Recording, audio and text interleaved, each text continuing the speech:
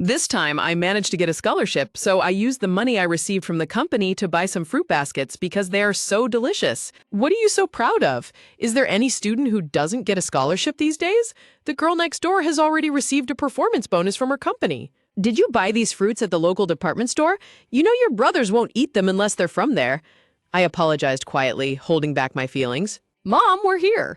When my brothers arrived, my mother's face lit up as she praised them and hurried them to the car. Where are you all going?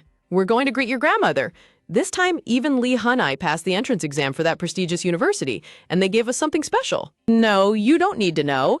If you have nothing else to say, then just leave and take those fruits with you. I stood frozen in the quiet hallway, holding the basket of fruits that had been so easily rejected, feeling completely isolated in my own home. I comforted myself, telling myself that it was fine since I had been treated this way ever since I was a child. Walking back under the dim streetlights, I felt the heavy weight of loneliness as I headed toward my small apartment.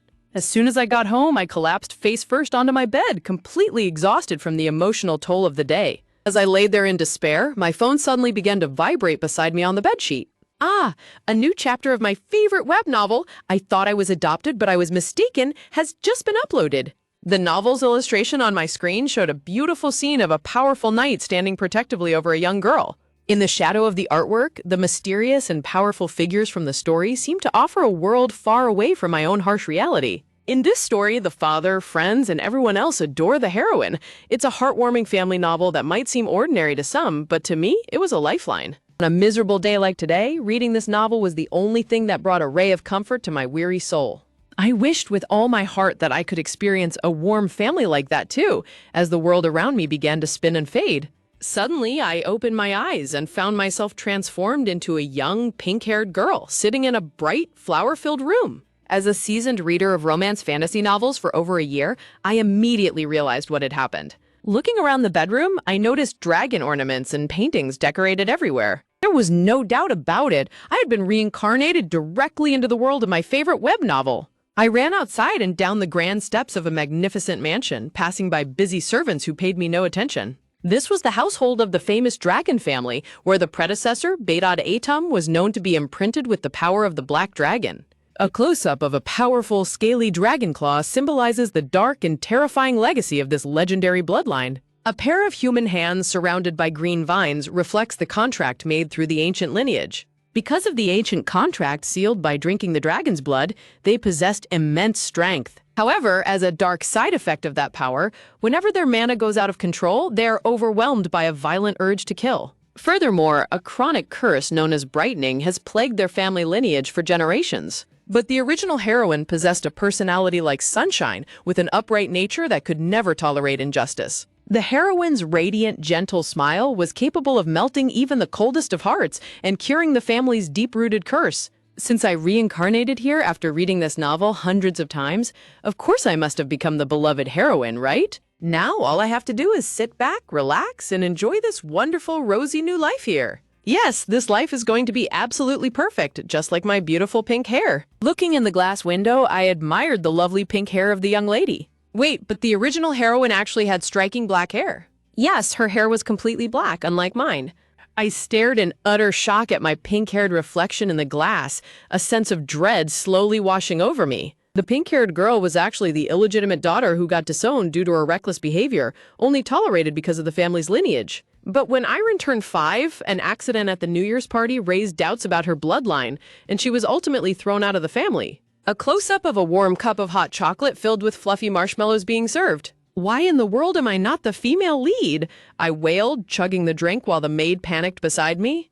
Suddenly, a shocking realization flashed through my mind, making my eyes widen in complete surprise. Are you all right, my lady? Please be careful, it must still be very hot. Let's cool it down slowly and maybe have it with this biscuit. I looked up at her tearfully and whispered her name. This is absolutely delicious. How did you make it? The maid smiled warmly, happy that her creation was a success. It is called hot chocolate. I managed to get some while running errands because we are so short-staffed. The kind maid looked down at me with a sweet, affectionate smile, glad to bring some joy to my day. We spent the quiet afternoon reading books together on the carpet, finding a moment of peace. Mela, is there a festival happening tomorrow?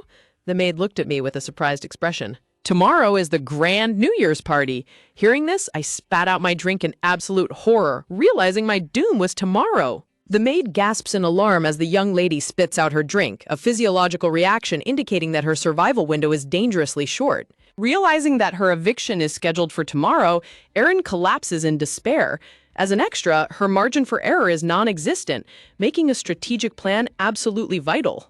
Recognizing that wasting time yields zero utility, Erin quickly picks herself up, determined to gather actionable information before she is cast out of the mansion. To maximize her remaining resources, she instructs her maid to bring her hot chocolate while she rushes off to execute her contingency plan, minimizing panic by maintaining a brief explanation. Erin sprints through the mansion corridor, sacrificing her dignity for speed to reach the archives where the key to her long-term welfare is located. She targets the library to extract high-value data on nursery schools, leveraging her knowledge of the original novel to secure a safe haven and maximize her future survival prospects. Erin struggles against the heavy physical doors of the library, calculating that a 5-year-old's physical capacity is highly inefficient for heavy labor, but must be overcome for the greater good.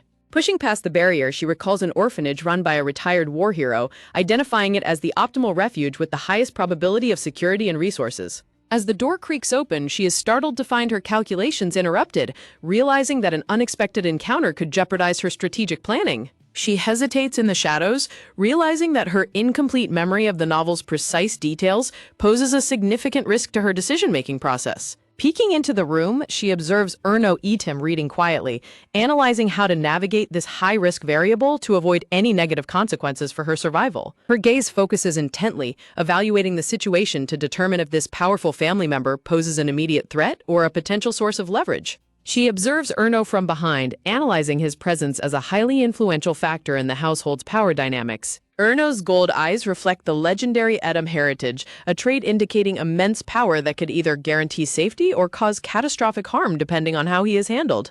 Introducing Erno Eatam, a character whose immense strength makes him a vital entity to pacify in order to maintain peace and minimize conflict. Recalling his dangerous role in the original plot, Erin recognizes him as a top-tier threat, realizing that a single misstep in front of him could end her life prematurely. She panics at his unexpected presence in the library, calculating the statistical anomaly of encountering him now for the first time in an entire year. Erno addresses her directly, asking for the location of a book on divine magic, presenting Erin with a high-stakes opportunity to render assistance and build positive goodwill. Stunned by the prompt interaction, Erin's brain temporarily buffers as she computes the safest response to maximize her immediate utility and avoid suspicion. Shaking off her distraction, she tells herself to focus on the reality of the threat rather than being mesmerized by his appearance, prioritizing her safety above all. She adopts a highly efficient, cute persona to deliver the information, pointing him to the second column of the first bookshelf to maximize his satisfaction. Fearing his potential irritation with childish behavior, she quickly retreats, planning to keep her distance to minimize any risk of triggering his violent instincts. Erin spots the reference book she needs on the shelf, a crucial piece of intellectual property that will secure her placement in a safe sanctuary. She opens the book to the page showing the hero's nursery school, confirming the location of her optimal shelter to ensure long-term comfort and security. Erin celebrates her successful search, unaware that Erno has quietly approached, creating a new scenario where she must manage his perception of her actions. Erno politely thanks her for the earlier assistance, but notes her surprisingly thorough knowledge of the library, raising the stakes of their interaction. When he asks what she is reading, Erin immediately flags this as a trap question, calculating that revealing her escape plan could lead to premature confinement or worse. She stalls for time, sweating as she desperately computes a harmless cover story to preserve her plan of escape. To neutralize his suspicion, Erin deploys a highly calculated, adorable smile, attempting to disarm his skepticism with pure, harmless charm. Erno accepts the distraction with a simple acknowledgement, showing that her defensive charm offensive was successful in minimizing immediate friction. He walks away, allowing Erin to breathe a sigh of relief as her survival strategy successfully averts a confrontation. Suddenly, a terrifying sensation overcomes her, and the book slips from her hands as her biological instability triggers an involuntary transformation. Her physical form collapses inward, leaving her human clothes behind in a sudden, highly inefficient shift of anatomy. Her empty dress falls flat to the floor, twitching as her new, non-human form struggles to navigate the heavy fabric. A small pink baby dragon emerges from the collar, realizing that her physical limitations have significantly increased, while her safety margin has drastically shrunk. Recalling that this exact dragon transformation is the event that causes her exile in the original story, she laments that her timeline for survival has been prematurely accelerated. Acting quickly to minimize the risk of discovery, the tiny pink dragon drags her human clothes toward the bookshelf to hide her trace. Realizing she might be stuck in this vulnerable form, she spots a glowing silver ring on the floor, wondering if this high-value asset can be utilized for her benefit. She picks up the expensive-looking ring, analyzing its potential utility as a valuable bargaining chip or a source of magical energy. Looking closely, she recognizes the ring as identical to the one Erno wears, realizing she has accidentally acquired a highly personal item belonging to a dangerous individual. A sudden magical resonance sparks from the ring, proving its immense latent power and validating its high strategic value. The sound of a door creaking open alerts her to an incoming threat, sending a jolt of panic through her tiny dragon body as she holds the stolen item. Erno peers into the aisle with a cold, analytical gaze, scanning the area to identify the source of the noise and protect his personal security. He narrows his eyes, assessing the scene with high precision to detect any anomalies or intruders. He looks down at the suspicious pile of clothing left on the floor, calculating the probability of a hidden resident or a trap. Standing over the empty blue dress, he pauses to deliberate on the most logical explanation for this sudden abandonment of clothes. He kneels down to investigate the pile directly, determined to eliminate any uncertainty regarding the young lady's sudden disappearance. Erno lifts the fabric, peeling back the layers to locate whatever is hiding beneath to resolve the mystery. Discovering the hidden truth, he smiles with calm amusement, deciding that managing this situation gently will yield the most favorable outcome for both of them. Iron, now back in human form but wearing only an oversized shirt, offers a nervous greeting, hoping to secure his cooperation and preserve her life through peaceful submission. Aaron beams with a bright, cute smile, presenting the ring and saying, "I was picking up the ring." In a dramatic flashback, the narrator's voice adds, "I was about to get caught." Realizing her narrow escape, Aaron reflects, "I hid under your clothes in a hurry and came back as a human at just the right time. Now let's pass the situation naturally." Erno asks, "Ring? Are you talking about my ring?" Aaron eagerly extends it to him and replies, "Yes, it went under the bookshelf. I took it out and cleaned it." As the ring sparkles on her small hands, Erno observes, "You cleaned it really well." Erno looks at her warmly and explains, "I came back in a hurry because it was an important ring to me. I can't believe you were looking for my ring so much upside down." Erno gently pats Iron on the head as he says, "Thank you so much." Iron laughs nervously, thinking to herself, "Let's give it back quickly and go back to your room." Keeping her distance as she returns the ring, Aaron cautiously thinks, "It was said he hated skinship, so please don't touch me." Erno slides the ring back onto his finger as a warm, magical glow surrounds him against a backdrop of beautiful white lilies. A dramatic close-up highlights Erno's piercing gold eyes as he gazes thoughtfully at the young girl. Aaron peers back at him with a nervous look, a question mark hovering over her head as she wonders what is on his mind. Clutching her books tightly, Aaron begins to back away, saying, "So then I'm gonna go now?" Erno remains silent, watching her walk away from behind with an unreadable expression. Erno suddenly smirks with an amused, dark grin, whispering to himself, "It's fun." Aaron sprints through the corridor, clutching her reference books tightly with a sweating, determined expression. A view of the grand and massive Etem mansion standing proudly under a bright, clear blue sky. Inside, the grand banquet hall of the Etam mansion is decorated lavishly, shining with brilliant gold light and grand pillars. Iron stands inside the crowded hall, looking around in awe and thinking, all the members of the family are really here. Seeing the dazzling nobility chatting around her, Iron is completely overwhelmed, thinking, wow, plus they're all incredibly shiny. Also Ropan. Two narration bubbles reflect on her past, stating, Aaron, who turned into a dragon in front of so many people, how scared she must have been. Iron's sweat drops as she visualizes her pink baby dragon form, thinking, of course, now it's my story. Aaron reviews her nightly preparations. I also memorized the location of the orphanage I was looking for.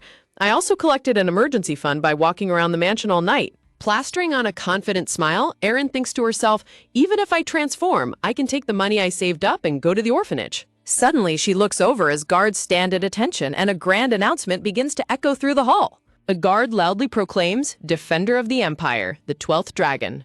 Miral Etam walks into the banquet hall with an incredibly commanding and powerful presence, flanked by his formidable sons. Miral Etam slowly walks up the red-carpeted stairs towards his grand golden throne. Seated on his throne, Miral Etam, the 12th head of the Etam family, commands, let's start the New Year gathering.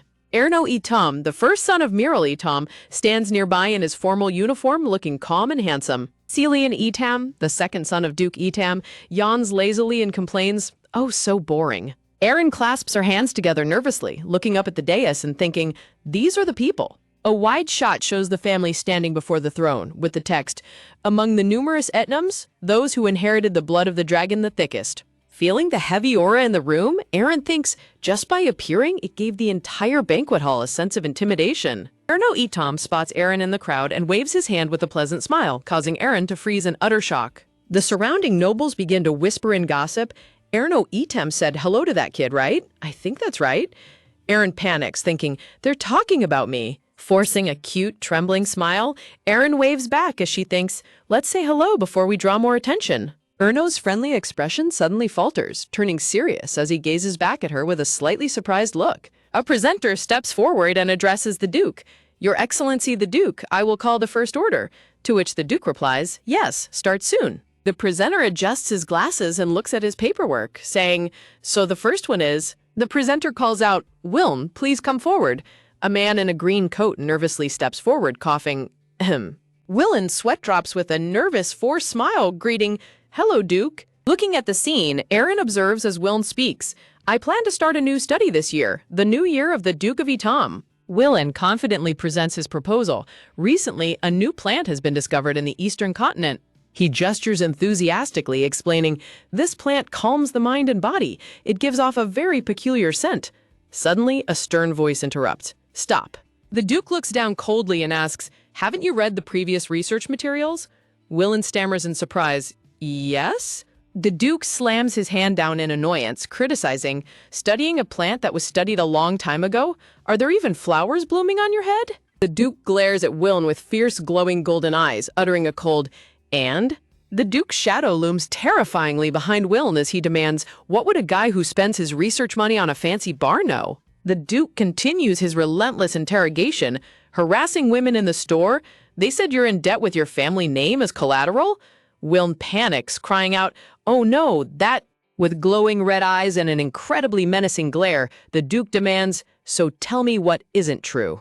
Duke Mirel glares coldly at the terrified man before him, asking, "You who tarnish my name, why do I have to keep you alive?" As Willen stammers in sheer panic, that is... Willen trembles violently under the weight of the Duke's overwhelming, menacing presence. Sweating profusely and completely defeated, Willen collapses to his knees on the carpeted floor and begs, "Forgive me," as the entire banquet hall watches his absolute defeat in stunned silence.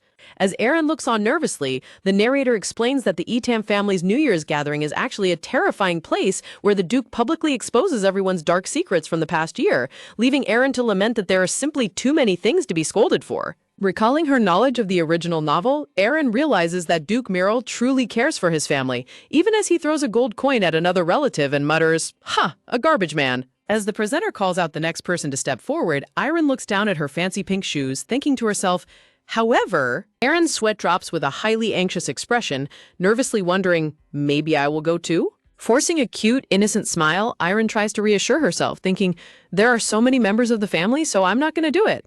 Stepping forward with elegant, floating movements, the adorable little pink-haired girl captivates the room as she walks toward the grand dais. Standing before the throne, Celian asks, "What is this little fluff?" As Erno instructs, "You have to call her by her name," and another sibling comments on how remarkably small she is.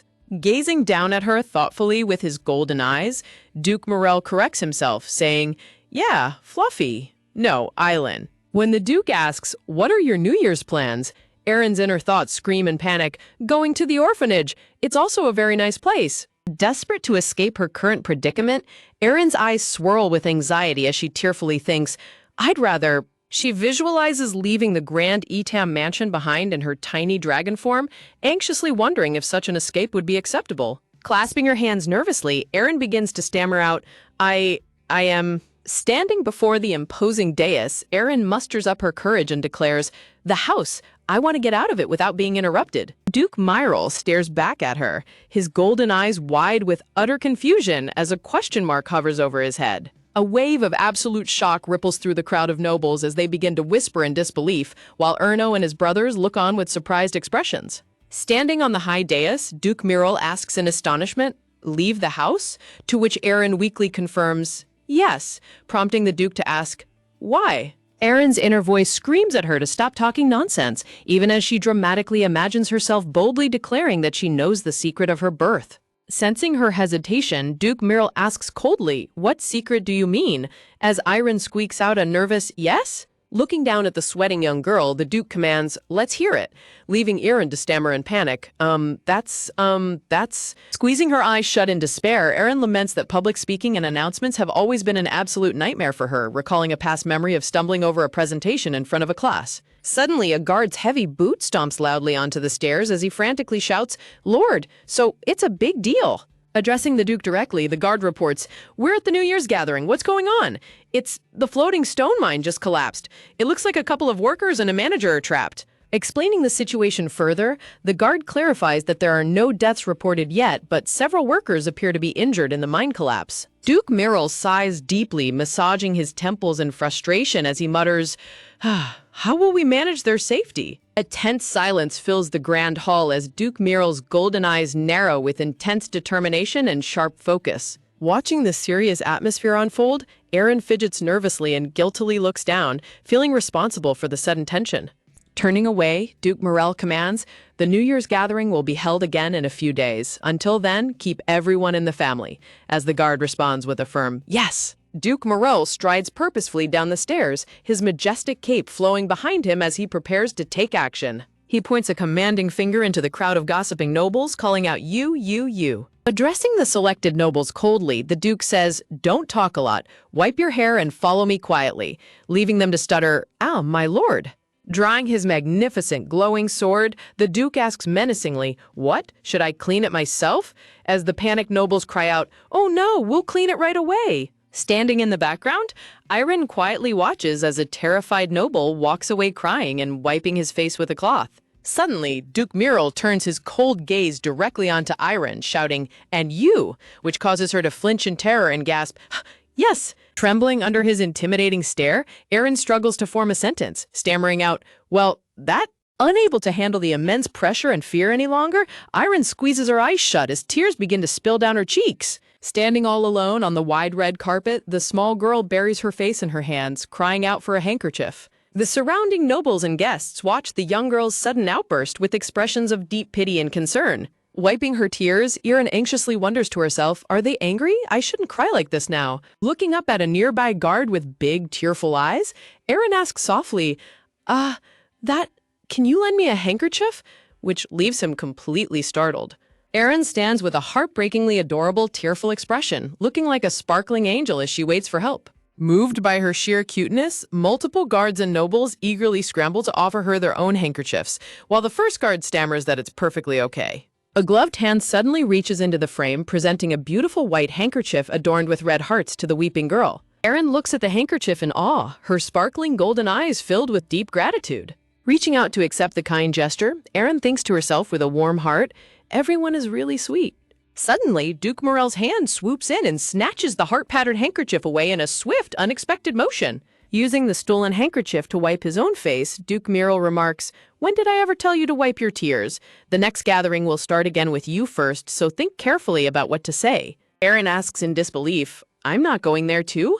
To which the Duke coldly replies, "No. Fluffy hair like you can't even be used as cow food." Erin's face turns pale as she recalls the Duke's harsh comment, visualizing a calf in its stall eating hay and wondering in pure shock, "Cow food? Is that what those people—" Duke Myril turns his head away defensively and says, "You don't have to know that. A kid like you?" The Duke looks down thoughtfully with a slightly serious and surprised expression on his face. As the family prepares to leave, the Duke sighs, "No, not that," while Erin stands alone, still processing his comment and muttering, "Cow food. Earlier." Sweating profusely in sheer panic, Iron's inner thoughts scream, "I said grandfather without realizing it. I am in big trouble." Squeezing her eyes shut, Erin trembles in absolute terror, thinking to herself, "I guess I got on his nerves. Am I gonna die now?"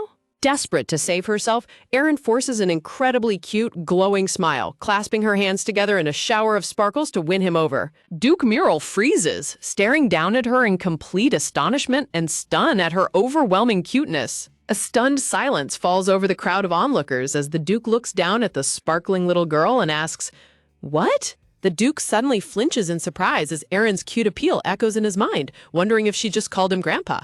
One of the brothers looks on in surprise, calling out, "My lord," as the atmosphere shifts. Blushing and completely flustered, Duke Morel dramatically whips around, his cape flying as he shouts, "You fluffy thing!"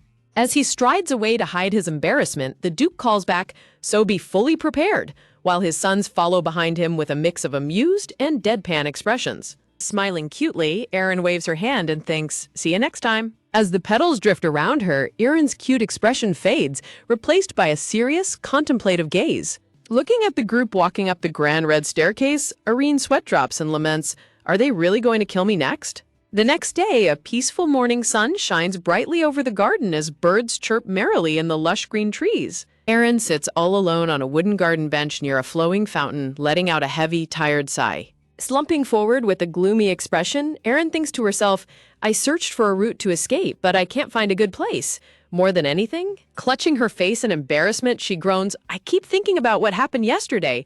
Earning Black history. I want to leave the house." Suddenly, a small, crumpled piece of paper hits Erin on the head, making her flinch in surprise. Looking down at the wooden bench, Erin picks up the paper and wonders, what kind of paper rolls? Was it blown away by the wind? Before she can investigate, she suddenly senses something and looks up in surprise. A small stone lands with a sharp clack right in front of her feet, startling her. Looking over, Erin sees 3 young noble boys standing in the distance, and one of them yells out mockingly, "Yeah, crybaby!" Waving his hand smugly, the freckled noble boy jeers, "Why are you alone? You have no home and no friends?" Erin's face darkens with annoyance as she glares back at the bullies in cold silence. The freckled boy laughs mockingly and shouts, "Don't worry, we'll play. Can you pick up a ball instead of us?" "I'm saying just in case. I mean what I just threw at you." Shaking with anger, Erin's face falls into shadow as she listens to their insults, thinking, "I think you didn't receive any home education, but just in case you don't know." The boys snicker among themselves, whispering, "Didn't she even get home education?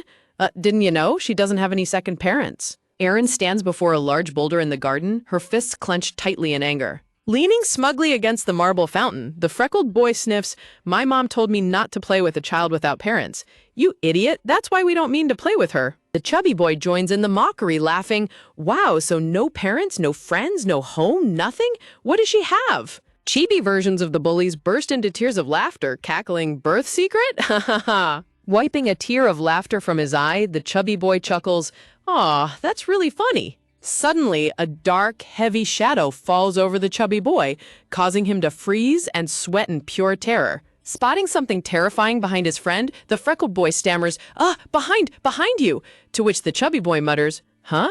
Small pebbles begin to crumble and rain down on the freckled boy's shoulder as he turns back and asks in confusion, "Huh? What's behind me?" With glowing golden eyes and an aura of pure menace, the tiny Erin effortlessly hoists the massive boulder high over her head. The freckled boy's eyes widen in absolute horror and disbelief as he looks up at the terrifying sight. A massive crash echoes through the garden, causing a flock of birds to scatter into the sky in panic. Scrambling backward on the ground in pure terror, the boys scream in panic, "Hey, are you really crazy? We will tell our mom! The consequences will be dire!" Glaring down at them like a fierce demon, Erin shouts, "Tell her! Even if you have parents, if you have a personality like yours, it's better not to have them." Trembling on the floor, the freckled boy points a shaking finger and screams in anger and fear, this trashy thing, before his friend urges, "Hey, let's go." Standing in a swirling dark aura, Erin glares at them coldly and declares, "You're pitiful. You don't know what they're going to do because all you have is your own life." Placing his hand on the massive stone to steady himself, the chubby boy grumbles, "That's right. I thought she was a bit strange." Picking up the massive boulder again with absolute ease, Erin hurls it at them as they run away screaming, shouting, "The really pitiful ones are you guys who don't even know the word damage compensation properly? These amoebas?" With the bullies finally gone, Erin stands next to the boulder and lets out a long, weary sigh. Looking down sadly as the darkness surrounds her, Erin thinks, "I'm pitiful," as she recalls a voice asking, "Why are you doing that?" embarrassingly. Erin's mind flashes back to her past life as a lonely, gloomy schoolgirl, staring back with a sad and heavy expression. "Wearing clothes like this at such a good school? My friends keep telling me they're gonna die of pity. I really can't even bring my face to the point that this is my older sister. XX, hey, I told you to stay out of sight." Yes, mother."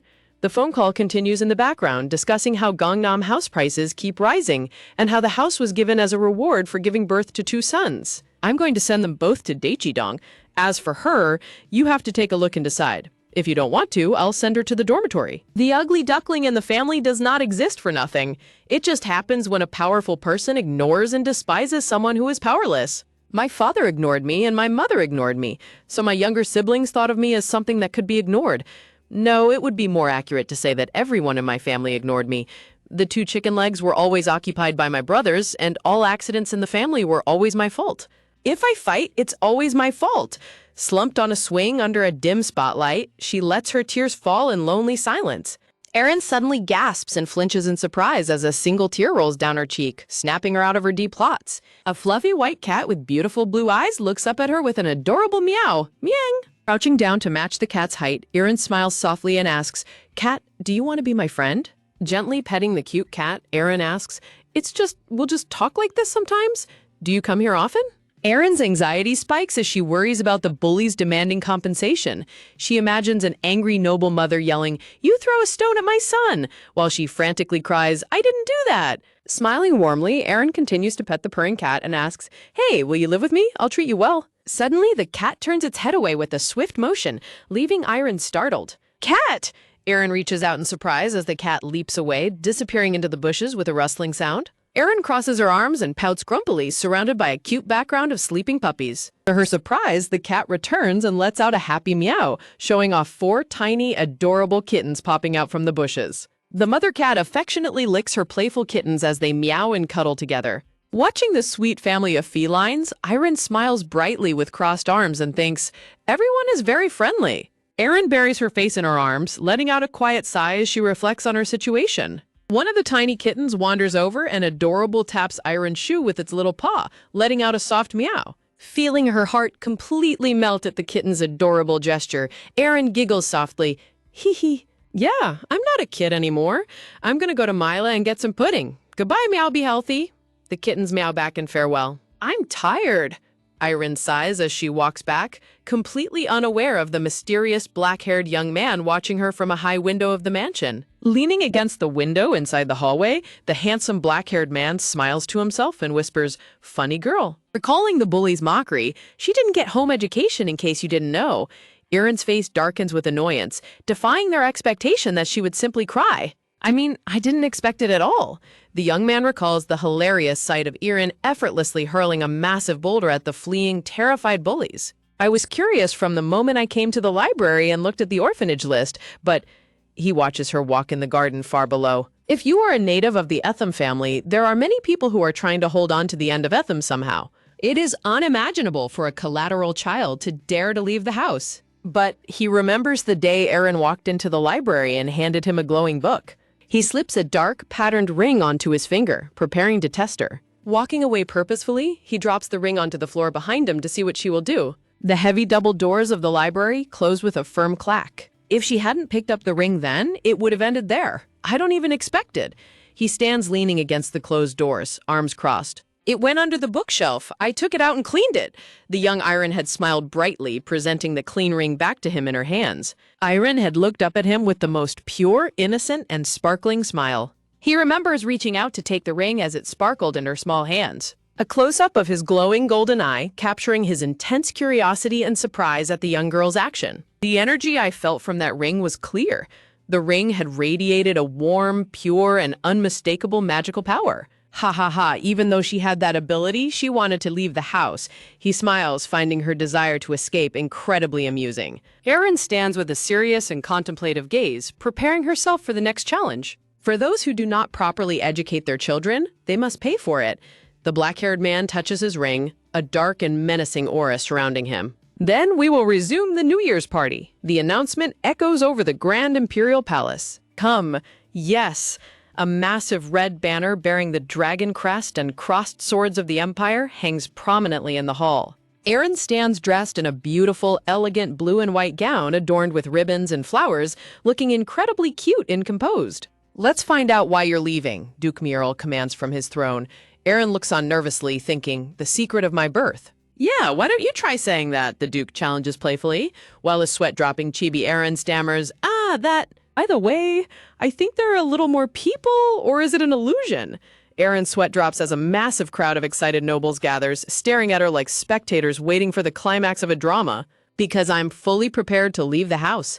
Erin looks back at her secret stash of packed bags, filled to the brim with gold coins and sparkling jewels. Looking up at Duke Merrill, Erin closes her eyes and declares clearly, "Yes, Grandpa. Actually, I am his daughter." Erin looks up with a sweating cheek, startled by the heavy footsteps of the man standing right behind her. Confused by what is unfolding, she stammers, "What?"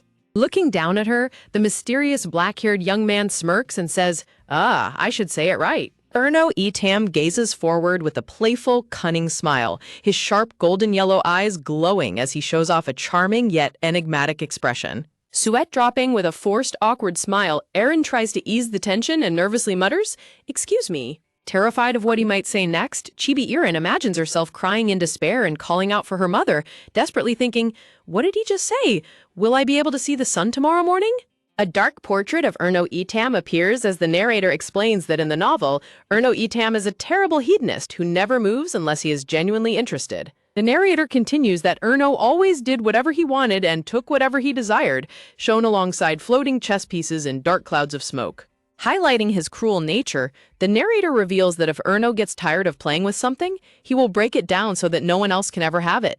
Erin sweats nervously, realizing the absolute danger she is in as she lets out a weak, anxious, "Ah!" Erno Etam flashes a gentle, closed-eye smile, looking incredibly pleasant despite his terrifyingly dark reputation. Trembling with dizzy spirals floating around her head, Erin realizes with dread that she has caught his attention, thinking, "Well, I guess I'm now already in his sight, huh?"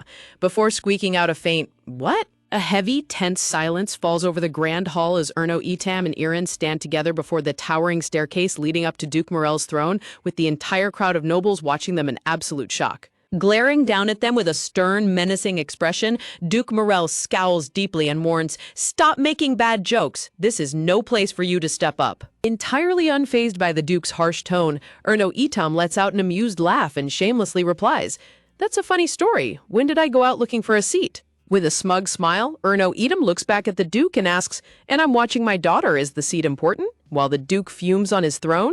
Nearby, Erin panics and sweat drops, thinking to herself in sheer denial, "I'm not your daughter." Erin steals a nervous glance sideways, sweating profusely as she tries to figure out how to escape this mess, thinking, "Why are you kidding me like that? I have to tell them the secret and leave."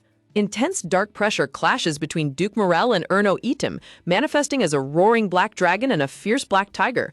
Watching them, a small pink squirrel trembles in terror, while Erin shakes in fear, crying, "I don't want to fit in there." Turning his gaze down to Erin with an amused smirk, Erno Etam casually says, "If you don't believe me that much?" Erno's chibi head cheerfully suggests, "Just ask my daughter," causing both Erin and her inner pink squirrel to freeze in utter shock as they scream, "Oh no!" As the nobles gossip about Duke Morel's growing suspicion, the furious Duke slams his hand down, shouting, "Suspicious? Who's the most suspicious?"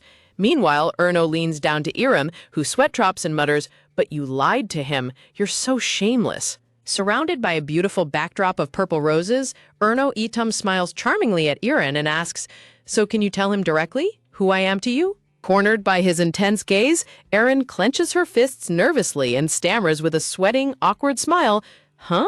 Erno Etam's sharp golden eye narrows as he stares down at her, waiting for her answer, prompting Erin to hesitantly start, that... A heavy drop of sweat rolls down Erin's cheek as she looks up, utterly terrified of the consequences of her next words. With a forced, sweating smile, Erin raises her arms and announces, "He is my father," as Erno happily pats her head. Upon hearing this, Chibi Duke Morel screams in absolute fury, "Do not be ridiculous! You think I'm a fool!" Duke Merrill points an angry, accusing finger at Erno Etam and shouts, "You couldn't stay still at every New Year's party, now you're bringing in someone else's child?" The Duke's furious voice echoes through the hall as he demands, "What's more, she is that fluffy thing?"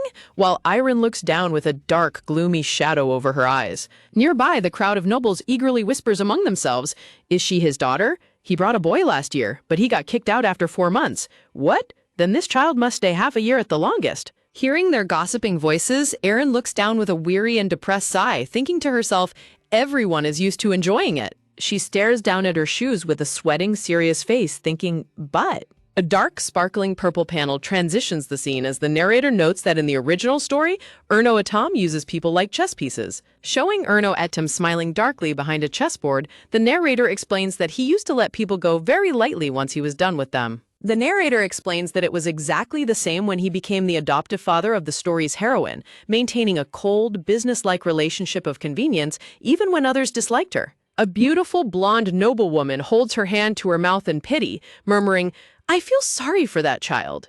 Recalling a conversation between nobles, Aaron remembers them talking about the compensation given when someone quits. "But when you quit, my partner told me, they give them enough money to buy a small island, right? Then what is she going to do? The victims don't need that much money. She will make a fuss about being with them." Another noble is recalled saying, "Well, with that face, she will act as if she was going to pick a star," while Aaron stands quietly. Suddenly, Erin's eyes snap wide open with a flash of absolute shock and excitement as she realizes that's totally sweet. Connecting the dots in her mind, Erin happily contemplates her survival plan. "If I stayed here for half a year, you mean I can spend my last years happily on an island that belongs to me?" Erin's face lights up as she vividly imagines her happy future, cheering Yahoo on her very own island, complete with a beautiful house, a friendly horse, a cute cat, and floating hearts. Pulled back to reality, Iron gulps and looks back at Erno with a sudden fierce determination, thinking, "This person?" Standing proudly before the Duke, Erno Adam asks with an amused smirk, "Haha, would you change your successor if you felt it was unfair?" Feeling Erno's gaze, Erin looks back at him with an adorable wide-eyed stare. Erno Etam smiles down at her warmly with his glowing golden eyes, his expression softening significantly. Reaching his hand down to her shoulder, Erno Etam casually announces, "Anyway, my plans for this year." With a bright and celebratory backdrop, Erno Etam sweeps Erin up into his arms and happily declares, "To my daughter who reunited late with me, I guess I should say being a good father." Duke Miral's face contorts with absolute rage as he points and shouts, "You sound like a good father. If a guy who wasn't even a good kid in the first place survives, therefore..." Holding Erin protectively, Erno Etam coldly cuts him off and says, "Please stop shouting. My daughter is scared." In his arms, Erin's sweat drops in complete disbelief, thinking, "Me? Trying to use me again while I was careless?" Desperate to diffuse the Duke's mounting anger, Iron shakes her head and hands frantically, shouting, "Oh no, Iron is not afraid of Grandpa," while Erno smirks and says, "Yes, your father will protect you, so you're not afraid at all, right?" Erin quickly shouts flatters to win the Duke over, screaming, "It's not that. I'm really not afraid of anything. Grandpa is so cool," leaving both Duke Mirel and the red-haired boy staring at her in absolute shock. Surrounding herself with beautiful pink roses, Erin clasps her hands together and looks up at the stunned Duke with big, sparkling, tearful puppy eyes, begging sweetly, "Grandpa, don't be angry." Looking up with sweet, pleading eyes, Erin tries to melt Duke Mirel's heart, asking him softly if he's still angry. Duke Morel explodes in denial, yelling that he's never been angry, while the young red-haired noble whispers behind his back, asking if the Duke is still mad, only for his companion to confirm that he definitely is. Swept up in his dramatic exit, Duke Mirel turns on his heel and storms out of the Grand Hall. As the New Year's party comes to an end, Erno Etam holds Erin close and commands his servants to gather the plans and bring them to his room. The red-haired boy waves a cheerful goodbye as they follow the grumbling Duke out of the banquet hall. Duke Morel continues to mutter to himself about not being angry, prompting his young companion to gently tell him to be patient, while Erno carries Iron away in the background. Erno Edam looks down at Erin with a handsome, gentle smile and warmly suggests that they head back as well. Iron gazes up at him with wide, curious eyes and quietly agrees to leave with him. As they walk down the quiet, sunlit corridor, Erin reflects that after a seemingly endless New Year's party, she has officially become Erno Etam's fake daughter. Clinging to his shoulder, Erin wonders how long he plans on carrying her, recalling that he is supposed to absolutely detest physical contact. Erin humorously imagines Erno suddenly dropping her onto the floor the moment they left the banquet hall, brushing her off by saying he's played around enough. In reality, Erno walks with deliberate care, softening his footsteps on the carpet to ensure she doesn't slip or feel uncomfortable in his arms. Surrounded by a beautiful backdrop of purple roses, Erno holds Iron gently, showing a rare and genuine warmth that contrasts his usual cold nature. Resting her head against him, Erin realizes that it must be this unexpected gentleness that draws people to him, making them desperately cling to his side. Erin reminds herself of the cold truth. On his grand chessboard, she is ultimately just a new, amusing toy for him to play with. She tells herself to stay quiet and play her part, knowing that once the game is over, an extra like her should simply take her compensation and leave. A painful memory from her past life flashes through her mind, reminding her that if she expects nothing from others, she won't end up getting hurt. Aaron silently buries her face deeper into his shoulder, shutting out her emotions to keep her heart safe. Squeezing him slightly tighter, Iron resolves to keep her expectations completely in check, refusing to fall for his temporary kindness. Erno's gaze softens as he carries her, a subtle, genuine smile gracing his handsome features in the quiet corridor. Bathed in the warm morning light, a charmingly dressed Erno Itam greets her with a pleasant smile, saying, "Hello, daughter." Resting in her bed, a sleepy Iron yawns softly as Erno gently strokes her pink hair, muttering a quiet greeting in return.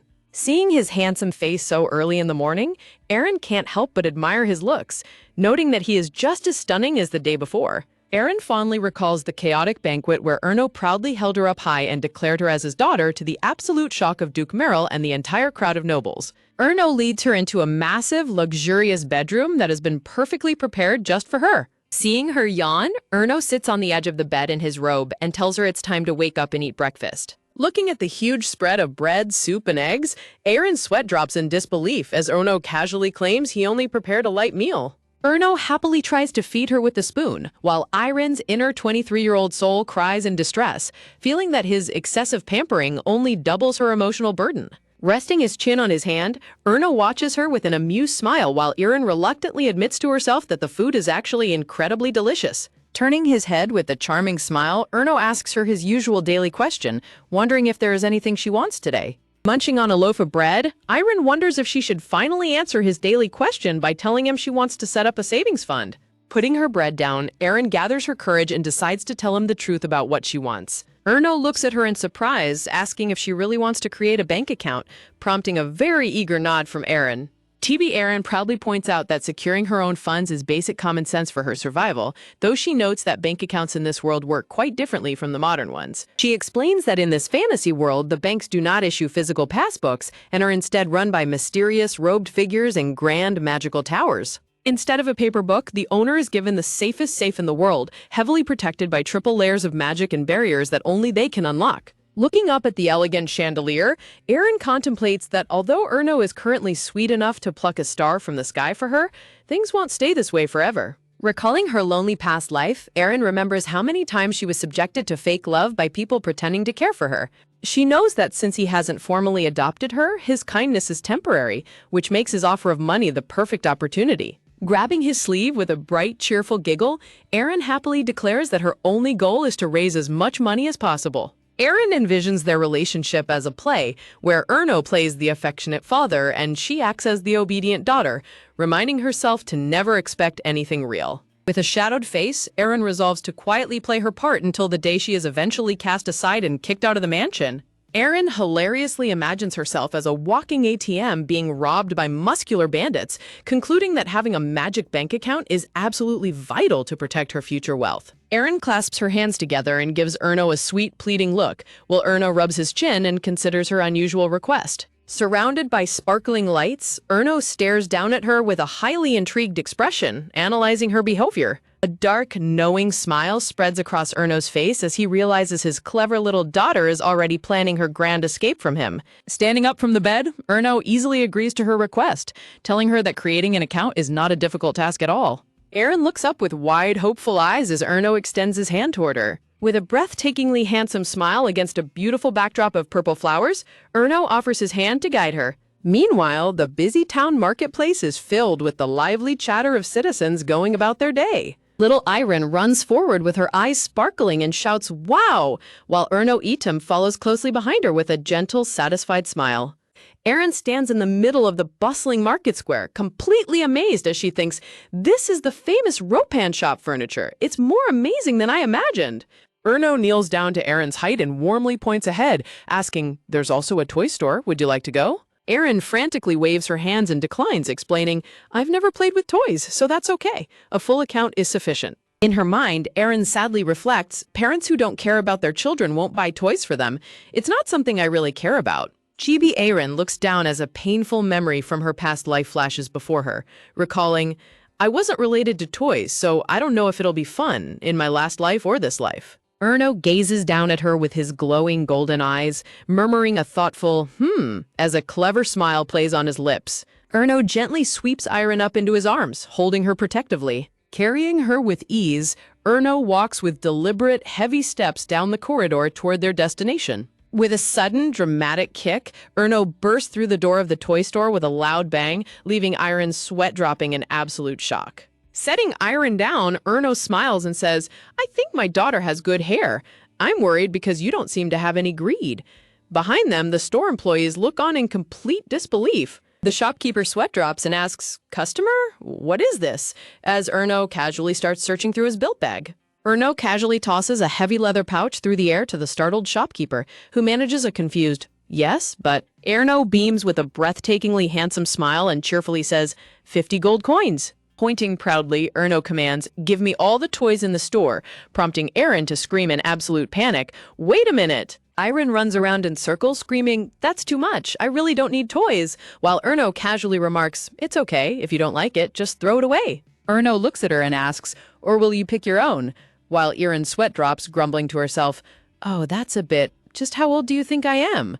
When Erno suggests, "After all, I think we should buy the store," Aaron instantly darts off like a bullet, yelling, I will choose." The narration notes, "As much as it is a worldview where magic exists, there are various kinds of strange toys.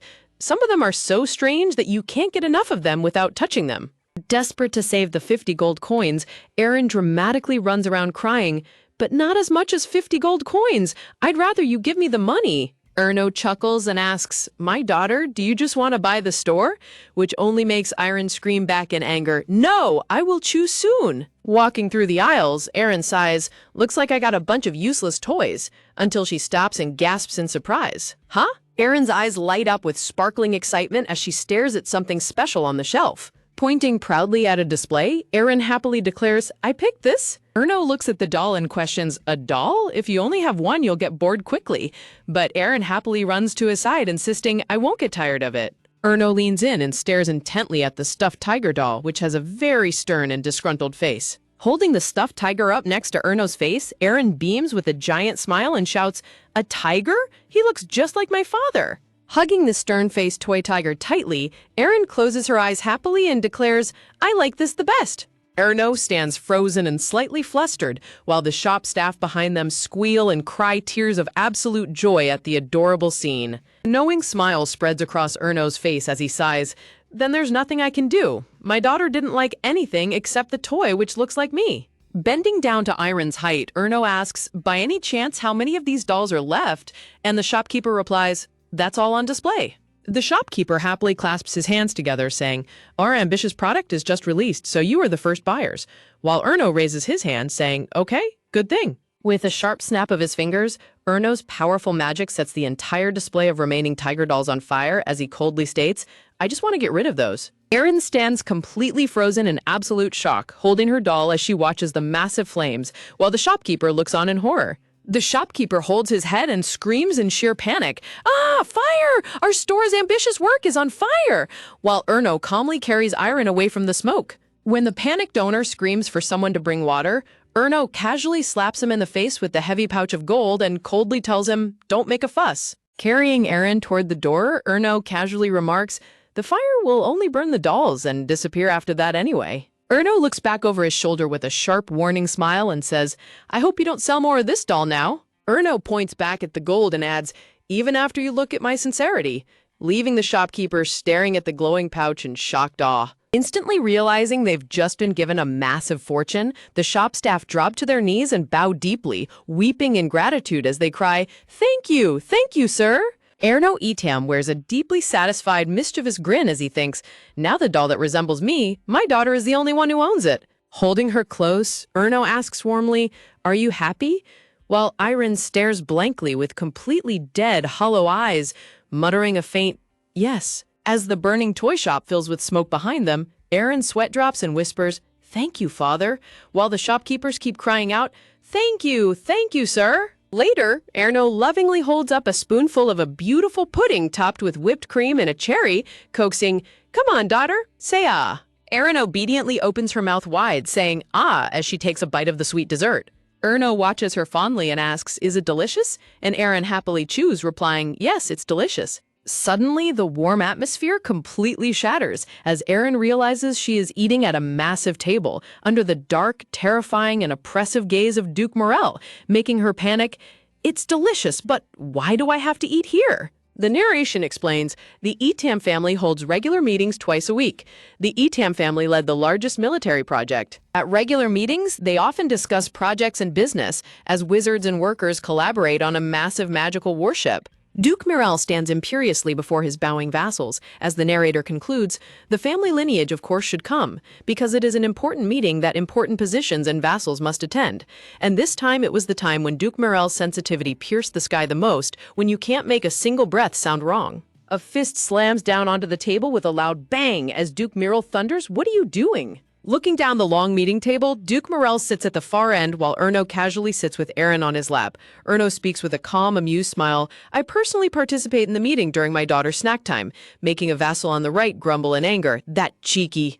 Duke Morel rubs his temple with a deeply frustrated expression as little Erin nervously speaks up, saying, grandfather, father, I won't eat pudding." Surrounded by sparkling lights and beautiful flowers, little Irene clasps her hands together and gives her grandfather and father a sweet, pleading look, saying, "Irene won't be a bad child. I'll be a good girl. So, grandpa and father, don't scold me, okay?" Duke Morel's eyes widen with a glowing yellow shine, completely stunned and won over by Erin's absolute cuteness. Stunned by her adorable plea, Duke Morel blushes slightly, clears his throat, and gently replies, "Okay, because it's not your fault. It doesn't matter if you eat 10 or 20 puddings.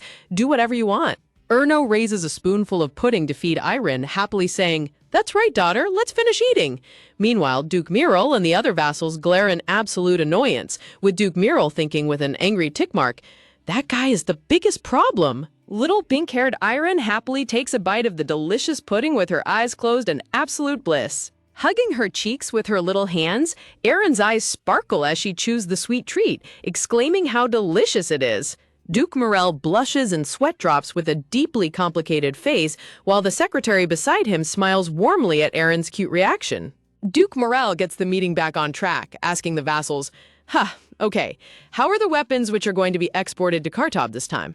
One of the vassals raises a hand and replies, yes. A female vassal with brown hair pulled back in a bun speaks up about the project status. Orders are still coming in, while the man next to her sweat drops and notes, "Materials are still very scarce." Erno stares at them silently. As the discussion continues, Erno places his large hand protectively on Irene's shoulder. A male vassal's voice continues, "Well, the more you dig, the lower the quality, and the quantity is limited, as performance continues to decline." Behind Irene, Erno's eyes glow red as a dark, terrifying, and demonic aura arises from him, causing the terrified vassals to sweat drop and freeze in absolute horror, sweating profusely as they think. Erno warmly feeds Irene another spoonful of pudding and cheerfully asks, "How's the new mind search going?" While Irene sweat drops and thinks, "My butt hurts, come on, daughter." The vassals nearby sweat drop and shiver under Erno's intense pressure. As the spoon is held to her mouth, Erin halts and suddenly thinks to herself with wide, sparkling eyes, "Wait a moment, a floating stone?" A majestic floating rock with glowing teal crystals floats high in a beautiful blue sky filled with clouds. The narrator notes, "The floating stone is one of the important elements of this novel. It is literally a stone that floats in the sky, a resource." A young girl with dark curly hair and a red dress walks through a bright green forest. The narrator explains, "In particular, the heroine discovers the entrance to the floating stone mine. There was an incident in the novel about that." A grand, majestic white mansion stands beautifully under a clear blue sky, with a lush green mountain in the background. The narrator notes, "That's the mountain behind the dukedom site." A portrait of the beautiful, dark-haired heroine smiling in a rose-adorned golden frame appears. The narration asks, "Why was she even there?" Yes, because the heroine had all the luck in this novel. A smartphone floating in a glowing, magical circle displays the illustration of the heroine. The narration continues, "But it's different now. I know everything about this novel." Chibi Irene sits alone in a spotlight while Erno guides the dark-haired heroine. Below, Irene clenches her small fists and thinks, "And the self-rescue plans to prepare for Erno's whims. I need to have one. I'm sorry for the heroine who will come later." Irene looks up at Erno and asks curiously, "Father, what is a floating stone?" while Erno holds his pudding bowl, looking down at her. Erno raises his finger, using his blue magic to summon a small floating crystal to show her as he smiles and explains, It is a useless stone that can only fly in the sky. A small amount mixed with iron will lighten the weight of the weapon. Looking down at the dessert table with her maid standing behind her, Erin thinks to herself with a serious expression, "Really? What a useless stone. It must be something that will soon change the game of war and bring about a revolution." Erin speaks up cheerfully, "Ah, I saw a stone flying in the sky." Hearing this, Duke Muriel and the vassal behind him look down in utter astonishment. With a massive, earth-shattering thud, Duke Muriel slams his fist onto the table again, screaming, "What?" The force of Duke Muriel's fist splits the massive stone table completely in half, sending dust and papers flying everywhere as the shocked vassals stumble backward. A dark, terrifying, and demonic aura erupts from Duke Muriel as he clenches his fist tightly and glares down with veins popping on his face, asking, "Just now did you say you saw a flying stone?" Erin screams in panic, AKK, as Erno quickly scoops her up into his lap, sitting calmly on his chair while she thinks in sheer awe, is this the power of dragon bloodline? With one punch, that big thick table was cut in half? The vassal with glasses and a monocle runs forward, clasping his hands eagerly as he asks with wide eyes, "Lady, did you really see a floating stone? Where did you see it?" The other vassals quickly crowd around little Iron, sweat dropping and speaking in a frantic panic. "Do you remember which mountain range you were in? Can you guide me now?" With a sharp, sudden slice of magic, the table remains split in two as the vassals are blown back by a sudden gust of wind. Erno sits comfortably with a sharp, dark smile, holding Iron protectively as his golden eyes glow menacingly, warning, "When you talk to my daughter, I wish you could keep that distance." The terrified vassals sweat drop and cry out, "Ha, we're sorry!" Duke Muriel steps forward, waving his hand to dismiss the crowd as he commands, "Fluffy, so you don't know where you saw it?" Iron looks up from Erno's lap and confidently raises her hand, declaring, "I know," to which Duke Muriel quickly asks, "Where is it?" Clinging to Erno, Erin points excitedly and shouts, "The mountain at the back." Duke Muriel looks deeply contemplative, staring down as he mutters, "Where is the hill behind?" Pointing through a grand glass window at the towering green mountain behind the mansion, Erin beams with a smile and exclaims, "There!" Duke Muriel peers through the window, asking in disbelief, "There is a floating stone in the mountain behind the Duke residence?" And Chibi Erin happily answers, "Yes!" The vassals look at each other and discuss the revelation in shock. It's the back mountain. Could it be that she just looked at the wrong stone? And it's true that I didn't investigate the back mountain, though. While another adds, "That's right, I never imagined it would be there." Duke Muriel orders his secretary, "There's nothing to lose by finding out. Check it out." The secretary bows politely with a smile, replying, "Yes." Iron peeks out from behind Erno's arm as the vassals continue whispering to each other in excitement. A white speech bubble against a purple background reads, "That's interesting." Erno looks down at Erin with a deeply intrigued and sharp smile, thinking to himself, "Why do you know so much?" Erno places his large hand gently on Erin's head, causing her to freeze with wide, round yellow eyes as her hair stands on end from tension. Duke Muriel stands imperiously, demanding, "Why are you making a fuss?" As a messenger running into the room replies anxiously, "That is..." The messenger leans in and whispers something privately in Duke Muriel's ear, causing the Duke's eyes to widen slightly in surprise. Duke Muriel stands silently in shock as the text bubble reveals, "The child's daughter is in a place like that?" Duke Muriel turns around and swishes his cape, loudly announcing to the room, "Today's meeting ends here," as he walks away, leaving the vassals and Erno looking on in surprise. Little pink-haired Erin thinks to herself in worry, the Duke's expression looked bad, while also recalling the split table, thinking, "By the way, did you see the table being split into two halves? By the way, did you..." Erin suddenly remembers the beautiful female lead from the novel, her eyes widening in realization as she thinks, "The female lead?" Looking up at her father, Erno, Erin thinks in dread, "If the heroine who was loved by everyone in the original work comes, I'll soon be forgotten." Erno looks at his pink-haired daughter, who seems deeply lost in her thoughts, and says, "My daughter, sometimes, I don't know what you're thinking of." Erno carries little Iron and gets up from the table, announcing calmly to the vassals, "It's already late." One of the vassals bows and replies, "Yes?" Stepping over the rubble of the broken stone table, Erno tells Erin, "Tomorrow I have someone to introduce to my daughter." Hearing this, Erin thinks in surprise, "Introduction?" Erno gives a confident, gentle smile, assuring her, "Yeah, you'll find out soon." Iron forces a sweat-dropping, cheerful smile as she laughs, "Haha," while thinking, "I am most curious about what you think of." The scene shifts to the dark night sky above a lush, quiet forest, stars sparkling in the deep blue. Later in her bedroom, Erno sits on the edge of the bed and gently pats Erin's head, asking, "Did you like the pudding?" To which she happily replies, "Yes, it was very delicious." Erno pulls up the blanket for Aaron and says warmly, "Let me know whenever you want to eat it. I'll give you anything you want." Aaron looks serious as she thinks about her future, reflecting, "This play will end soon. When the heroine arrives as planned, everything will be back to normal, and I'll be back as an extra." Looking at her father's warm smile as he says, "Have a nice dream, my daughter," Aaron thinks, "But I am fully prepared. The plans are all finished." Tucking herself into bed, Aaron replies with a sweet smile, "Good night, father." Underneath, a dark silhouette shows her standing alone with her tiger plushie while Erno holds and embraces the dark-haired heroine. The next morning, a grand and beautiful brick mansion stands under a bright sky. In her mind, Aaron asks, "Does this mansion really belong to me?" While Erno's voice replies, "Yes, daughter." Erno stands proudly in front of a crowd of servants, telling Aaron, attached to it, and even the butler and the maid, 30 servants will move just for you, Aaron. Clenched small fists show in the foreground as she thinks, "Wow, father the best." A hand offers a large bank check of 100 million gold coins as the voice says, "And here." Erno smiles warmly, saying, 100 million gold as I promised." Suddenly, his expression turns cold and sinister as he points a hand to kick someone out, saying coldly, "Now you fool, get out." Hands tremble in fear as a voice nervously asks, "Yes?"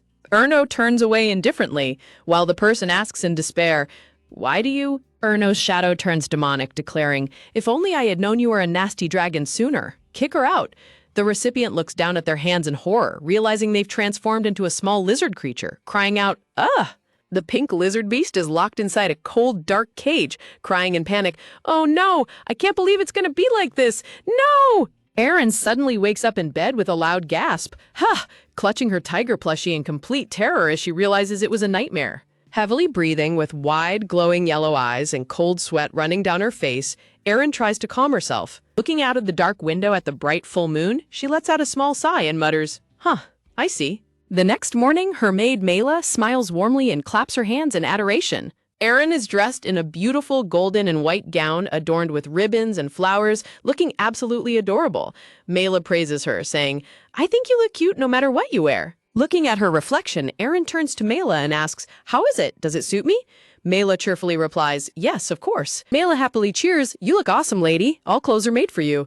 While Chibi Aaron sweat drops and thinks, somehow it seems that she became more motivated after coming to this mansion. Suddenly, a polite knock is heard on the door. Knock, knock, drawing Aaron's attention.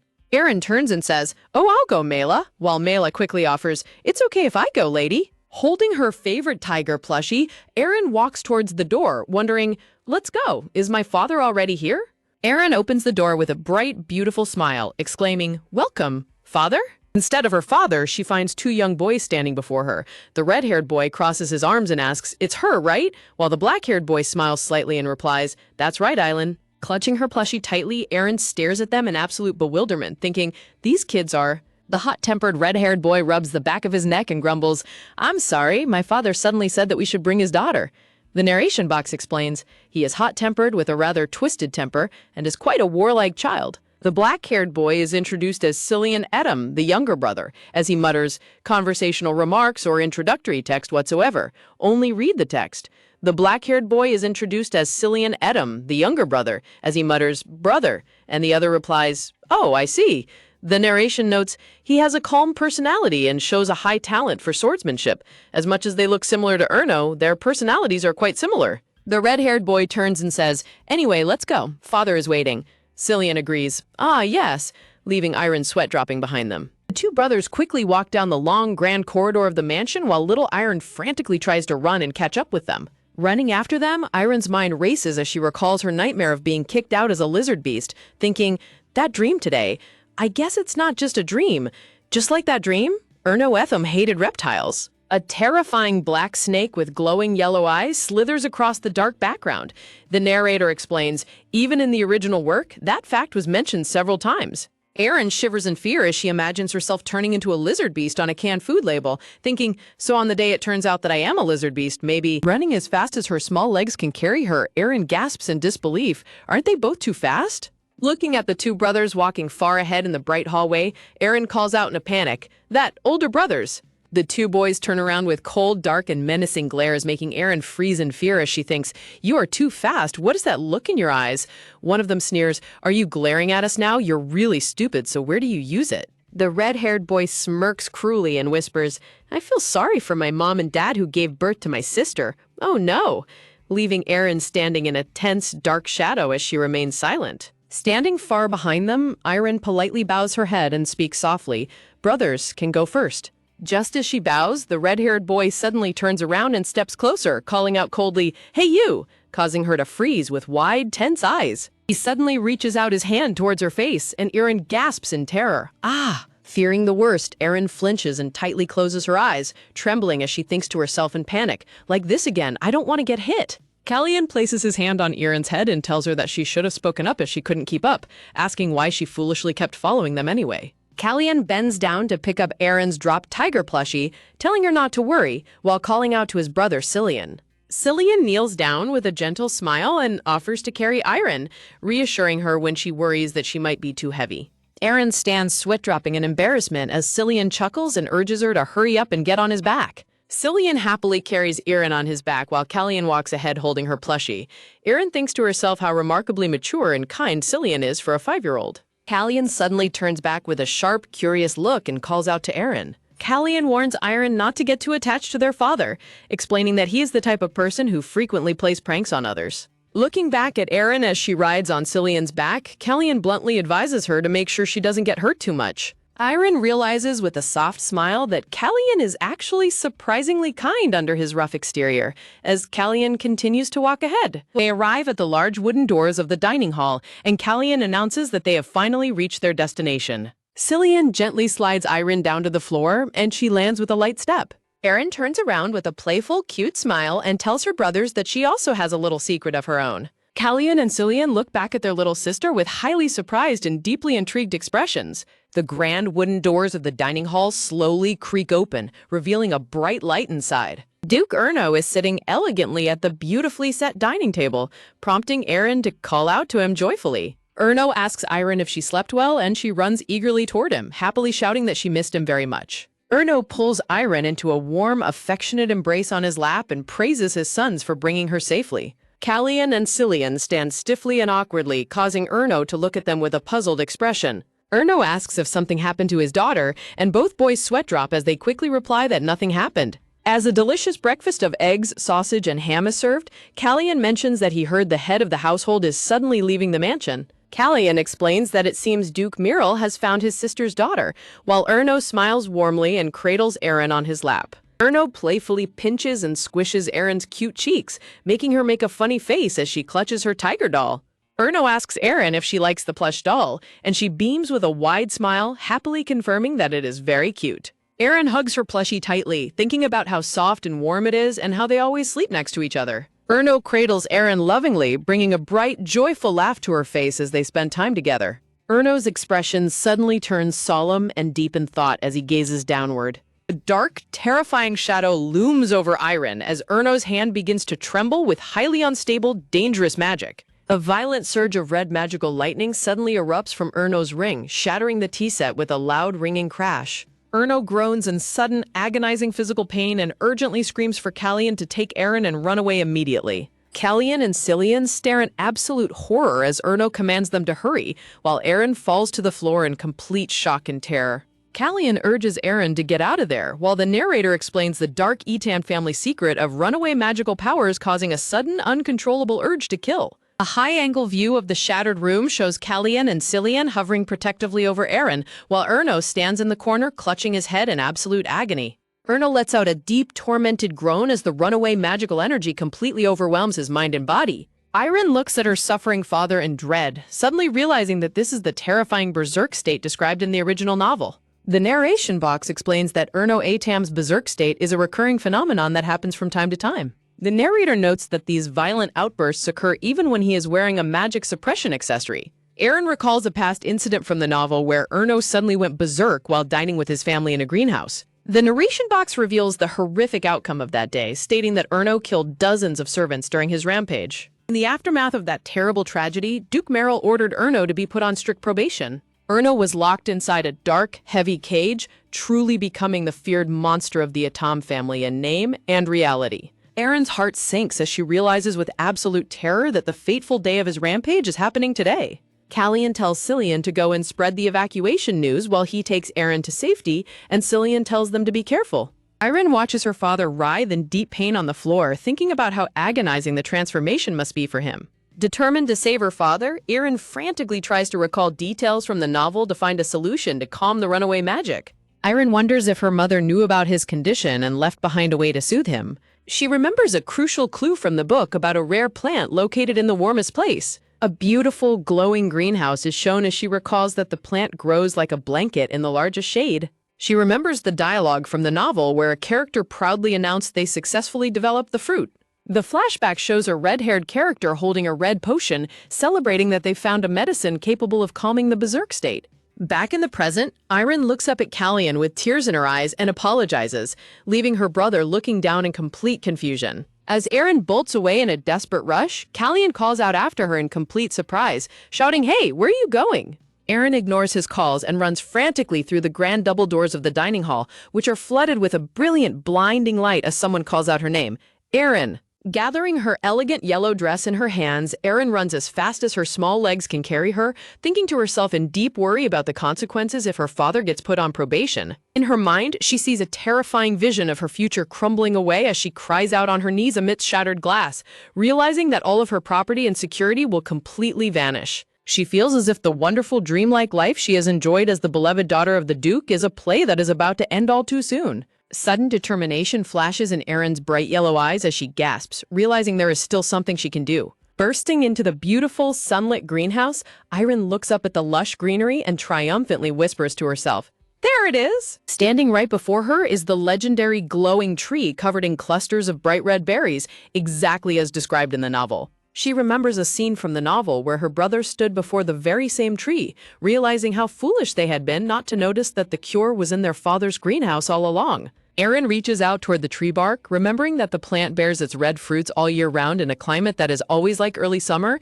and wonders if her mother had known about this plant beforehand. She wonders if her mother had intentionally left this incredible plant behind in the greenhouse as a precious present for them. Determined to gather the cure, Erin quickly opens up the small pouch she brought along with her. She looks down at the bag, which is stuffed to the brim with gold coins and sparkling jewelry, pausing in deep thought. Without a second thought, she dumps the valuable gold coins and treasures onto the grass, thinking that she can always come back to retrieve them later. Irene carefully reaches her hand into the branches of the berry tree, reminding herself that she must be as cautious as possible because of the sharp thorns.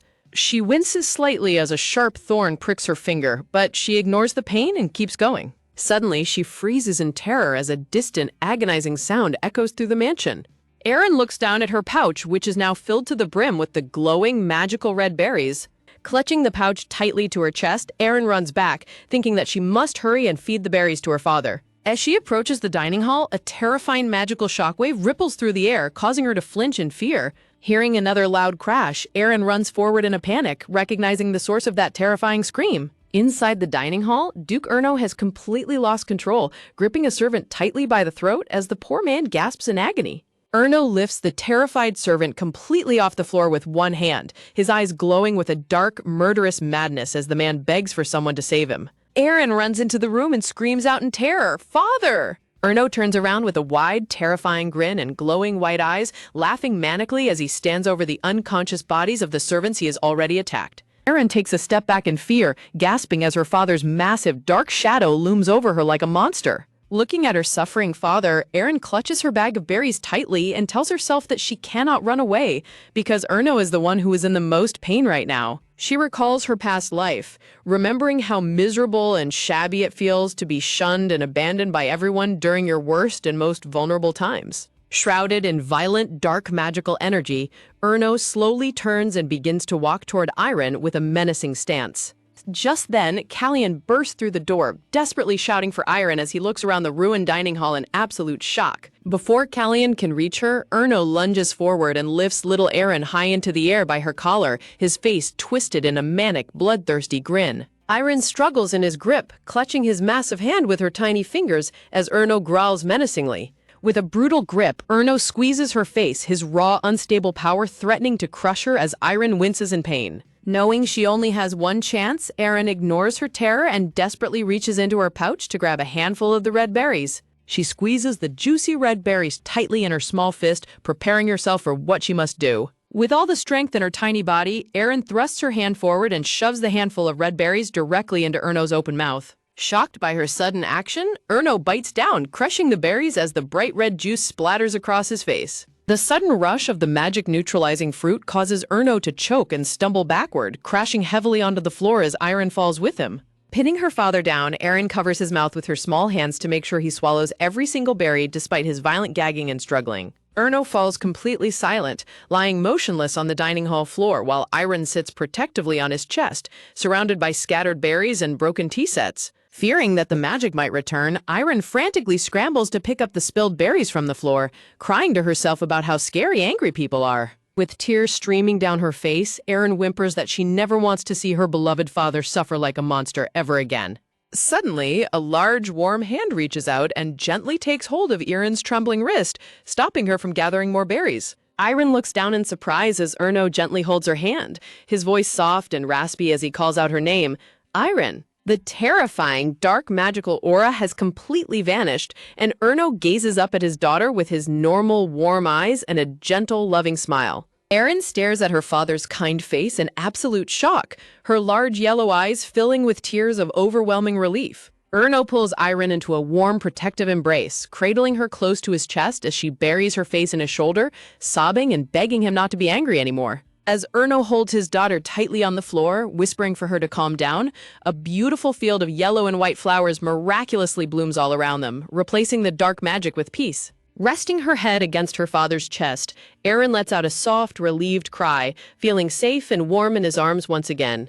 Nearby, her dropped tiger plushie lies forgotten on the ruined floor, its stitches slightly torn as Erin's exhausted eyes slowly begin to close. Terrapin promotional screen showing credits and the illustration of a beautiful blue-haired girl against a crescent moon with the King of Shoujo website watermark. In a flashback, a mother's voice explains that no matter how scared they are, because you are just their parent, children will give you endless affection. The flashback continues as she notes that no matter what you do, the child will still love you, though another voice dismisses this as a stupid point of view. Dahlia playfully scolds her husband to listen to the end, asking him if he doesn't think their children will only see his best side, no matter what ugly or cruel sins he has committed. Duke Erno Itam looks at his book with a soft expression, calling Dahlia an ideal romanticist. Frustrated, Dahlia wishes for a cute daughter, claiming men are weak to them, while Erno calmly remarks that having 3 children is already enough.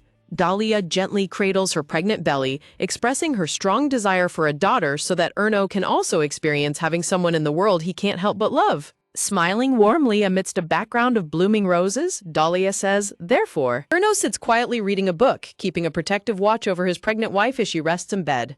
A framed portrait shows Erno and Dahlia standing together in their younger years, accompanied by the bittersweet note that she passed away first. Back in the present, Callian runs into the ruined dining hall and frantically asks his father if he is all right as the Duke lies exhausted on the floor.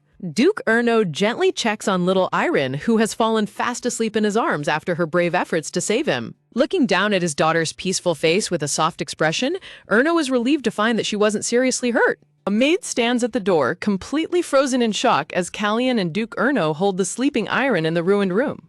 Callian angrily yells at the maid for her perceived disrespect toward his father, while the terrified maid desperately tries to explain herself. The narration box notes that reacting with fear is normally the expected reaction to the Duke's rampages. A terrified servant sits on the floor, trembling with fear as the narration explains that people usually look at a berserk monster with prejudice and fear, running away to save their lives. The narration box explains that once the berserk state begins, there is only one way to stop it. An illustration of a dark dragon chess piece crushing a small tiger plushie symbolizes the brutal force required to subdue the rampaging magic. The narration box reveals that stopping a berserker usually requires an opponent who is stronger to forcibly subdue them by sheer force. Erno recalls that because Duke Miral and the eldest son were out of town, there was originally no one who could have stopped his rampage today. Erno watches in disbelief as the memory shows little Erin courageously running toward him despite his terrifying dark magical aura. Duke Erno looks down in deep thought, deeply moved and perplexed by his daughter's fearless actions. Nearby, Erin's dropped tiger plushie lies torn and battered on the ruined floor, its stitches broken. The Duke walks away, carrying Erin, using his magic to gently lift and carry her torn tiger plushie behind them. Erno looks closely at the torn plushie, noting how much the little girl must have cherished it. A flashback shows a happy Erin hugging her beloved tiger plushie tightly, smiling brightly and declaring that she likes this one the best.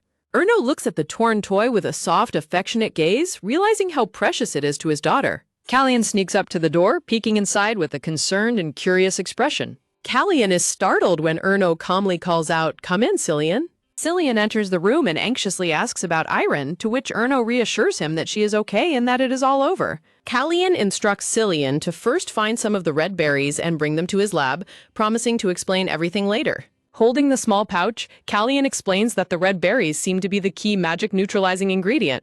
Callian lets out a tired sigh, looking slightly frustrated as he contemplates the situation. Erno carries the sleeping Iron down the grand hallway, with Cillian walking quietly behind them. Cillian asks his father if the magical fruit was indeed what stopped him from going berserk. Erno replies that it indeed seems to be the case, holding his daughter securely against his chest. Cillian looks at the sleeping girl, cradling her plushie, wondering in amazement how Aaron could have possibly known about the cure. Erno smiles gently, replying that it is because Iron is a clever girl who has many secrets of her own. Erno looks back thoughtfully, admitting that he feels sorry for her, especially since she took such a great risk to help her father this time. Callian looks down with a serious expression, muttering that it is different for this kid compared to him and Cillian. Callian protests that Aaron took a massive risk to save him, but Erno coldly shuts him down, stating that it is none of his business. A voice suddenly calls out Callian's name, demanding his attention. Erno looks back with a stern, imposing glare, warning Callian not to make him say it twice. Callian freezes in fear, completely intimidated by his father's cold and authoritative demeanor. A maid politely excuses herself as Erno tells Callian that he did a good job and should leave for now. Back in her room, Erin is tucked into her large, comfortable bed while two maids carefully attend to her and wash her face. Erno stands by the window with his arms crossed, watching over his daughter as the maid mentions she will go and get some spare clothes. Callian watches silently from behind as Erno carries his precious daughter down the bright, illuminated corridor. Duke Erno looks on with a complicated but deeply affectionate expression, determined to protect his brave little daughter. The memory of Iron's mother, Dahlia, shines like a warm light from the past, her gentle smile full of motherly love. "I'm sure it was like that," she tells herself as she drifts in her deep sleep. Suddenly, Erin opens her eyes, her bright yellow eyes filled with confusion as she wakes up. "Ah, my gold!" she screams, sitting up in bed with a start, while the startled maid gasps, "Miss?" "My God, you're awake!" the maid cries with overwhelming relief. "It was such a big deal. You didn't open your eyes for a week. I was so worried," the maid explains, leaving Erin shocked. "1 week?" she wonders. "Wait, Mela, did you say a week?" Erin asks, to which Mela tearfully replies, "Yeah, you were in a coma for a week.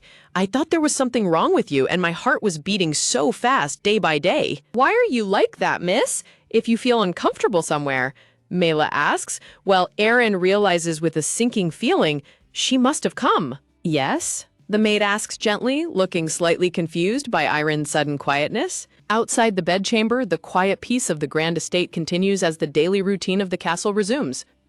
Excuse me," one of the maids says as they pass each other on the terrace. "May I know the Duke's office?" a young girl with a large red bow on her head asks politely. Go up to the 2nd floor and go to the end of the hallway," the maid says, and the girl replies, "Thank you." "She's the cutest girl I've ever seen. Is she the daughter of an aristocrat?" one maid asks, while the other replies, "I don't know. Maybe she is the daughter of the princess who is being looked for this time." The girl is none other than Charni Edam, a key character whose presence changes everything. Charni Etam, the beloved child of fate who possesses a special destiny of her own. In the original novel, she possessed the miraculous ability to soothe the berserk state. With a personality like sunshine, she was loved by everyone. Initially, she was supposed to be the one to save Duke Erno from his terrifying curse, forging a deep bond with him. He was once a cold father who only used her when necessary, but her bright warmth eventually thawed his frozen heart. Soon, she was pampered by the entire Etam family, living the life of a beloved heroine. Back in her past life, the girl who reincarnated as Erin had read this very story on her tablet, crying over the beautiful family bond. "I also want to be like the heroine," she had dreamed, wishing to find a warm, loving family of her own. But deep down, she knew that such fairy tale endings were nothing more than beautiful illusions. In reality, she was just an ordinary student pulling all-nighters, far removed from the magical world of romance novels. Back in her new reality, the servants were incredibly worried about Erin's sudden week-long slumber. "The Duke asked me to come and tell him as soon as you wake up," Mela says gently as she feeds Iron. "What about my father?" Erin asks, and Mela replies slowly, "As for Sir Erno, He came once a few days ago, and after that, probably because he is busy, Mela mutters, trying to make excuses for the Duke's absence. Rumors had already begun to spread that the Duke had brought back the deceased princess's daughter and that an adoption was being planned. Yeah, that's right, Iron mutters softly, realizing the original plot is beginning to take place. By the way, lady, this time I brought thin soup, not pudding. How can you eat well without making a fuss? Mela asks with a smile. Thanks, Mela, Iron says warmly, and Mela replies, Foo-foo, I'm more grateful. It is thanks to you that I am enjoying this luxury. Iron looks puzzled, thinking, luxury? Getting a promotion, getting a pay raise, and I can see such a cute girl every day. Mela, it seems like you've been blessed by God, she squeals in delight. Continue like this. You have to listen to me carefully, the maid whispers with a creepy, manipulative smile as her expression darkens. All right then, lady. The time has come, Mela says, suddenly snapping back to her cheerful self. To the Duke, Erin wonders as she looks at the fancy dress prepared for her. You may enter, the guard says as they reach the study, and Mela bows politely. Thank you always. Dressed up like a sweet porcelain doll, Erin prepares herself to face whatever waits behind the doors. Will I be okay? Don't expect anything, Chamiso, she reminds herself, trying to steal her heart. As she enters the room, Erin is met with a tense confrontation between Duke Erno and Duke Morel, who has brought the young Charney with him. Charney clutches her savior's coat tightly, her large golden eyes staring curiously at the pink-haired girl who just walked in.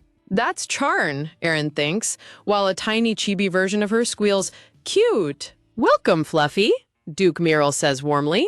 Duke Erno remains quiet, his sharp gaze fixed ahead as he observes the interaction with an indifferent expression. Without offering any warm greeting or checking on his daughter, Erno turns away, cold and distant as always. Are you interested in her already? Well, it's okay. I didn't expect anything. I was just a little surprised, Erin tells herself, forcing a smile. Fluffy, there was a floating stone at the place you told me about. Thanks to you, business is back on track.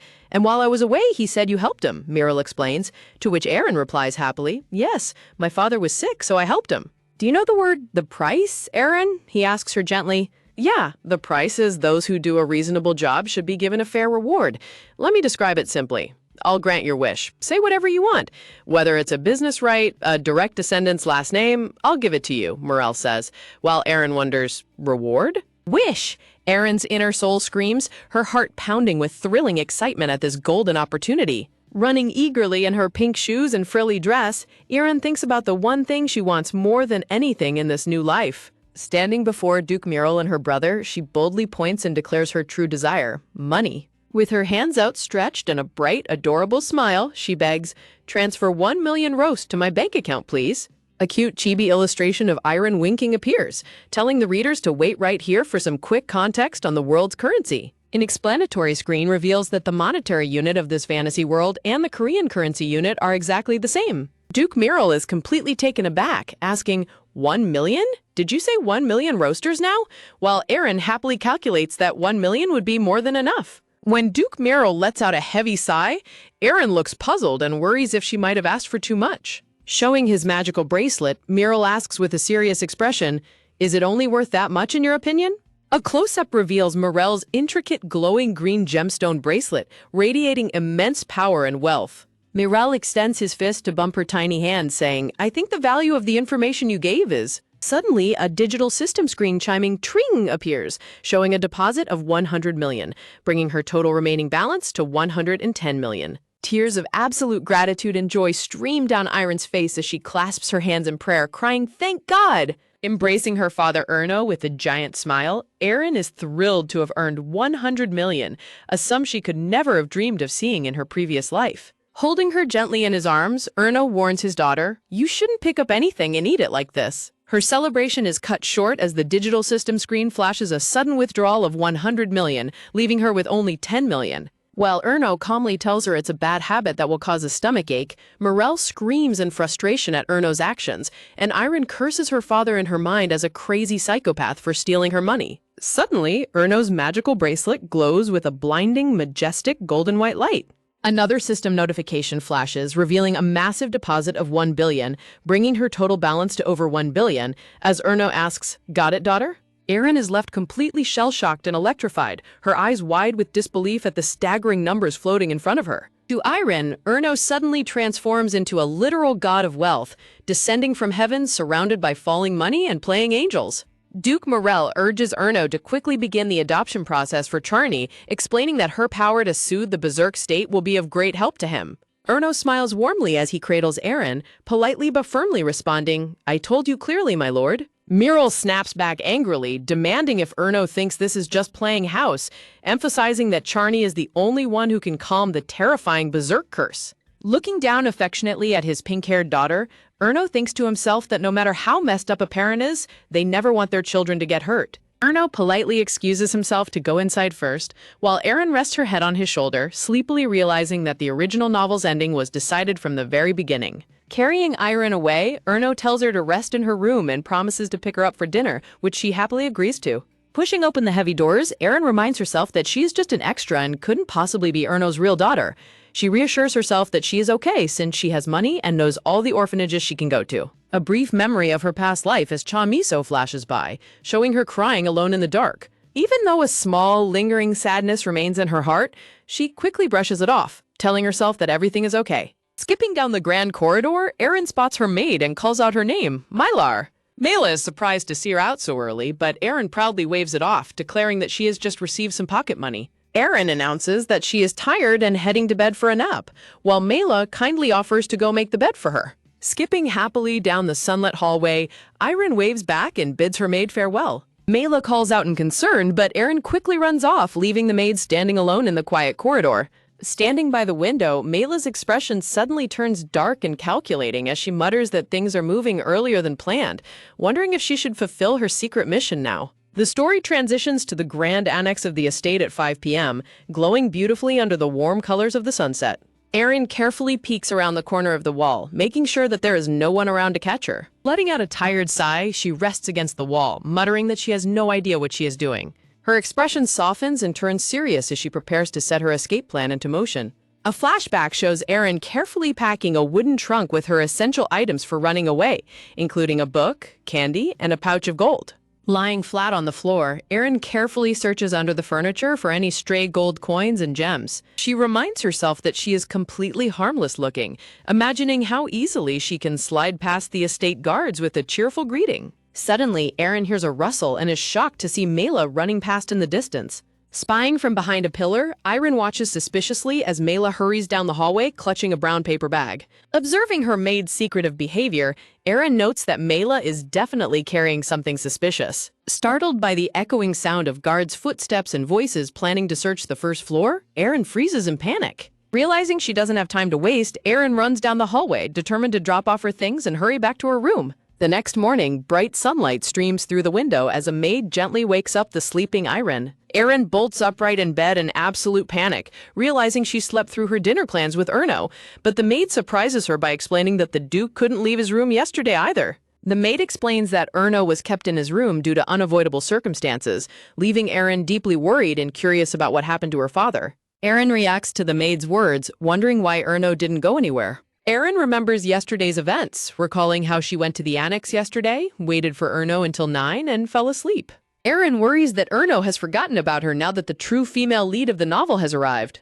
Erin's eyes widen in surprise as she hears about Erno's sudden situation. Erin sits up in bed, surprised, as the maid sweeps the floor and explains that the Duke is on probation. Iron realizes that Erno didn't skip their dinner plans because of neglect or dislike. Iron immediately punches her own head, trying to shake off any hopes or expectations of fatherly love. The maid suggests visiting him, which gets Erin excited to go see her father right away. Warm morning light streams through the grand hallway windows as Erin prepares to visit her father. Dressed up nicely, Iron happily waves goodbye to her maid as she heads down the corridor. Arriving at the Duke's study, Erin cautiously peeks inside the slightly open double doors.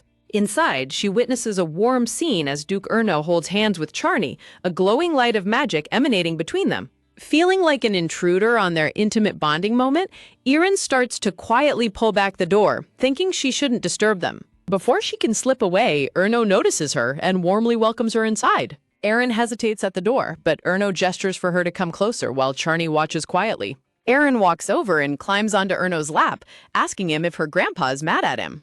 Erno smiles gently at Iron and asks her if she has ever seen a sword that breathes flame. Erin looks confused, but Erno calmly starts counting down while facing the doors. Right on cue, the double doors are violently blown apart in a fiery explosion as Erno's furious father, Duke Merrill, charges in shouting his name. The angry Duke Morel stomps into the room, demanding to know how Erno dared to change the family mind to his personal name. Wielding his raging, blazing sword, the furious old Duke glares at Erno. Clinging tightly to Erno, Eren is awed by the flaming weapon while Erno calmly corrects his father's words. Erno points out that his father was the one who promised him the mine, but his father angrily denies it. A flashback shows Duke Morel in his study 2 years ago, harshly telling Erno that the only legacy he will receive is the mountain behind him. Returning to the present, Erno quotes his father's exact words from 2 years ago, causing him to break out in a nervous sweat. Frustrated by being caught in his own words, the grandpa yells at Erno to return the mine immediately. Erno flashes a dazzling, calm smile surrounded by flowers as he prepares to deal with his father's temper. With a simple spell, the raging flaming sword suddenly turns limp like a noodle, leaving Duke Merrill completely flabbergasted. Before his father can explode again, Erno politely dismisses him so he can speak with his daughter in peace. Duke Merrill tries to protest, but Erno snaps his fingers and teleports him straight out onto the estate lawn. Outside, the grumpy Duke is suddenly swarmed by a pack of overly friendly golden retrievers. The fierce old Duke stands completely paralyzed and defeated as a dog enthusiastically licks his face. Back inside, the echoing scream of Duke Merle's fury can be heard echoing through the clear blue sky. Erno lets out a quiet sigh of relief and turns back to welcome Eren. Using a bit of magic, Erno retrieves Eren's favorite black tiger plushie from the dinner table. Eren happily holds her soft toy, noticing how much softer it has become. Holding her precious plushie tight, Eren beams with gratitude towards Erno. Eren giggles happily, surrounded by colorful flowers, while Erno and Charny watch her with cute, blank expressions. Erno pets Charny on the head, prompting her to approach and talk to Eren. Charny steps forward with a blush, asking Eren if she can pinch her chubby cheeks. Eren happily agrees, holding up her tiger plushie with a giant smile. Charny gently reaches out and pinches Eren's incredibly soft, squishy cheek. Charny squeals internally as she feels the amazing bread-like texture of Eren's cheeks. Charny continues squishing Eren's face lovingly, completely captivated by her cuteness. Charny suddenly freezes as she hears Eren call her older sister. Eren notices Charny's reaction and looks up in confusion. Realizing she might have assumed wrong, Eren quickly apologizes for calling her sister. Charny's eyes sparkle with pure delight and excitement upon hearing herself referred to as sister. Overcome with joy, Charny throws her arms around Eren in a tight, sudden hug. Charny squeezes Eren tightly, happily declaring that she is indeed 8 years old and Eren must call her sister. Charny hugs Eren tightly with a bright smile, saying, "In the end, it was really good. If I had such a cute little sister, I wish Grandpa would have told me earlier," while Erno watches them warmly from behind. Erno stands silently with his arms crossed, watching the girls with a quiet, neutral expression. A close-up shows a young girl's feet clad in black shoes stepping lightly along a sunlit corridor inside the estate. Eren walks down the grand hallway, thinking to herself that since the heroine has arrived and the original work is still in progress, there is no time for her to interfere. Eren looks down with a sad, resigned expression, reminding herself that she can no longer interfere because Sharn is here to take her place. Eren notices Erno looking sideways, thinking that his gaze seems completely different from how it used to be. Eren touches her forehead with a self-deprecating smile, realizing she is overthinking things again since the heroine has already arrived. Eren stands thoughtfully by the window as she prepares to contemplate the real reason behind everything. Eren peers out the window and spots Charny sitting on a wooden swing in the courtyard, noting that she is indeed the main character on this stage. A peaceful scene of light green leaves silhouetted against a bright, sunlit white sky. Charny sits on the swing under the gentle sunlight, playing her harmonica as white birds fly happily around her. A close-up shows Charny's bright golden eyes sparkling with magic and curiosity. Charny finishes playing and smiles radiantly, surrounded by beautiful yellow flowers in the garden. An aerial view of the grand estate shows Charny running joyfully across the sunlit lawn near the wooden swing. A speech bubble appears against the clear blue sky, asking if grandfather was with her. Sitting at the tea table, Charny thinks about how she is meant to calm the rage, remembering that in the original novel, her grandfather often called for her because of her purifying power. A close-up of a delicious, shimmering caramel pudding topped with whipped cream and a cherry, as Charny offers to feed Eren. Charny happily holds up a spoonful of pudding, telling Eren to say "ah," while Eren stares back in complete silence. Charny's warm, smiling face is juxtaposed with a memory of Cha Miso looking extremely shocked and overwhelmed in her past life. Eren happily takes a big bite of the delicious pudding, savoring the sweet taste.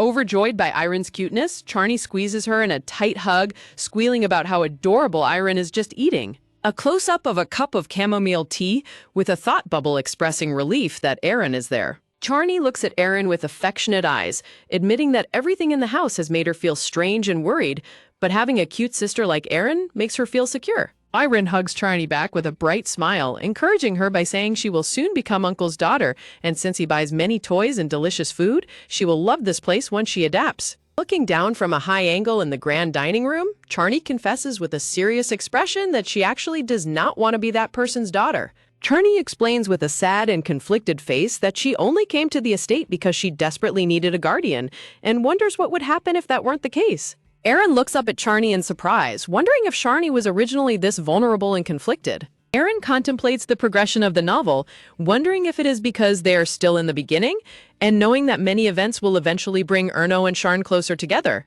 Iron looks thoughtful as she recalls that the very first event is scheduled to happen soon after the heroine's arrival. A spotlight shines on a red cushion atop a white pillar, illustrating the upcoming event where a thief will steal the dragon relic belonging to the Etam clan and run away. A beautiful stained glass window depicts a dragon, a sword, and a scale, representing the 3 legendary dragon relics passed down in the Etam clan that choose their owners. An illustration shows a hand grasping a blazing flaming sword, representing the first relic belonging to Morel. A close-up of Erno's ear displays a glowing blue gem earring, representing the second relic known as the balance fragment. A glowing, colorful orb resting on a white cushion represents the third relic, the Dragon Ball, while the narrator notes that the stolen relic this time is the second relic. A scale balances the blue balance fragment against a cute tiger plushie, explaining how the relic maintains Erno's mental stability in the early days of the novel.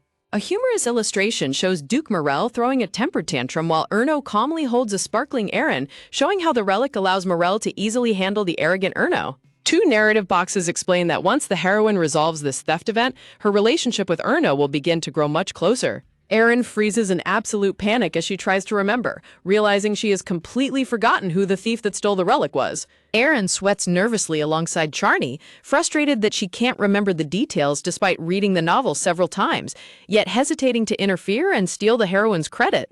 Charney looks at her with concern and asks what she is worried about, prompting a startled Aaron to quickly wave it off as nothing. Charney gently but firmly clasps Aaron's hands, telling her to just speak up if she has anything on her mind. Charney gazes at Aaron with deep affection, stating that even though they haven't known each other long, she already feels like Aaron is her sister and wants to share her worries. Aaron beams happily to ease her mind, joking that she was only wondering what's on the menu for dinner tonight, which leaves Charney looking surprised. The 2 young girls sit holding hands across their high-backed chairs at the dining table, bathed in the warm evening light.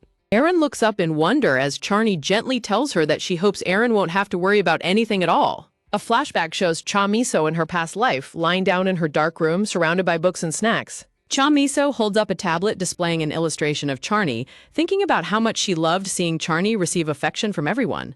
A glowing white light appears as she recalls her love for Sharn, who is always kind and friendly to everyone. Back in the present, Aaron holds Charney's hands tightly, looking incredibly determined as she passionately declares her new mission. Charney looks completely stunned as Aaron looks back at her with fiery intensity, declaring that she wants to surpass the original novel. Charney smiles radiantly, her face framed by soft yellow flowers as she beams with pure joy. In a chibi-style panel, a determined Aaron, her eyes burning with fiery resolve, firmly holds hands with a quiet Charney. Overwhelmed with gratitude, Charney thanks Aaron warmly, saying how happy it made her feel, while Aaron eagerly offers to help her with anything she might need. As night falls, the scene transitions to a darkened bedroom where an open wardrobe reveals neatly packed clothes and a vintage suitcase. Moonlight filters into a lavishly decorated blue-walled room inside the estate, highlighting the elegant fireplace and ornate gold trimmings. Scattered clothes and boxes fill the room as a maid begins preparing Aaron's outfit, asking the young lady if she has prepared a gift yet. Looking up in curiosity, Aaron asks what gift the maid is referring to. The maid reveals that today is Sir Erno's birthday, leaving Aaron completely surprised as she repeats the word in disbelief. Aaron admits she didn't know about his birthday at all, prompting the maid to gently explain that as Erno's only daughter, she should be the first to offer him a gift. A quiet, tense moment passes as the maid softly addresses Aaron as Lady. Slipping a red shoe onto Erin's foot, the maid conspiratorially suggests that she knows of a specific gift that would make Erno incredibly happy if Erin gave it to him. The maid leans in close and specifies that she is talking about the blue gem earrings that Sir Erno usually wears. Suddenly, memories of yesterday's thoughts rush back to Erin's mind as she ponders the situation. Erin recalls that if she can gather enough of the balance fragments, Erno will no longer transform into his terrifying monstrous form. Looking back at the maid with a piercing gaze, Erin confidently asserts that she already knows exactly where the rest of the shards are. Erin remembers the maid's manipulative words from a previous night, promising that presenting this gift would guarantee Erno would adopt Erin instead of Lady Sharn. With a dark, sinister shadow stretching over her face, the maid had asked creepily if Erin would listen to her request. Back in the present, the maid stands before Erin in the grand room, asking her what she thinks of the proposal. The maid is shown surrounded by dark, toxic-looking purple flowers with a suspicious, knowing smile as the narration teases that the true culprit of the relic theft is about to be revealed. A chilling close-up reveals the maid's unsettling, smug expression as she looks down with narrowed eyes. Against a hazy purple background, the maid's manipulative question of whether Erin will do her a favor echoes ominously. The deceptive maid smiles darkly amidst the poisonous purple flowers, her expression shifting from false sweetness to a chilling, sinister glare. The maid tries to regain her sweet composure, clapping her hands cheerfully and praising Erin for being such an obedient and good child. Annoyed by the maid's obvious trap, Erin throws a funny, defiant temper tantrum, sticking her tongue out and flatly refusing to cooperate. Walking away while holding her black tiger plushie, Erin tells the shocked maid that stealing is bad and she will simply pretend she didn't hear anything. Lying in bed, clutching her plush toy, Erin realizes that the maid has the leverage to expose her secret of being a beast woman. Staring wide-eyed in the dark, Erin remembers the maid's chilling words, realizing that the maid has been watching her for a very long time and knows her true identity. A soft purple gradient transition symbolizes the heavy silence and mounting dread filling the dark bedroom. In a dark flashback, the maid looms with glowing green eyes, reminding Erin that she was supposed to turn into an animal at the New Year's party and mockingly asking if the cocoa was delicious. Erin remembers herself as a tiny child, innocently holding a warm cup of cocoa topped with fluffy marshmallows. Erin recalls sipping the sweet drink, completely unaware that something malicious had been slipped into her cup. Clutching her blanket in fear, Erin realizes she was utterly deceived by those she thought were giving her helpful medicine. A splash of dark, bloody ink represents Erin's grim realization that it doesn't matter anymore because the damage has already been done. Erin turns over in her bed, her heart pounding as she hears the terrifying sound of her bedroom door creaking open. The sinister maid parts the bed curtains, her eyes glowing in the dark with a terrifying smile as she quietly warns Erin that she will regret her decision. Morning light finally breaks through the large window, casting a warm golden glow across the elegant curtains of the bedroom. Erin covers herself with her blanket, sighing as she realizes that despite her efforts, the events are still unfolding exactly like the original novel. Erin remembers the original plot where the brave heroine, Sharn, would confidently point out the maid as the thief, instantly earning Erno's trust and interest. Surrounded by colorful flowers, Erin looks up with a look of quiet resolve, remembering that yesterday she finally found a true reason to stay in this place. Erin lies in bed with a single tear rolling down her cheek, feeling the heavy burden of her past and present struggles. A high-angle shot shows Erin curled up tightly under her blanket in the dark, surrounded by wrapping thorny vines as she asks herself why her life is always so difficult. Under a crescent moon, the narration explains that during the quiet night of the dragon, the power of those with the Eton bloodline weakens as they fall into a deep sleep, forcing the estate to heavily reinforce its guards. Floating white flowers drift across a soft sky, as the narrator notes that despite the enhanced security, something was bound to happen. Erin walks through the courtyard holding her plushie as noble guests whisper about how Mela used to care for her like a nanny. Feeling the tense atmosphere, Erin holds her plushie tightly, sweating nervously and wondering if she should run away, when a voice suddenly apologizes to her. A handsome, elegant head butler with silver hair and glasses bows politely, introducing himself as Kylo of the Etim clan. A dramatic speech bubble signals Erin's grim acceptance that whatever is destined to happen will eventually arrive. Looking at the grand estate under a clear blue sky, Erin bravely decides to follow the butler, accepting that her identity as a beast man might finally be exposed. Clutching her tiger plushie, a nervous and sad Erin walks down the long carpet of the grand hall as whispering guests watch her from both sides. At the end of the hall, Duke Muriel sits grandly on his golden throne, his fierce, glowing eyes and scarred face radiating an incredibly terrifying and powerful aura. Standing at the foot of the grand red-carpeted stairs before Duke Muriel and his court, Aaron and the maid are met with a commanding statement from the throne. "From now on, you must answer my questions honestly." Sir Erno Etam stares forward with intense golden eyes as he states, "I heard you colluded with the man in black and stole Disguise earrings." Clinging to her black tiger plushie, Erin breaks out in a cold sweat of sheer panic as Duke Muriel demands to know if it is true, thinking to herself, "Me? Did I steal the earrings?" The deceptive maid fake cries into her handkerchief, lamenting how well she supposedly treated her, which prompts an annoyed Erin to think in frustration, "Wow, is she blaming me? I treated her so well. You're a jerk." Silence fills the room as a chilling question is put to the terrified child. "What about the fact that you are a beast man?" Duke Muriel's imposing face looms close, his red eyes glowing with menacing authority as he commands, "Please answer honestly. If not, say no. If true, say yes." Summoning all her courage, Erin passionately defends herself while squeezing her tiger toy, declaring, I am a beast man. I'm a beast man, but I didn't steal earrings." Suddenly, a blinding flash of light erupts before her eyes as her vision warps, leaving her to stammer in confusion, wait." Erin's head spins as the room turns dizzy, catching a glimpse of the maid's sinister smirk in the background as she ponders, "My head, why in front of my eyes? So dizzy, could it be?" A murmuring wave of shock ripples through the crowd of noble onlookers as Erin suddenly vanishes, leaving behind only her empty dress and tiger doll. What? What is it? Is it magic? She suddenly disappeared in front of... A noble woman in a pink dress gasps in pure horror, pointing towards the pile of clothes on the floor and screaming, "She is there!" Tiny pink lizard beast man with wide golden eyes emerges from the center of Erin's lace collar, triggering panic as a voice shrieks, "It's a real lizard!" The grand hall descends into chaos as the tiny lizard scurries off, prompting shouts of, "Ah, it is running away!" and cries of, "Kya!" Darting frantically through the maze of legs and long dresses, the lizard triggers more screams of terror. "Ah, is it a snake?" The frantic lizard scrambles across the polished floors, sending guests running in all directions as a voice booms, "It ran to the other side." A startled nobleman is caught off guard as the tiny lizard dashes right under his foot, with onlookers screaming, "Step on it!"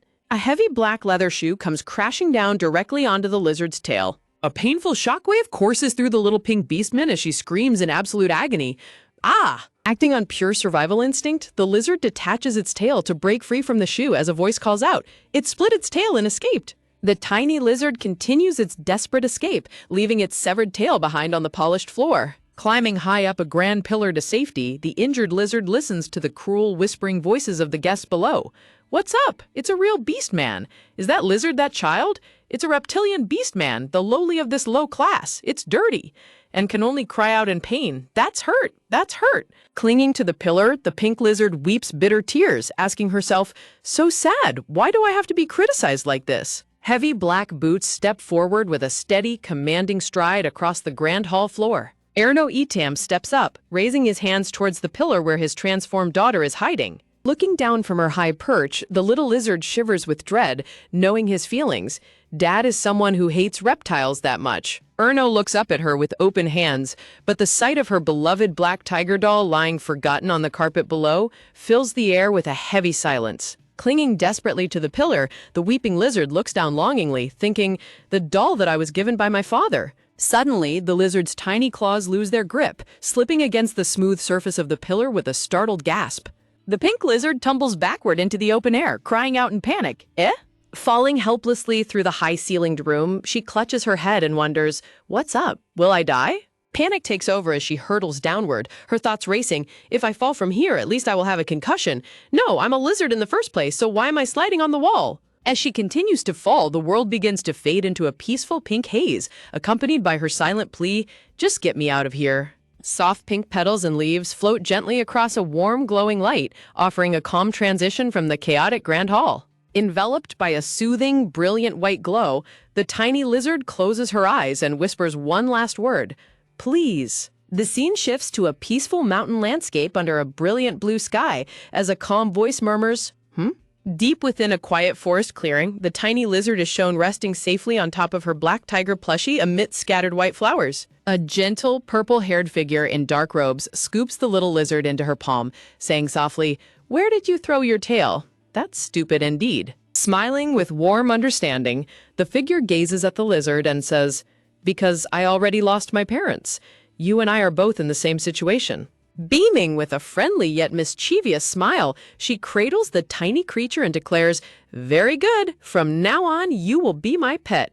Back in the imperial palace, the devious maid stands looking at the gossiping crowd, thinking with immense satisfaction that her work is finished. Walking away with a triumphant grin, she quietly celebrates her success. "I did it. Now I just need to return to the guild," and her celebration is cut short as a colossal, terrifying shadow looms directly behind her, whispering a single chilling word: life. A sudden, blood-curdling shriek echoes through the grand hall, sending a shock of terror through the nearby guests. Mela collapses onto her knees on the red carpet, clutching her heavily bleeding wound as Erno's bloodied blade gleams in the dark. Dragging his blood-stained sword behind him, Erno Etam approaches the trembling maid, who stammers, "Lord Erno, that your daughter," while Erno coldly replies, "I already said that child is my daughter." With a terrifying flash of crimson energy, Erno unleashes a devastating strike, asking with absolute malice, "What other reason do you need?" Shrouded in blazing blue magical flames, Erno turns his cold glare toward the terrified nobles, challenging them. "Say try?" Erno's eyes burn with a demonic yellow glow through the blue fire as he looms over the trembling court, noting that the soft mouth that spoke so loudly just now is now completely silent. Duke Miral steps forward, calling out in an attempt to restrain his explosive power. "Erno Etam, do it in moderation. Do you have to let blood shoot here?" Calmly using a white cloth to wipe the blood from his longsword, Erno looks back with an indifferent gaze and says, "At first, if you didn't bring this up, this wouldn't have happened." Duke Miral yells in anger, "From the beginning, you were going to upset me by bringing back that brat, then say her as your daughter. Do you really want to adopt? Besides, it's a reptilian beast." Duke Miral continues, "The possibility that the bloodline of the Etam clan is also very slim, as Erno's bloodied sleeve is shown as he stops his sword." A sudden clash of blades rings out as Erno blocks Duke Miral's attack, sending a loud ring echoing through the grand hall. Erno coldly declares, "That's what I will decide. Either way, it's my baby," as his sword flies through the air and lands on the carpet. Turning his back, Erno adds, "I'll be out of the house for now. Just know that," while Duke Miral grinds his teeth in frustration. Duke Miral shouts after him, "Where are you going? If you go out and cause atrocities?" While the remaining nobles whisper that it must be because of the Lord. Duke Miral commands, "Stand there. Now don't you know you have a limit?" as Kylo stands quietly next to him. Kylo calmly advises Duke Miral, "You've gone too far this time," prompting Duke Miral to gasp in shock. Even Kylo. Kylo explains, "As you heard yesterday, that maidservant used to be an indicator of the bright moon," as the bloodied maid lies unconscious on the carpet. Flashback reveals Duke Miral's terrifying interrogation of the weeping little Aaron, with Kylo noting, "Even if you have to search to hear the answer from her own mouth, wouldn't that look threatening to a child who doesn't know anything?" Kylo asks, "But are you going to look for her?" And Duke Miral stubbornly replies, "I don't know." Duke Miral walks away through the bowing crowd, saying, "Yes, I will order Tarum to act. I said I don't know. Take care of yourself." Kylo bows politely, saying, "I'll report it as soon as I see her," as Duke Miral walks away. Kylo stares quietly with a thoughtful look behind his glasses, keeping his true intentions hidden. The Grand Hall remains in absolute chaos as guests panic over the blood on the floor, calling for a doctor as Kylo stands calmly in the middle of the room. The scene shifts to a peaceful, warm-colored mansion under a soft evening sky. Inside the mansion, the tiny pink lizard sits quietly, looking up with wide, innocent golden eyes. A beautiful girl with long violet hair and a warm, mischievous smile leans over the table to look at the little lizard. Resting on a soft pillow covered in white flowers, the tiny lizard looks around in confusion, thinking, "I've been here since I opened my eyes. I ran away from home, Aaron." In a cute chibi illustration, Erin remembers her nightmare. "After something like a nightmare happened, I lost consciousness. When I woke up, I was here with this purple-haired girl." Under a bright, clear sky, the grand orphanage building is shown as the narration states, "And during the preschool, went to the orphanage." The purple-haired girl beams with a joyful, cute smile as Erin notes, "And in front of my eyes." A decorative card shows the purple-haired girl as the magician, Richard Cullen, with the text, "One of the male assistants of the adoption floor, also the owner of the future magic tower," and readers often call him. Deep purple panels depict Richard's future infamy as a madman. "Let's try flying crazy. If your feet feel hot, dancing will be more fun, right?" A terrifyingly playful Richard smiles through the dark, promising, "What? Don't worry, I won't kill you." Back in reality, Richard leans in close, grinning widely as he says, "Bam Bam, I saved you. That means you're mine now." Looking at the smiling Richard, the sweating little lizard thinks in dread, maybe it will change to the main heroine's madman in the future. I've seen something. Richard cradles the tiny creature and asks, "I don't know how, don't see any sign of coming back, but do you originally have no tail?" Startled, the little lizard sweats nervously as Richard adds, "Ah, I know. The wound was also because of being bullied by another lizard, right?" Richard rests his chin on his hand, thoughtfully stating, "Of course, whether it's a human or a reptile, all living things are the same. To bully things are different with them." The little lizard looks back in quiet reflection as she considers Richard's words. The narrator explains, Richard is also a poor child who has lived in prejudice since childhood, as a young Richard is shown clutching a simple loaf of bread. Young Richard walks alone in the shadow of a happy family, with the text stating, "Different from others? No parents anymore." Back in the present, Richard gently offers his open hand to the little lizard, calling out, "Bam Bam." Leaning back comfortably in his chair, Richard lifts the little lizard into his hand and beams, saying, "We have to take revenge on the bad guys who bullied you." Holding the lizard, Richard asks, "What do you think? Is it okay?"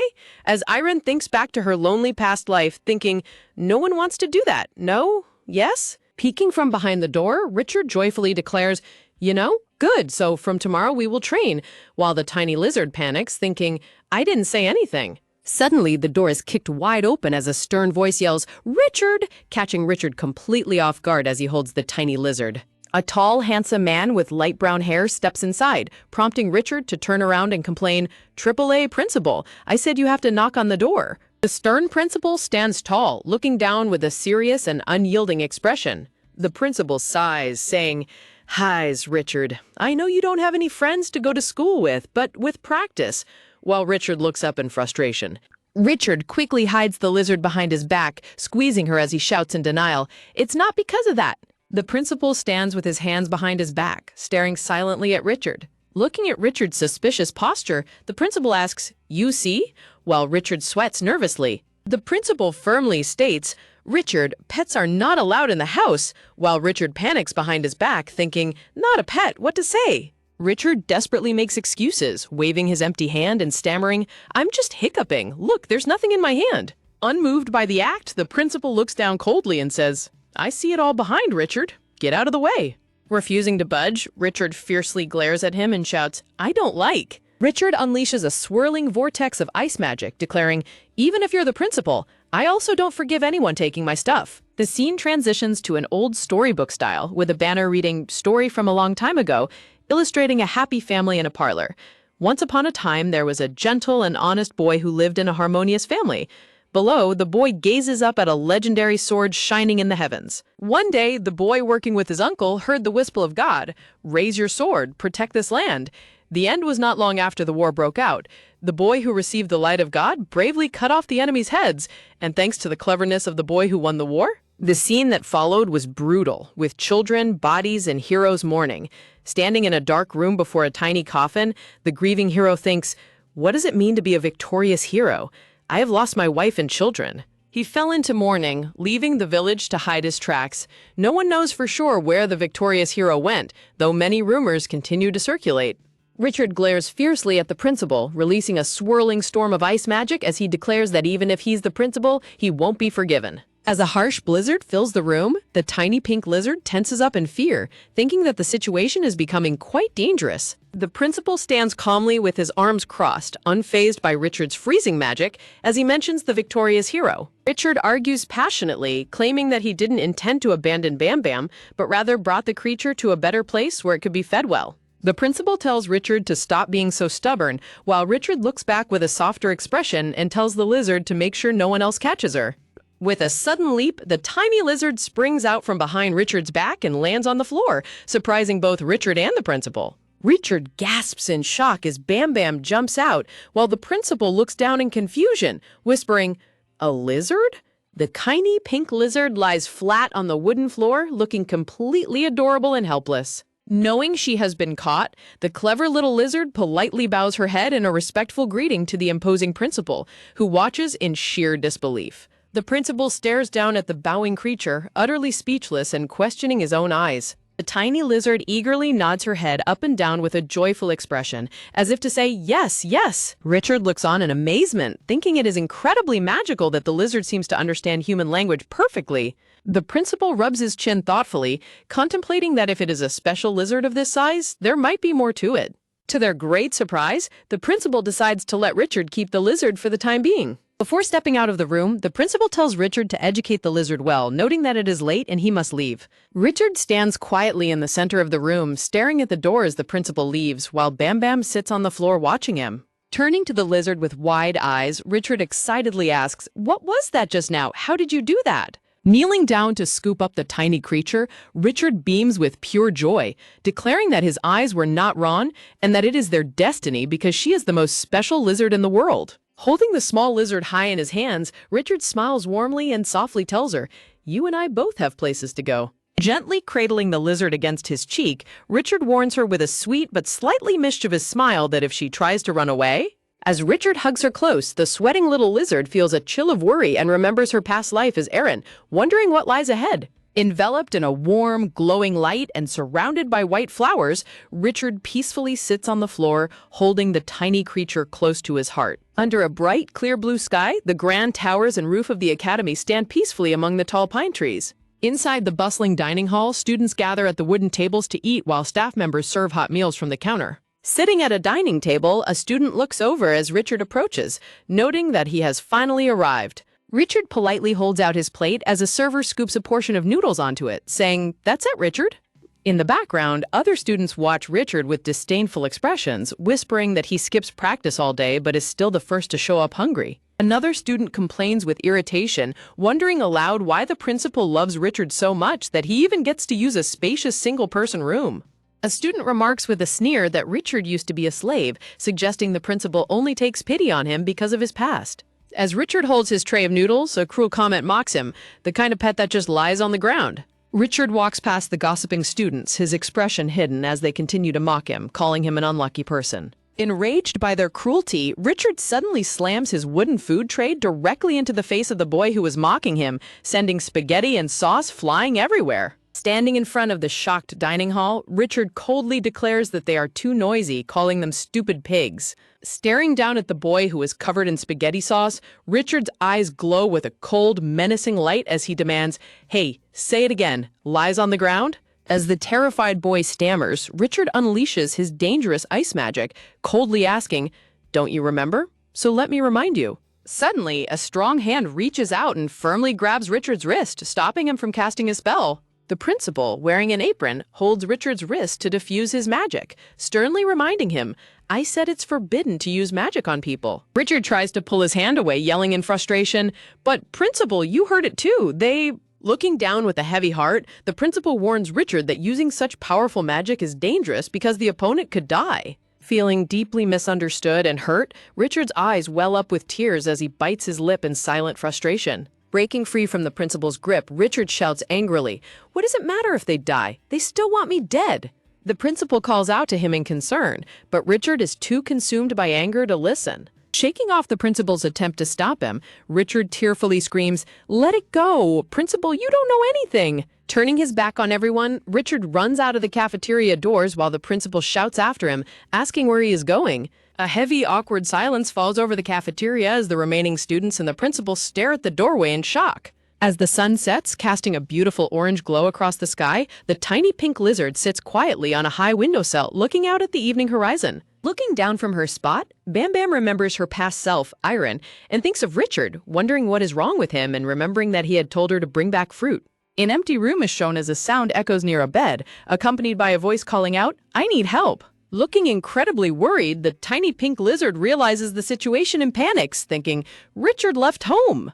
The stern principal kneels down on the wooden floor of the empty room, looking around in search of any clues. As the principal searches near the bed, the clever little lizard peeks her head out from underneath the bedsheets. Contemplating the situation, the principal notes that the creature clearly understands human language, while the nervous lizard sweats under his gaze. The principal gently extends his open hand, which glows with a soft, inviting light. Surrounded by beautifully illustrated roses, the principal kneels down and offers his hand to the tiny pink lizard, inviting her to join him. The scene transitions as the sunset casts a warm glow over the tall pine trees, and the sound of chirping fills the quiet evening air. A sudden, powerful gust of wind rustles the forest leaves as someone dashes through the woods at incredible speed. Wearing a dark hooded cloak, the principal leaps gracefully through the tree canopy, asking, "How are you, Bam Bam?" Leaping through the forest, the principal asks, "Can you feel the smell of Richard?" While the terrified pink lizard clings to his shoulder, thinking, "I don't know, save me." Sprinting at high speed, the principal reassures himself that Richard couldn't have gone too far,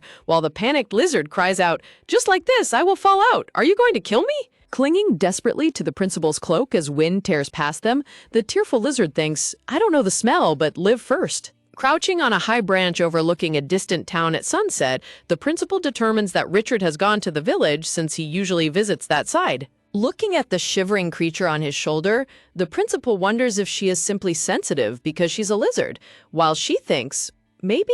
With a sudden and powerful leap, the principal launches himself off the sturdy tree branch and heads toward the ground. Landing gracefully near a pile of wooden crates, the principal tells the lizard that she should stop from this point on. Placing the tiny lizard on top of a wooden crate, the principal explains that the village is too dangerous for her and instructs her to search the outskirts instead. Leaning closer to the tiny creature, the principal gently presents a cloth glowing with soft light, instructing, "If you find Richard, tell me. This is my scent." Presenting another cloth, the principal notes that it contains Richard's scent.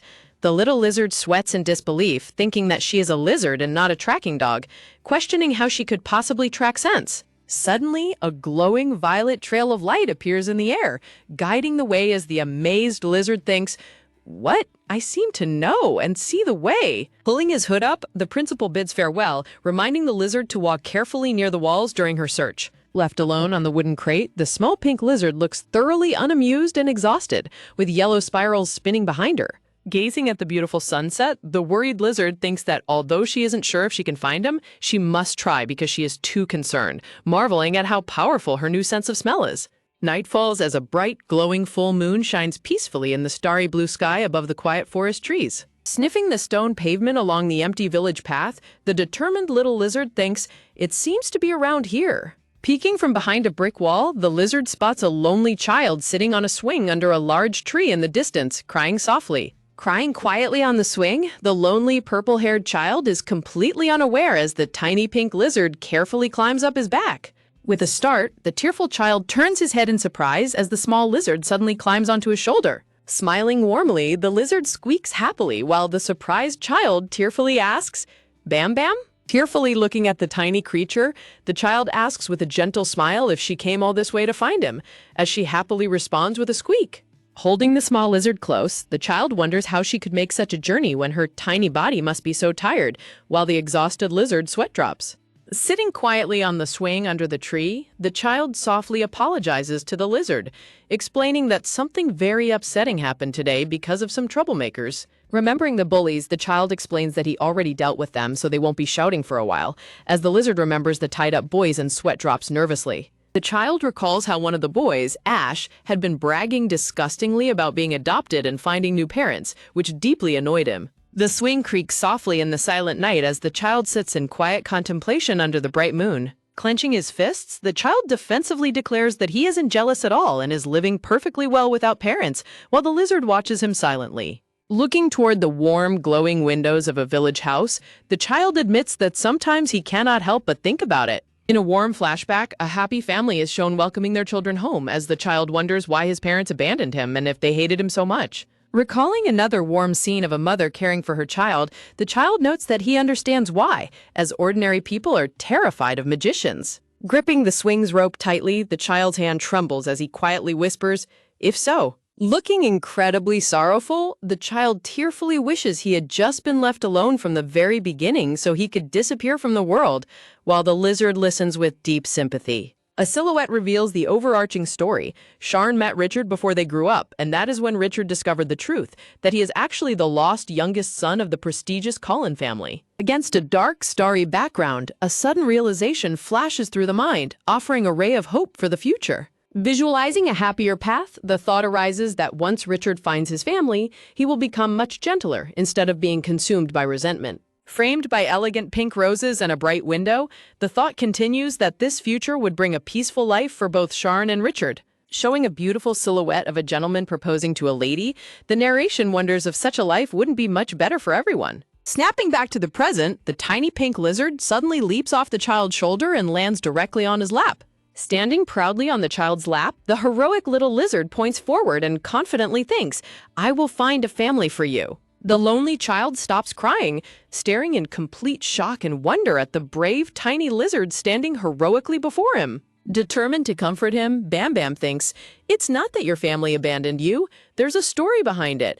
I will find a family for you, believe me. I can do it," as she dances excitedly on Richard's lap while he sits quietly on the swing. Looking incredibly enthusiastic, Bam Bam points forward and thinks, "So let's go back first," as she glows with a determined light. Under the beautiful night sky, Richard sits silently on the swing, looking down in complete astonishment at the brave little lizard standing on his lap.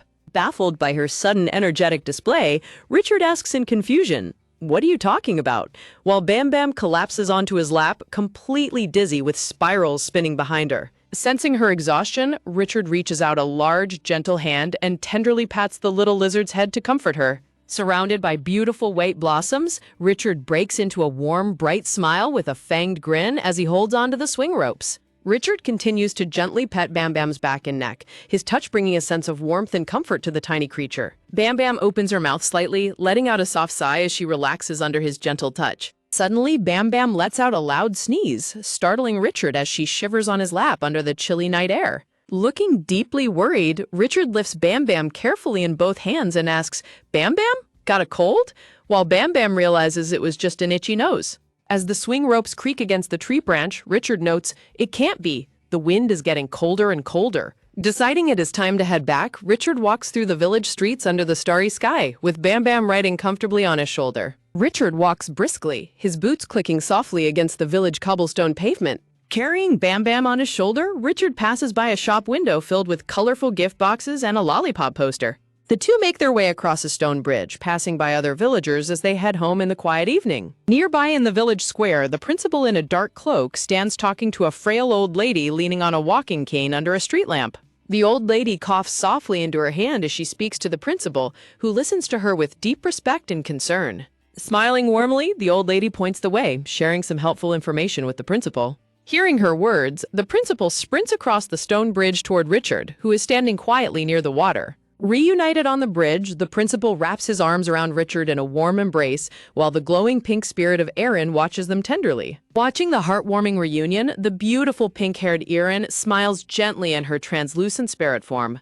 Overwhelmed with emotion, Richard clings tightly to the principal, crying silently as he buries his face in his chest. Back in the safety of their room, Richard sleeps peacefully under his blanket while Bam Bam curls up on the windowsill under the soft moonlight. The door creaks open as the principal peeks into the quiet room, asking softly, "Aren't you sleeping yet?" Looking at the small pink creature on the windowsill, the principal remarks, "You must be a nocturnal lizard." Sitting down on a wooden chair beside Richard's bed, the principal speaks softly to Bam Bam, saying, "I want to thank you. It's brightened a lot since Richard met you." Looking at the sleeping boy, the principal thinks to himself, although Richard looks strong, he remembers how Richard was despised and humiliated by malicious bullies for being the child of a wizard, which forced him to close his mind to others. Looking sad and contemplative, the principal continues, "This is my personal opinion, but I don't think Richard's parents would have let him go." Holding a sealed brown paper parcel decorated with autumn leaves and feathers, the principal explains, "They say that wizards are particularly attentive to their own flesh and blood. That's why I've been trying to find Richard's parents, but there's no progress." Turning his gaze back to the windowsill, the principal entreats, "Lizard, please take good care of Richard.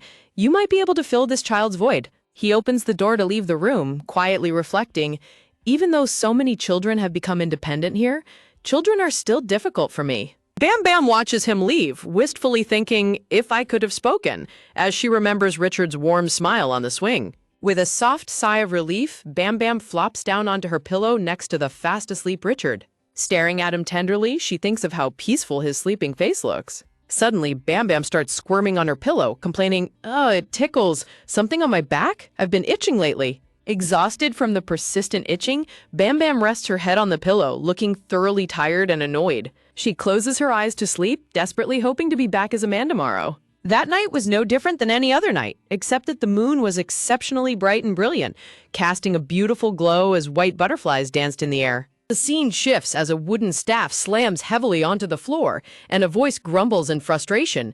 Damn, the damn director. A younger, purple-haired Richard stands panting and gritting his teeth in anger, clutching his wooden staff tightly. Running down the corridor and slamming the doors behind him, the young Richard vows, "Just wait, when I'm bigger, I'll never see you again." In the present, Richard bursts into the room with a bright smile, calling out, "Bam Bam, I'm here. I'll bring fruit from below." However, Richard freezes at the door as he notices a mysterious pink-haired girl standing in the middle of his room. The elegant, pink-haired girl stands with her back to him, bathed in the soft glow of the room. The beautiful girl turns around, revealing her stunning golden eyes. In her hands, she is holding a translucent, shed lizard skin. Richard stands completely frozen in shock, his eyes wide as he stares at the stranger in his room.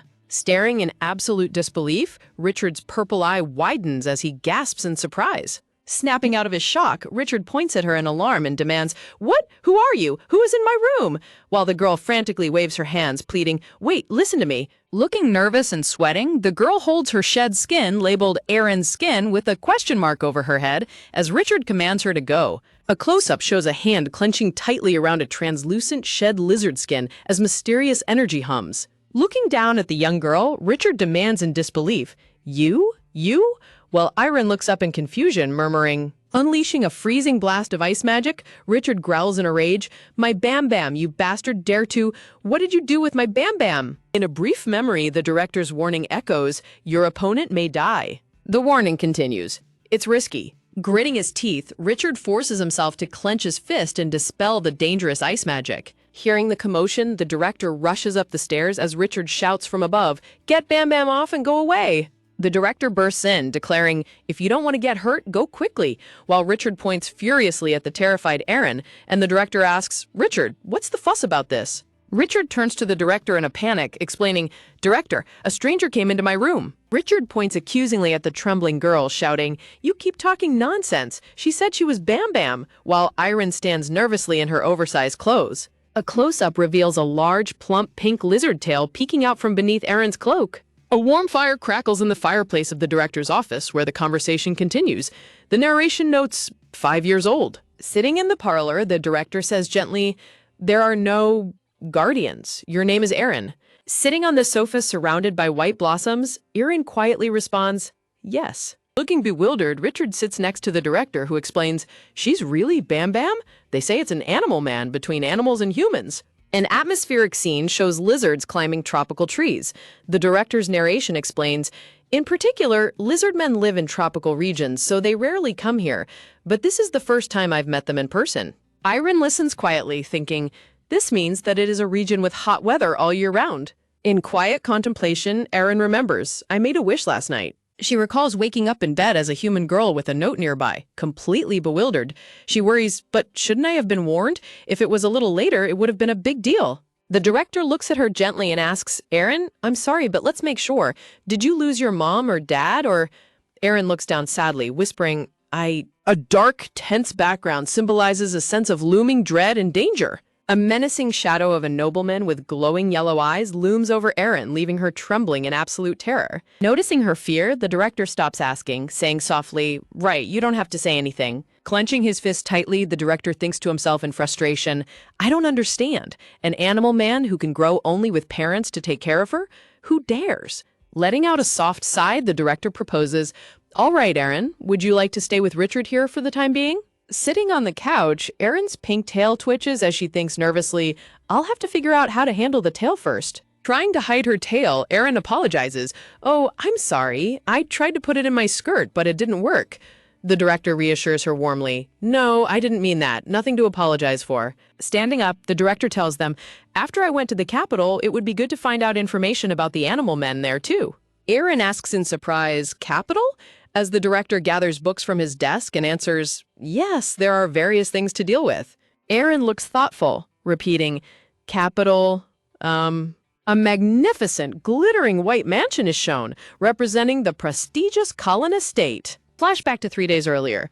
Richard looks at Aaron on the sofa, thinking, then, sitting gracefully amidst flowers, a young girl looks up hopefully as the narration continues, "I can find..." A beautifully packaged gift box is filled with a large lollipop and colorful candies. A wooden box contains a collection of treasures like dried fruit, pine cones, crystals, and colorful berries.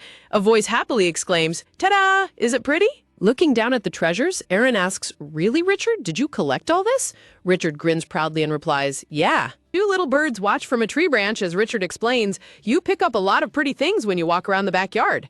A close-up shows one of his collected treasures, acorns, along with red maple leaves falling gently through the air. Proudly holding up a pixelated centipede, Richard exclaims, "Centipede corpse," while Aaron shrieks in absolute horror, "Arg!" Covering her face in disgust, Aaron yells, "Why did you pick that up?" While Richard smiles warmly, replying, "Isn't it something geometrical? Looks amazing." Holding hands, the two children run happily through a beautiful sunlit birch forest.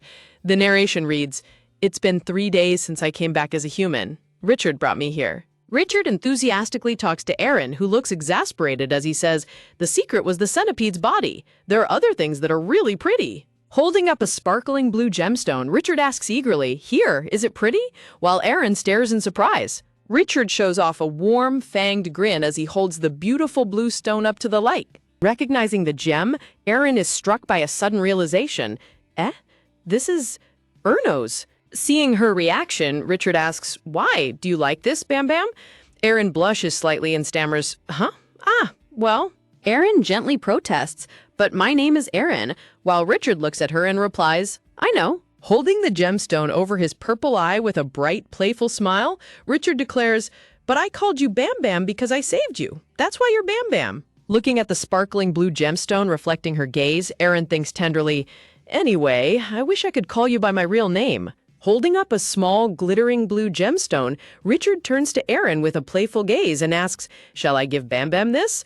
While she looks up in wide-eyed wonder, gasping, "Really?" Chibi Richard happily notes that before giving a gift, there must be something to receive in return, asking, "What will Bam Bam give me?" as Aaron hesitates thoughtfully under the rustling trees. In a burst of light, the adorable pink lizard form of Bam Bam pops up with a determined look, ready to make a grand declaration. Sitting together on the grass, Aaron looks at her box of treasures as Richard firmly declares, "Richard, I'll take you to the capital." Taken aback by her words, Richard gasps in surprise as a gentle breeze blows leaves past them. The two children exchange shocked looks at the suddenness of the declaration, marking it as a truly firm and surprising answer. Richard lies back relaxed on the grass, complaining, "The capital stinks, there are too many people and complex," while Aaron enthusiastically counts on her fingers, saying, "Oh, that's not all. There are candies, fruits, and..." Scurrying closer to Richard with absolute excitement, Aaron beams, "More than that, there's even a surprise that Richard couldn't imagine," leaving Richard completely intrigued. Richard sits up and asks, "What is that?"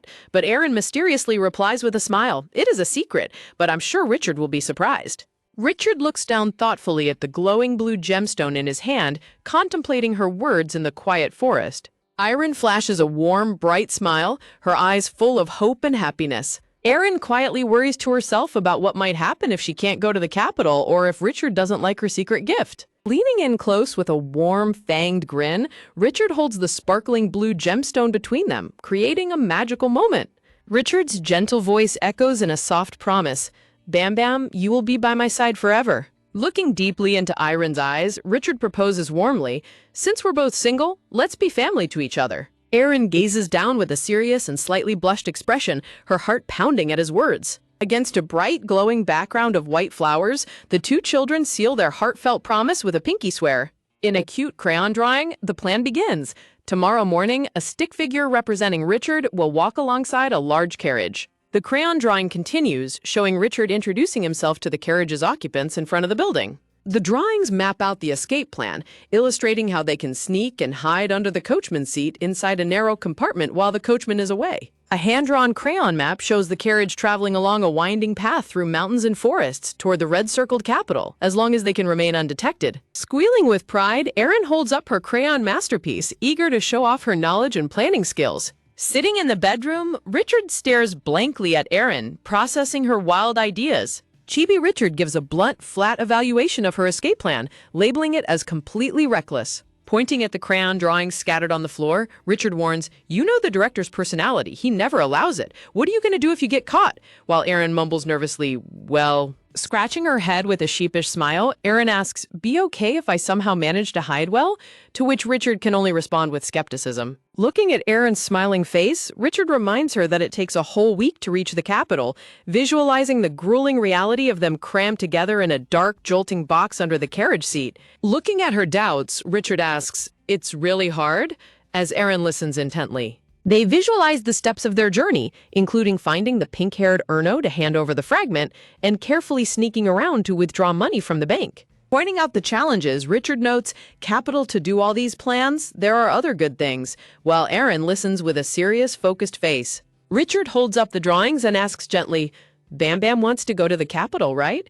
leaving Erin surprised. Looking at the crayon drawing of the two of them happily holding lollipops in front of a castle under a rainbow, Erin remembers her promise to go to the capital with Richard. With a determined look in his eyes, Richard decides, "Let's try." Leaning close to Erin, Richard smiles warmly and says, "Did you promise yesterday? We are family." Reaching out his hand with a charming fanged smile, Richard declares, "Whatever Bam Bam does." Erin looks up at him, her large golden eyes sparkling with pure gratitude and affection. Standing tall, Richard extends his hand to Erin sitting on the floor, declaring their official decision to embark on the journey. Deep in the forest, a large wooden horse-drawn carriage stands ready as the coachman speaks with the traveler. Squeezed tightly inside the incredibly narrow compartment under the carriage seat, Erin turns red and cries out, "I didn't know it would be so narrow," while tangled with Richard's legs. While their cute imagination pictured them sitting comfortably side by side, the cramped reality has them squished and crying in discomfort inside the tiny space. Trying to break the awkward tension, Richard looks down and whispers, "Oh, Erin," to which she blinks in confusion, asking, "Huh?" The close-up shows Erin looking incredibly adorable with sparkling yellow eyes and flushed cheeks, making the moment even more intense. Feeling his face grow incredibly hot, Richard blushes furiously as he stares at her in the cramped darkness. Quickly turning his head away to hide his extreme embarrassment, Richard stammers, "No, nothing," leaving Erin completely puzzled. Erin blinks in surprise at his sudden reaction, wondering what is wrong. Suddenly, the carriage wheel rolls over a rough bump with a sharp creak, jolting Erin as her eyes widen in shock. Outside, the coachman confirms with the traveler that they have no massive cargo. Inside the dark compartment, the carriage begins to move with a violent rumble, throwing Richard and Erin against each other in chaotic motion. As the carriage rolls roughly down the bumpy, rocky forest path, the kids realize their smooth escape plan has run into a bumpy reality. In a sudden warm glow of magic, a soft hand gently clasps another, sparking a bright light of connection. Sitting on a plush sofa, a handsome, dark-haired nobleman holds the glowing hand of a young girl with dark, wavy hair as mysterious magical energy surrounds them. The dark-haired nobleman sits beside a young girl on a sofa, his hand glowing with golden magic in hers. He narrows his eyes thoughtfully, murmuring, "That's weird." Looking back on his memories, the nobleman recalls how other Itham family members usually calm down within 10 minutes, making him wonder why this young girl is so different from the rest. The golden magical glow fades as their hands gently part, leaving them in a silent, lingering moment. Touching his head in clear exhaustion, the nobleman abruptly cuts the session short, declaring, "I don't need it. This is a waste of time. Your work is done. Go back to your room," despite the girl protesting that the purge is not over yet. Left behind on the sofa, the girl flinches in distress as a loud slam echoes through the room, signaling his sudden departure. Sitting completely alone in the middle of the massive, dimly lit bedroom, a heavy silence falls over the girl as she stares blankly ahead. Out in the grand hallway, two boys run eagerly after their father as he walks away, calling out urgently, "Dad, wait a minute." The black-haired boy asks if there is any new information, to which his father replies with a heavy heart. He recalls the reports from his search team, who have found absolutely no trace of his missing daughter, despite daily efforts. As they walk down the corridor, the son notes that she wouldn't leave a trace, since there was no compelling reason for her to run away in the first place. Looking down thoughtfully, the black-haired son wears a glowing blue earring as his chibi self advises the father to be patient, adding that Irene wouldn't want to see her father in such a distressed state. In a chibi flashback, the red-haired son recalls his own investigation where he had to use fire magic to intimidate uncooperative officials into revealing the account access logs. Smiling with a playful, fanged grin, the red-haired son cheerfully remarks that if those uncooperative people don't want to die, they had better obey him, while his black-haired brother walks ahead.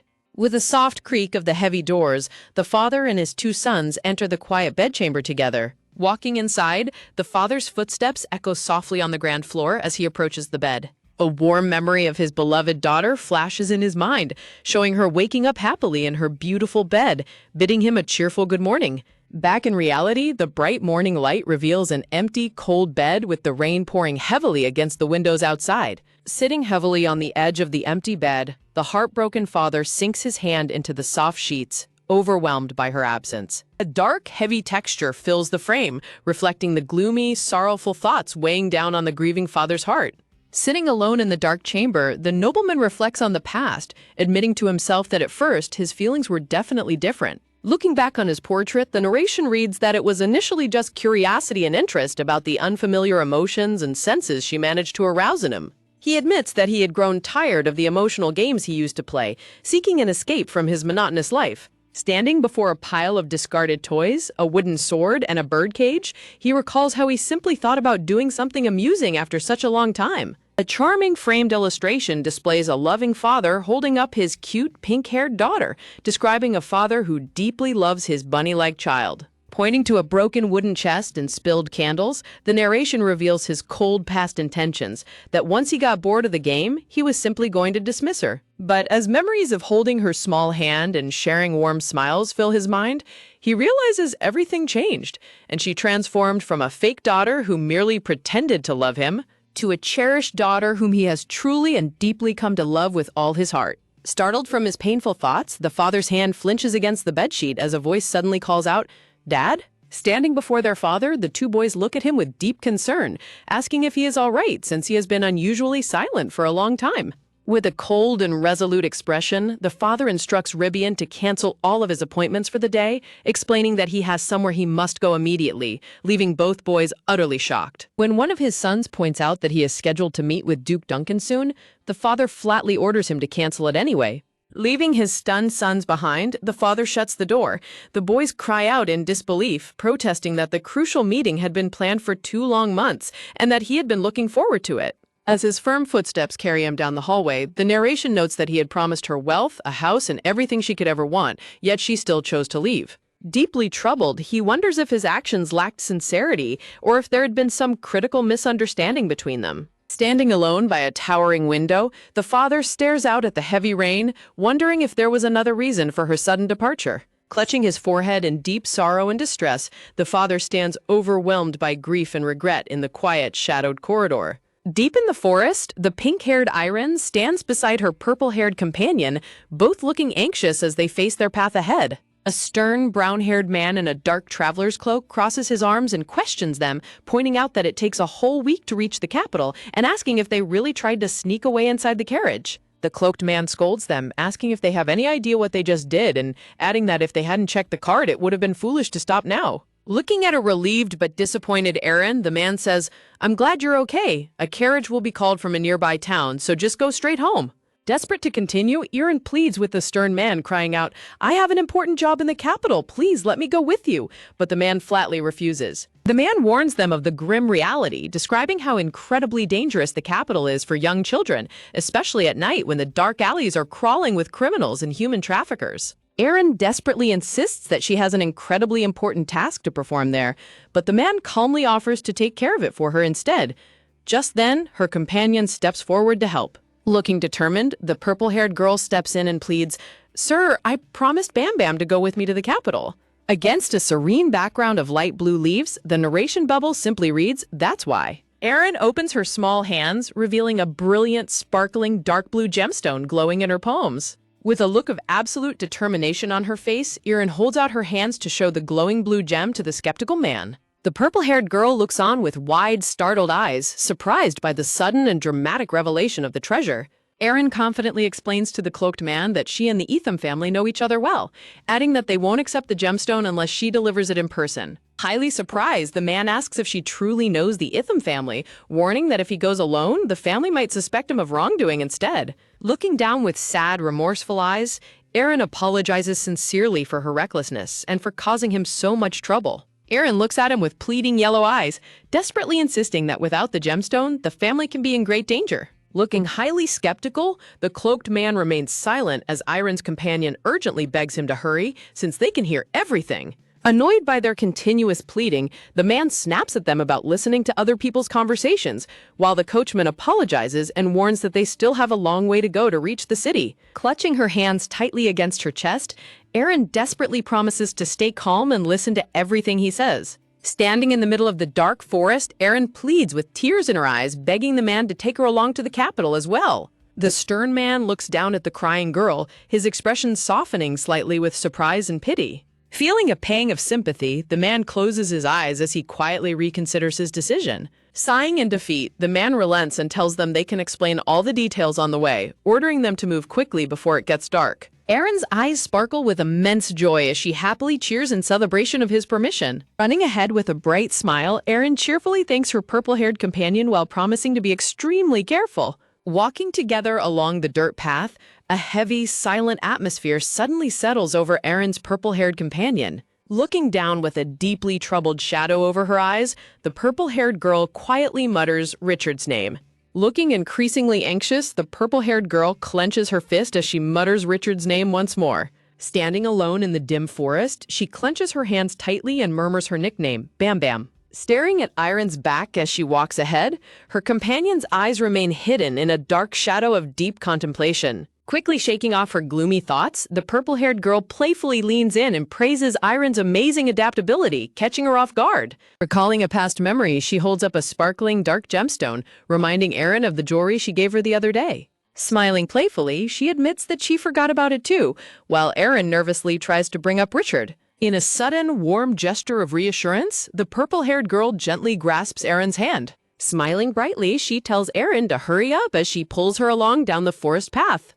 Erin beams with a sweet, happy smile as she eagerly suggests going to the village to have a delicious dinner. A close-up of Erin's glowing yellow eyes shows a sparkling reflection of hope and excitement for what lies ahead. With their agreement set, the horse-drawn carriage rolls down the sunny forest path toward their new destination. A dark, heavy texture fills the frame as the narration warns of a fragile situation that is like a ticking time bomb, never knowing when it might collapse. Staring blankly at a tall, unstable wooden block tower, Erin sits with a deeply worried and anxious expression on her face. Arriving at a grand mansion, the purple-haired girl is completely amazed by the polished marble floor, while the man warns Richard not to look away and to follow him closely. Pointing excitedly toward a luxurious elevator, she loudly marvels at how classy the place is. Happily stomping around the hallway, the purple-haired girl wonders if the soft floor is made of clouds, prompting the man to firmly tell her not to stomp. Discovering a table laden with delicious pastries, she asks who left the food and if she can eat it, while Erin explains that the mansion is providing it for them. Stuffing her face with colorful macarons, she happily comments on how cool it is, prompting Erin to ask why she is speaking with her mouth full. Calling out to both Richard and Erin, the stern man tells them to listen carefully and remember his instructions. Standing by the table, the man explains that he must head to the capital for business, promising to return in 4 nights and ordering them not to leave the mansion at all in the meantime. Holding up a decorative golden device, he instructs them to contact him first through this communication channel if anything happens or if they need to ask him something. Listening quietly, Erin nods in understanding as the man adds that he will take a closer look at her gemstone once he returns from his work. Clapping his hands together to mark the end of their conversation, the man prepares to bid them goodbye.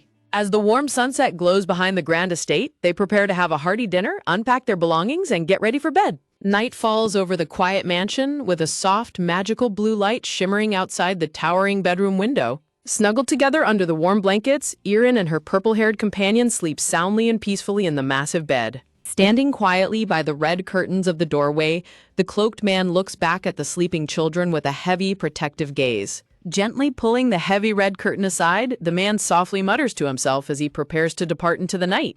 With a soft click of the lock, the heavy doors shut quietly behind him as he slips out into the cool night air. Walking down the dimly lit cobbled streets of the town, the cloaked man is plagued by doubt, wondering if it was truly the right decision to bring her along. A painful memory flashes in his mind of his beloved daughters crying and desperately begging him to let them go to the capital with him. Pulling his hood down to hide his grim expression, the man is overwhelmed by the heavy burden of his memories. Staring at a framed portrait of his happy family, a single word regretting appears, reflecting his deep sorrow and regret over the past. Back in the room, various items are neatly laid out on the vanity table, including a communication tool, emergency beads, a robe, a request letter, and sweet chocolates. Dressed in a traveler's hooded cloak, Erin holds up a single gold coin and notes that her emergency fund consists of 30,000 roast. In a chibi illustration, Erin imagines the difficulty of reaching the Cullen family, visualizing herself being ambushed by angry knights accusing her of stealing the Etam family relic, while noting how expensive it is to withdraw bank funds. Turning her head back with a serious and resolute expression, Erin holds her coin pouch tightly, prepared for the journey ahead. As the bright morning sun floods the luxurious bedroom, the purple-haired girl is left sleeping soundly all by herself in the massive bed. Erin recalls her purple-haired friend saying, "If I can't go to the capital or don't like the gift, Bam Bam, you will be by my side forever." Looking down with deep sorrow in her yellow eyes, Erin thinks, "No, he's still a kid." Pulling her hood over her head, Erin resolutely thinks that he doesn't even know exactly what he was talking about, and there must have been no fix, as her letter lies on the desk. Riding alone in the grand elevator of the mansion, Erin wonders if anyone can see her tail. Walking out of the mansion, Erin clenches her fist, looking adorable but determined in her traveler's cloak. Feeling a sudden rumble in her stomach, Erin clutches her belly as a cute chibi illustration shows her hunger. Happily eating a piece of delicious bread on the street, Erin bids farewell to the vendor, saying, "See you next time." Munching on the sweet bread as she walks through the busy town street, Erin marvels at how delicious the food in this world tastes. Shedding tears of regret over her nearly empty coin pouch, Erin laments that she spent 6,000 roasts on a single loaf of bread and vows to be extremely careful with her remaining funds. Standing near a beautiful, sparkling fountain in the bustling town square, Erin tells herself that she needs to calm down and keep moving forward. Weaving through the crowded street, Erin searches for an empty private carriage to take her to her destination. Erin reasons that if she doesn't have enough money, she can simply get off halfway and walk the rest of the way. Just then, she hears a soft cough nearby. Turning her head in surprise, Erin spots a young child huddled alone in a dark, quiet alleyway next to a wooden barrel. A close-up of the child shows them shivering in the shadows, completely covered in a dark blue hooded cloak. Looking at the kid, Erin sympathizes with his plight, thinking that he looks around Richard's age but is already hungry and alone on the streets. Walking quietly into the alleyway, Erin stops in front of the huddled boy and softly calls out, "Hey." Holding out a delicious fresh pastry with a dollop of cream and red jam, Erin kindly asks the boy, "Do you want some?" Smiling warmly under her hood, Erin proudly introduces the treat as a strawberry jam scone. Seeing him hesitate, Erin gently adds, "If you don't want strawberry flavor, there's also a black tea flavor." Erin steps closer and offers the scone again, saying, "If it's okay, I'll give it to," as the boy slowly begins to raise his head. Against a soft blue background adorned with delicate white flowers, the boy slowly pulls back his hood, revealing his face. A close-up of Erin shows her yellow eyes widening in sheer shock and disbelief as she gasps out, "Eh?" Surrounded by beautiful blue and white roses, a breathtakingly handsome young boy with sparkling blue eyes and white silver hair stares up at her in surprise. In a silent moment of awe, Erin stares at the extraordinarily beautiful boy as he looks back up at her from the alleyway floor. Staring at the boy's stunning blue eyes, Erin stands completely frozen in shock, unable to take her eyes off his ethereal appearance. Surrounded by beautiful, glowing white and blue flowers, the gorgeous white-haired boy blushes slightly, looking up at her with a gentle, curious expression. A screen text block appears explaining the third rule of common sense in the novel I Need to Be Adopted, stating that the extras are never described as having great looks. Recalling that a disposable extra like her is never described as beautiful, Erin realizes that only those with strong mana are described with such outstanding flower-like handsome looks. Watching the stunning boy eat the scone in the alleyway, Erin realizes that as long as he is a main character who's going to get involved with Sharn, her own location could be discovered by the Etam family. Imagining a peaceful life of playing happily with other children and a cat at the orphanage, Erin determines that she must live quietly as soon as possible. Quickly turning around and walking away down the street, Erin clutches her scone bag tightly, determined not to get involved with the main character. Sitting alone in the alleyway with the scone in his hands, the beautiful white-haired boy quietly watches Erin walk away. A close-up shows the sparkling, fresh strawberry scone held gently in the boy's pale hands. With a gentle, knowing smile appearing on his face, the boy holds the scone and thinks of the one and only god of the Empire, Arma. As autumn leaves drift across the beautiful blue sky, the narration notes that a true miracle has finally occurred. A mysterious person's elegant hands write down ancient runes on a scroll with a golden fountain pen next to a stamp showing a black-haired figure praying. Inside a lavishly decorated office, the head of the Etam family sits at his desk writing, while his aide Kylo stands politely behind him, reporting that they are doing their best to search but have no news yet. Smiling warmly, a silver-haired gentleman in glasses and elegant attire remarks to the frustrated family head that the responsibility of the head of the household is not entirely absent. Annoyed by his guest's remarks, the scarred family head slams his hand on his desk, shouting in protest and asking what he thinks he did. The stern, scarred man angrily defends himself, shouting that other Etam children grow up the same way and asking if he said that for just a day or two. A funny chibi flashback shows the scarred man as a boy getting scolded with a giant fist on his head as he shouts that back in those days, people started talking with their hands first. Adjusting his glasses, the silver-haired gentleman politely responds that he understands his feelings, acknowledging that the previous Lord Edom raised him strictly to make the household strong. Showing a memory of a sweet, teary-eyed young girl with pink hair, the guest adds that the child's fear and shock must have been great, as childhood wounds are not easily erased, leaving the family head speechless. Quickly changing the subject to avoid further scolding, the scarred family head asks what Prince Erno is doing right now. The elegant gentleman reports that Prince Erno canceled his scheduled meeting with the Marquis of Fleur today because he had business outside and went out. The gentleman continues his report, noting that the prince also canceled his private meeting with Duke Duncan the other day. Turning his head slightly, the scarred family head clarifies that the prince has canceled his meetings for 3 days in a row. The pen in the family head's hand suddenly snaps in half with a loud crack as his anger boils over. Screaming in absolute rage inside his magnificent mansion, the family head bellows that the prince is such a jerk and asks if he is trying to ruin their family. Crows fly wildly through the quiet, overcast sky above a row of townhouses with laundry hanging on the lines, signaling a dark shift in the atmosphere. A crow caws loudly as it flies over the bustling streets of the town, where townspeople go about their day and a cloaked traveler is told to watch where he is walking. With a soft creak of the hinges, a heavy wooden door is pushed open as someone steps inside. The bartender behind the counter notes that the traveler has been coming all the way since noon, asking if he came by for a daytime drink. The bartender jokingly suggests that the traveler is there to find a mercenary mission to carry the heavy burden of being a household head, to which the traveler bluntly tells him to stop talking nonsense. Tossing a heavy coin pouch onto the bar counter, the traveler requests what he ordered, and the bartender agrees that it is a fair trade. Leaning over the counter, the bartender remarks that the difficult ones have not changed at all, whether back then or now. The young man looks down at a sweet pastry in his hand as the bartender mentions that the demand for auction houses this quarter is much higher than before, making it incredibly difficult to save. Leaning in closer, the bartender asks the young traveler what he plans to do, pointing out that this is a place of buying and selling, the very thing he despises the most. The young traveler resolutely declares that he plans to rescue the children by buying them and taking them to the orphanage, leaving the bartender surprised by his plan. Pouring a drink into a glass, the bartender warns the traveler to go unnoticed since the auction house is hosted by the notorious guild, but the young man calmly replies that he is well aware. The bartender warns that the Bright Moon Information Guild is so vast and all-knowing that even the emperor cannot keep up with it, and its leader has a vicious reputation.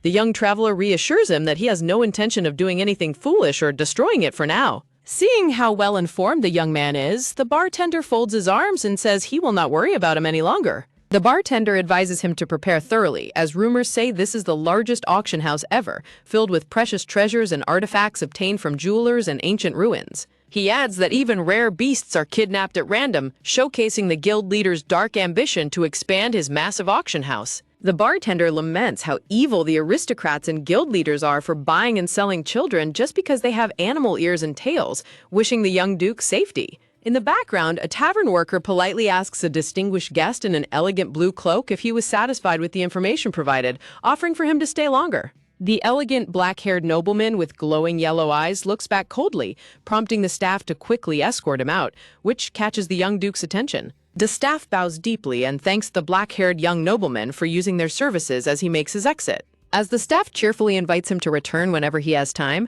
the black-haired nobleman continues on his way without a word. The tavern workers frantically offer to accompany the nobleman home, only to be harshly told to get out of his way, leaving the young duke watching in silent contemplation.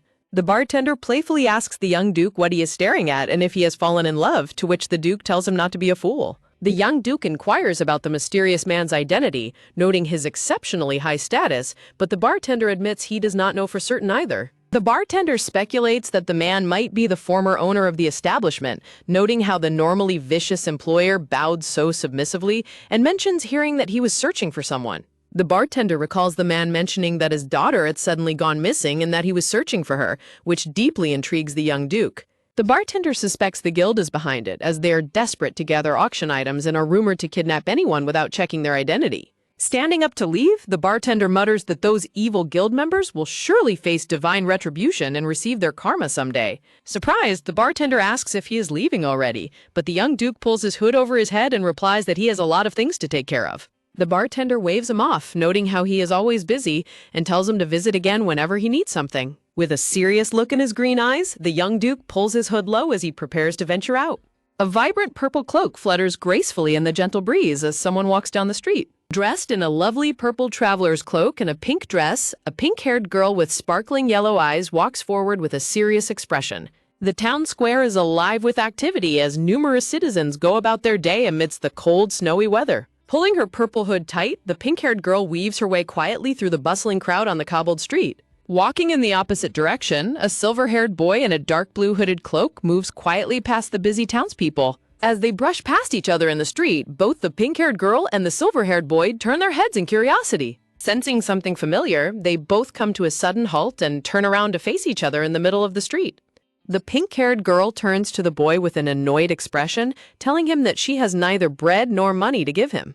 The girl asks him to stop following her, offering to buy him a loaf of bread instead, but the boy softly asks if he can follow her, leaving her utterly confused. Dumbfounded, the pink-haired girl gasps in disbelief, to which the boy quietly explains that he has absolutely nowhere else to go. Kneeling down on the cold ground, the silver-haired boy offers to make her his master, but she immediately refuses his request. Slightly pulling back his hood, the boy desperately begs her to let him stay by her side as her servant.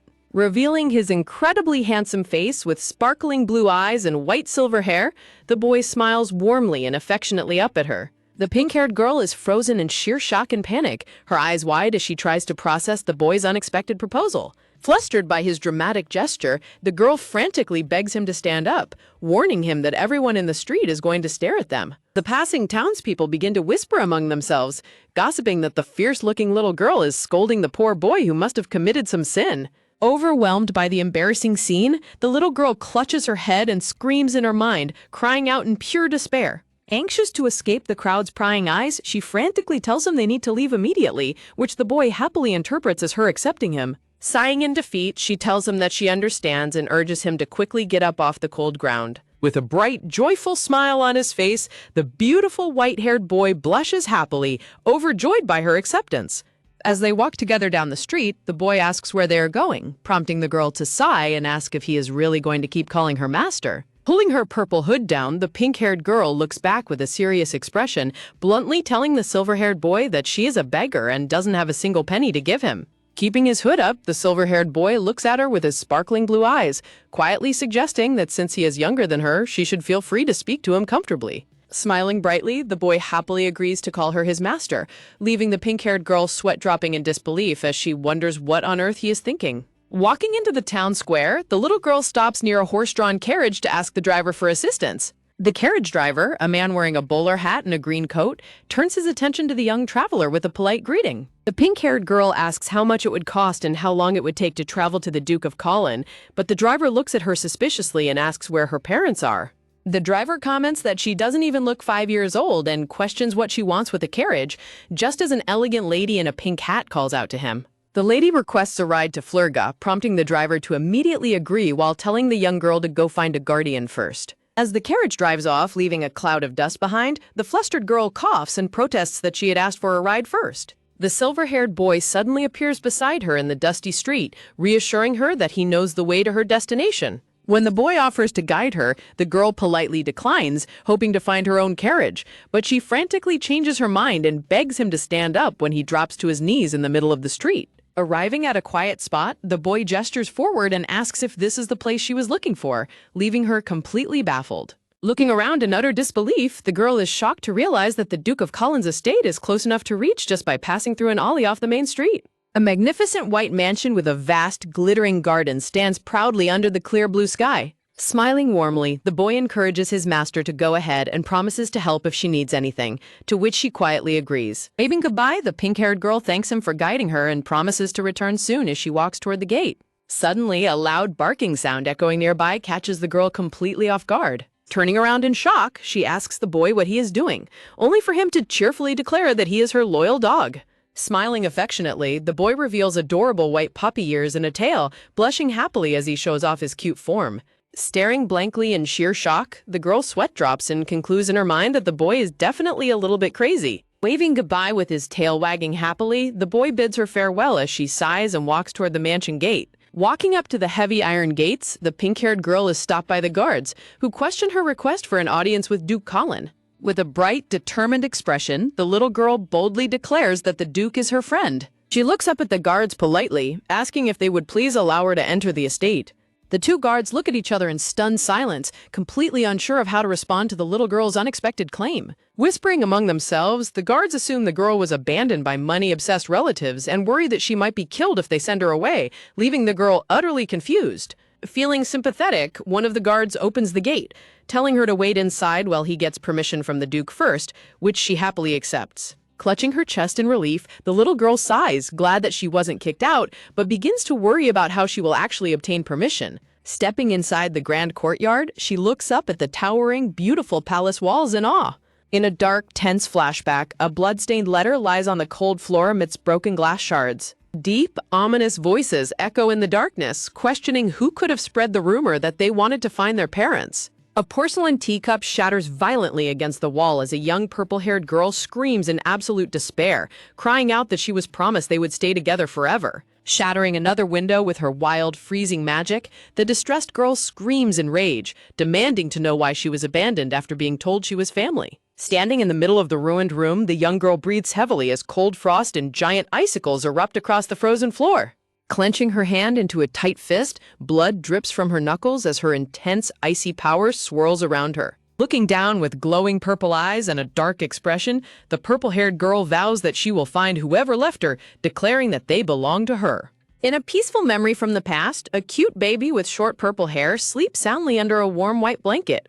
Sitting together by the crib, the blonde mother asks what they should name the baby, and the purple-haired father warmly suggests naming him Richard. Stroking the sleeping baby's head, the father smiles gently, wishing for him to grow into a righteous person who lives to his full potential. The father gazes down affectionately at his newborn son, expressing his deep hope for the child's bright future. The beautiful blonde mother looks down at her sleeping baby with a warm, loving smile. Bathed in a warm, golden light and surrounded by vibrant yellow flowers, the young family shares a moment of pure happiness together. Suddenly, a cold, mocking voice interrupts the memory from the doorway, calling their happiness ridiculous and accusing them of pushing the clan into ruin. Looking down with a dark, gritting expression, the mother's expression cold hardens as she mutters that making the child happy won't be that easy. A fierce, cold blizzard howls through a dense forest of snow-covered pine trees. The purple-haired baby Richard lies wrapped in a basket, whimpering softly in the freezing cold. On a wooden dock, a mysterious woman in a dark cloak hand-delivers the basket to a pirate crew, warning them to be extremely careful because the child is the son of a villainous archmage, though the captain only cares about sealing his magic. The pirate captain questions if it is truly all right to take on such a dangerous task without any payment, but the cloaked woman coldly smiles, replying that money is not what she wants. The wind howls fiercely through the snowy valley, burying the grand mansion in the distance under a thick blanket of snow. Inside the quiet, dark bedroom, snow blows through the open window, gently swaying the star mobile over the baby's empty crib. The pink-haired girl gasps in surprise as she stands in the hallway of the Duke's estate. The guard informs the girl that Duke Colin has been extremely busy lately and demands she make her request brief, while she nervously recalls the original storyline and realizes the Duke is already there. With a serious look, the guard warns her that if she is lying, she should speak up immediately, as the Duke absolutely detests liars. The scene introduces Michael Colin, the young and elegant Duke of Colin, working diligently at his desk. The little girl stands before the powerful and intimidating Duke Colin, feeling the tense atmosphere of the room. Duke Colin, wearing spectacles, quietly looks down at his document surrounded by a freezing magical aura. Looking up from his massive desk, Duke Colin cold-heartedly asks if she plans on speaking anytime soon, leaving her completely startled. As the Duke coldly demands a name, appearance, or any details, the pink-haired girl trembles under his gaze, sensing that he is silently plotting how to execute her if she turns out to be a fraud. Sweating with anxiety, the girl nervously describes the child as having long purple hair, desperately praying she doesn't say anything that would get her killed. She further explains that the child's hair color fades near the tips and that his name is Richard, as the Duke listens with intense focus. In her mind, she frantically searches for any definitive evidence she can provide to immediately prove that the boy is indeed his lost son. She tries to recall the key characteristics of Richard's design from the novel, hoping to find the perfect proof to convince the Duke. With a bright, confident smile, she points up and declares that he wears a long, white, square-shaped earring on his right ear. Duke Cullen's eyes widen in absolute shock and disbelief upon hearing her words. He quickly slides open his desk drawer, revealing a collection of letters, baby drawings, and a small velvet box containing the matching magical earring. Holding up the glowing white earring, the Duke asks if she is referring to this relic, and she eagerly confirms it, adding that the boy sometimes summons ice magic that creates frost. Instantly losing his composure, the Duke throws on his cape and demands to see the child immediately, catching the little girl completely off guard. Panicking, the girl frantically claims that now is not a good time due to some personal issues, while the Duke fiercely insists that the Cullen clan will resolve whatever problems she has. She desperately explains that Richard doesn't even know she came here, so she needs time to prepare him and explain everything before they meet. She clasps her hands together and promises to take full responsibility and bring Richard directly to the estate tomorrow. The Duke stares down at her with a highly skeptical and calculating expression. He pauses in confusion, trying to comprehend the bizarre situation. Demanding answers, the Duke asks how a mere child like her could have possibly figured out that Richard was his long-lost son. The pink-haired girl innocently lies, explaining that since it was her first time visiting the capital, she noticed the search posters and realized the description matched her friend perfectly. She adds that Richard looks almost identical to him, which is why she was so surprised when she first saw the posters in town. In a flashback to the town's bulletin board, she recalls that in the original novel, rumors of the search had indeed spread widely. However, she remembers that the rumors were only distributed within the capital and Albion, which is a full week's travel away. With a nervous sweat, she begs the Duke to trust her so that they can finally be reunited. Sighing, the Duke reluctantly agrees, instructing her to send him their address by telegram so he can dispatch a carriage to pick them up tomorrow. The Duke politely thanks her for coming all the way to his estate and offers a carriage for her return journey, but she cheerfully declines, saying her friend is already waiting for her. As she walks out of the grand estate gates, the silver-haired boy runs up to her, happily calling out to his master. Wagging his metaphorical tail, the boy asks if her business went well, and she warmly thanks him for waiting. She opens her coin pouch to show her earnings, but is surprised to see him waiting, to which he affectionately replies that a good puppy must always wait for its master. As she comments on the embarrassing master nickname, a glowing blue gem fragment slips out of her pouch and tumbles toward the ground. She gasps in horror as her precious magical fragment bounces away. The boy quickly kneels down and catches the fragment, as she sighs in relief, explaining how incredibly important the stone is to her. With a curious smile, the boy remarks on the coincidence, telling her that he also possesses something very similar. The girl looks at him in complete shock and disbelief, questioning if he really has a similar fragment. The boy opens both of his hands, revealing two shining blue gem fragments resting in his palms. He innocently asks if they match the one she has, leaving her frozen in absolute astonishment. She recalls from the novel's lore that only the key main characters are supposed to have these fragments, noting that there are 7 in total, with Ernoga holding 3 and Richard holding 1. The beautiful, silver-haired boy stands holding the 2 glowing fragments with a serene smile on his face. She is shocked to realize that this mysterious boy is actually the future Grand Priest, the rightful owner of the sacred fragments. An illustration reveals that these stones are the fragments of balance, legendary relics of the dragon originally known as the Stone of Balance. Long ago, the first head of the Etam family, Betad Etam, received the Black Dragon's permission to break the stones and distribute the scattered pieces to those in need. Currently, 3 pieces belong to Erno Aiton, 1 belongs to Richard, and 1 remaining piece is still missing. The future Grand Priest smiles brightly as he displays the legendary blue fragments in his hands. The boy cheerfully asks for her opinion while she stands completely dumbfounded by the revelation. Sweating nervously, she tries to laugh it off, lying that it's probably just a cheap imitation, which instantly disappoints the boy. She sighs in relief, telling herself there's no way a random kid she met on the street is the legendary High Priest candidate, and resolves to avoid getting dragged into any more dangerous novel plots. In a jungle-like temple under the rule of a covetous High Priest, the future High Priest is destined to begin a bloody, desperate struggle for survival. According to the story's lore, the future High Priest possesses a remarkably honest and confident personality, speaking his mind without hesitation. Looking down with a deeply saddened expression, the silver-haired boy clutching his dark cloak whimpers that he only wanted to be a useful dog to his master. Far from being honest and confident, the sweet boy begins to cry at the slightest touch, tearfully apologizing for being useless. Seeing that he has nowhere else to go, the pink-haired girl kindly suggests that they head back to her dormitory room first. Overjoyed by her kindness, the boy happily vows to become her most faithful puppy, while she nervously wonders if he will get along with the other person waiting there. The grand and elegant dormitory building stands tall, bathed in the warm, golden light of the setting sun. Placing a gloved finger to her lips, the pink-haired girl whispers a quiet warning for him to stay put and wait patiently. Kneeling on the floor with a bright, innocent smile, the boy happily agrees to wait exactly where he is. She instructs him to wait by the entrance as she prepares to step through the massive double doors. With a soft creak, a gloved hand gently pushes open the heavy door, casting a long shadow into the dark, quiet room. Peering into the messy, dimly lit bedroom, she softly calls out Richard's name. Carrying a bag of freshly bought scones, she steps inside and apologizes for leaving without a word, wondering if he is hiding in the darkness.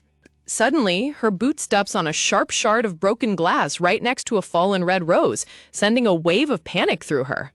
From the shadows, Richard's quiet voice startles her as he asks if she finally found what she was looking for. Relieved, she runs over to the purple-haired boy standing in the middle of the overturned room, eagerly announcing that she found his family. She explains that she met his father today and that a carriage will arrive tomorrow to pick him up, noting how strikingly similar they look to one another. Smiling warmly, she invites Richard to go with her tomorrow, but he remains completely silent, his face hidden in the shadows of his long hair. She reaches out to hold his hand, encouraging him to take this chance to finally see his real parents. Standing against the window, Richard looks deeply troubled, his purple eyes glowing with a mixture of sorrow and intense conflict. He quietly asks why he must go there, catching her completely off guard. Before she can reply, Richard suddenly reaches out and tightly grips her arm. Tears streaming down his face, Richard fiercely demands to know why she is trying to abandon him. Embracing her desperately in the ruined room, he cries out that he has always been completely sincere with her from the very beginning. He looks up with a heartbroken expression,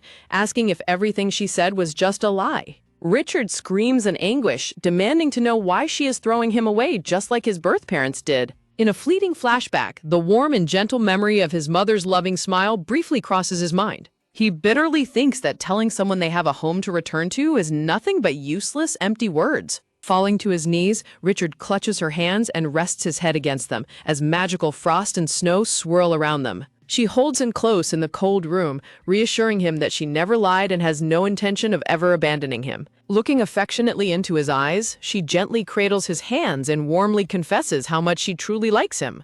She reassures him that his real family loves him deeply, leaving him frozen in absolute shock and disbelief. With a gentle expression, she begins to explain the truth about his birth parents' desperate search. She shows him a search poster of a purple-haired baby, which carries a massive reward of 100 million currency.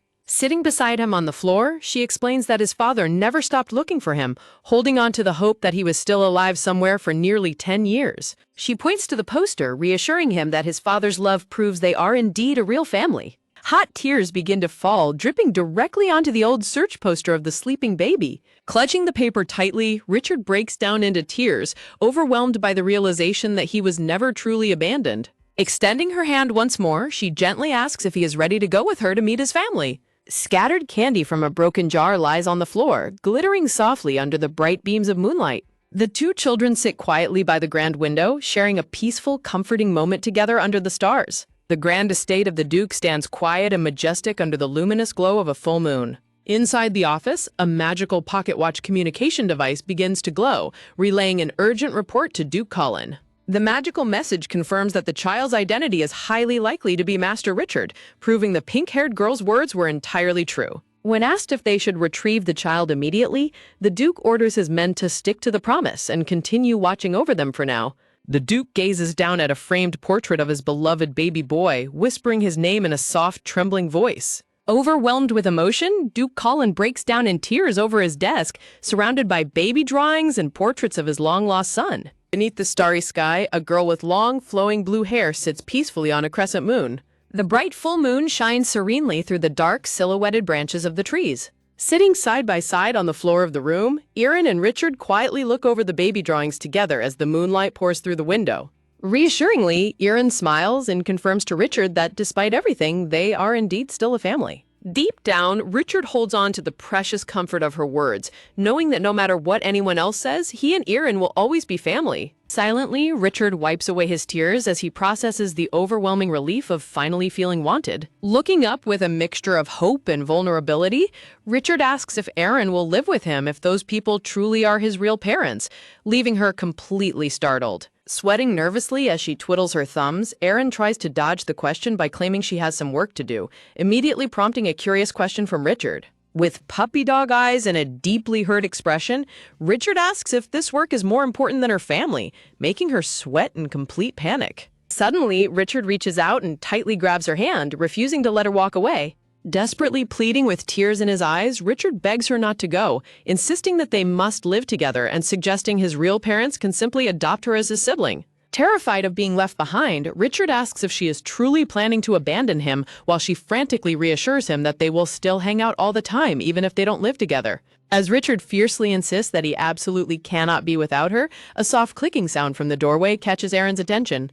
Peeking nervously through the cracked door, the silver-haired boy admits that although he wanted to obey his master's orders, the loud noises from earlier made him too worried to stay put. From the doorway, the mysterious boy gets a clear view of Richard desperately clutching Erin on the messy, ice-covered floor. A tense silence falls over the messy room as Richard and the silver-haired boy lock eyes, completely startled by each other's sudden presence. The silver-haired boy stands frozen in absolute shock, his bright blue eyes wide with alarm as he takes in the chaotic scene. Sweating profusely, Erin desperately tries to diffuse the rising tension by laughing nervously and claiming they were simply having a friendly chat. Assuming the worst, the silver-haired boy holds Erin's hand and fiercely states that she is being threatened, promising to deal with Richard later as Erin frantically tries to explain. Glaring with cold, intense hostility, Richard holds onto Erin's other hand and ice-coldly demands to know if the intruder has any intention of letting her go. The silver-haired boy firmly refuses to let go and questions who Richard is to threaten his master, driving Richard into a furious rage over the absurd accusation from someone who just barged into their room.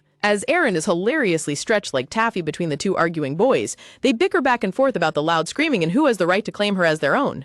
Feeling completely exasperated, the silver-haired boy sighs and suggests they leave immediately since Richard clearly cannot be reasoned with. With a dark, ominous aura, the silver-haired boy asks for his master's permission to finally deal with Richard, leaving Erin looking completely dead inside. From above, the ridiculousness of the situation is on full display as Erin lies limp on the floor, stretched between two stubborn boys who refuse to let go of her hands. Utterly exhausted and defeated by the endless bickering, Erin completely faceplants onto the floor, letting out a heavy sigh. Looking up with a completely drained, hollow expression, Erin's sudden collapse sends both boys into an absolute panic as they scramble to get her some food. Later, Erin holds up the search poster of the sleeping baby, explaining to Richard that he is indeed the long-lost son of the Duke they met yesterday. Wiping the sweat from her brow after barely surviving on a diet of scones, Erin explains that she found out about Richard's identity by accident and intends to reunite him with his father tomorrow, while Richard diligently sweeps up the messy room. Looking back with a curious expression, Erin suddenly asks the silver-haired boy if Richard is a wizard. Smiling brightly with a sparkling aura of his own, the silver-haired boy confirms that Richard indeed possesses a distinct magical presence. Now that the room is finally clean, the silver-haired boy politely offers to organize Erin's robe for her. He gently asks if she would be comfortable with that, while Erin hesitates in quiet contemplation. Erin reluctantly agrees to let him help, remembering a key piece of lore about the future high priest: he absolutely loathes beastkin. Raised in a temple environment that preached human supremacy, his upbringing instilled in him a deep-seated prejudice, making him view beastkin as dirty and inferior. According to the novel's lore, even the slightest contact with a beastkin would fill the future priest with intense disgust and displeasure. Erin admits to herself that this was the exact reason she allowed him to follow her, to test if he was the real high priest, expecting him to immediately reject her once he saw her tail. Holding her breath, she waits to see his reaction now that her secret is completely out in the open. Expecting disgust, Erin is completely thrown off as the boy holds up her robe with starry eyes, gushing about how incredibly rare and precious the magic-blocking garment is. The silver-haired boy continues to marvel at the rare magic-blocking robe, completely ignoring the giant pink tail swishing right in front of him. Dumbfounded, Erin points directly at her wagging tail and asks if he can't see it, but he simply smiles and casually replies that he's seen tails before. When she asks if he isn't disgusted by her lizard tail, he honestly admits that while it's his first time seeing one so close, he doesn't feel anything negative about it at all. Realizing she still doesn't know his name, Aaron speaks up to ask him what it is, and he happily prepares to introduce himself. With a polite and graceful gesture, the silver-haired boy places a hand over his heart. A brilliant, angelic smile graces his face, illuminating the room with a gentle and warm light. Upon hearing his name, Erin clutches her head and screams in absolute panic, realizing with horror that this sweet boy is indeed Lucilian, the original male lead candidate. Sensing her distress, Lucilian explains that while she might have been surprised by his sudden devotion, he had a very important reason for choosing to serve her. Looking at her with deep sincerity, he explains that he chose to serve her because she saved him like a twist of fate. Just as Lucilian is about to elaborate, the door suddenly bursts open with a cheerful exclamation. A cheerful waiter wheels in a cart overflowing with a magnificent feast of sandwiches, salads, skewered meats, and cake. Overjoyed by the sight of food, Aaron runs toward the cart with starry eyes and drolls, leaving the boys completely dumbfounded by her sudden burst of energy. Under the starry night sky, the grand dormitory is filled with laughter and petty bickering as Richard cheekily reminds her that eating the food means she must live with him tomorrow, prompting an immediate argument with Lucilian. The chaotic night finally transitions into a peaceful morning as white birds soar gracefully across the bright blue sky. The townspeople whisper amongst themselves in curiosity as the children stand in the middle of the street. Aaron looks at Richard with concern and asks, "Bam Bam? I'm asking just in case," to which he replies, "Yeah." Suddenly, a magnificent white carriage decorated with elegant gold accents arrives before them, glowing softly under the sunlight. Stunned by the carriage, Aaron thinks maybe it's a different carriage. I hope it can be so gorgeous. When the butler suddenly greets them, "Nice to meet you, Master Richard Collin." The elegant butler bows politely and says with a warm smile, "It's a great honor to meet you." He explains, "Duke Collin is currently waiting for you anxiously." With dramatic flair, the butler gestures toward the golden carriage as pink roses flutter around, saying, "We will take you to the Duke's family in a hurry. Please get in." The children stand in awkward silence, sweating nervously in response to the overly enthusiastic and dramatic welcome. Aaron panics over all the attention as the townspeople whisper in surprise about the golden carriage taking such shabby-looking children. Various transition and promotional banners signal the end of the current chapter. The luxurious carriage speeds along a quiet, beautiful path shaded by lush green trees. Richard sits inside the carriage, looking out the window in deep thought as they head toward the Duke's estate. Suddenly, Richard snaps out of his thoughts as Aaron calls out, "Richard!" Aaron looks at him with concern and asks, "Are you all right? You didn't answer me." And Richard replies, "Oh, She asks, "Are you nervous?" "I'm also a bit nervous," while Richard hesitates, saying, "No, I'm just..." Lucilian sits quietly and politely on his knees on the carriage floor, looking perfectly calm and content. Lucilian smiles gently and says, "I'm the master's dog. I must always stay beside her," prompting an annoyed Richard to snap, "Such nonsense. Are you a dog shapeshifter?" Lucilian flashes a brilliant, angelic smile, illuminating the interior of the carriage. Lucilian asks with complete sincerity, "What do you think? Aren't I a puppy?" leaving Iron looking completely dead inside. Pointing at Lucilian, Richard asks Iron for an explanation, and she nervously explains, "He said that he didn't have anywhere to go. For the time being, we should stick together. Please be understanding." Richard and Lucilian bicker back and forth about who has the right to be in the carriage and who should get off. Lucilian cheekily comments, "People said that you were a fraud. I didn't want to get on the carriage," prompting Richard to growl in anger. Back at the dormitory, a handwritten note left on the desk reads, "I found Richard's parents. I'm going to Duke Collin's place." The note continues, "I apologize for going out without your permission." The note ends with a postscript apologizing for the property damage and the expensive food bill. At the grand entrance of the Duke's estate, a line of maids and butlers stand ready to welcome the guests. A maid bows politely and says, "Welcome, sir. You came a long way." She offers, "I'll show you the guest room. Please follow me." And Aaron replies, "Oh, okay." Walking up the grand staircase, Aaron is amazed by the scale of the mansion, thinking it's much bigger than a hotel. Sunlight streams beautifully through the massive arched windows of the grand corridor. The maid stops at a set of large double doors and announces, "We're here." Standing before the elegant doors, the maid politely says, "Duke Collin is inside. Please excuse me." Aaron and Richard stand quietly, taking a deep breath as they prepare to enter. Gently reaching out, Aaron takes Richard's hand to reassure him. Smiling warmly, she says, "It's fine, Richard. You don't need to be so tense." Aaron flashes a white, beautiful smile filled with encouragement and support. Richard smiles softly under his hood, deeply comforted by her words. Slowly, the grand double doors of the Duke's office creak open. The maid announces, "Please excuse me, Sir Duke. The young master and his friends are here."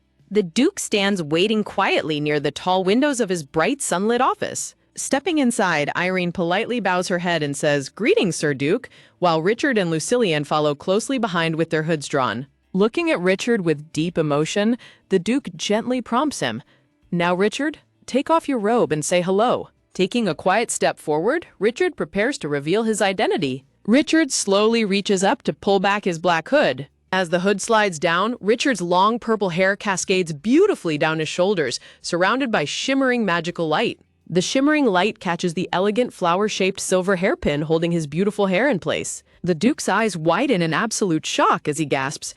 The sight of his long-lost son's purple hair and the familiar hairpin completely overwhelms the Duke with emotion. Unable to hold back his tears any longer, the Duke rushes forward and wraps his arms around his son in a tight, passionate embrace. Holding him close as tears stream down his face, the Duke whispers with immense relief, "Thank God you grew up well.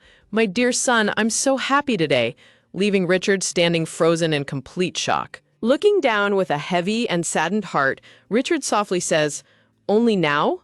How can I believe that you're my father?" Standing beside Aaron and Lucilian, Richard continues to express his deep sorrow, saying, "You have no idea how hard my life has been.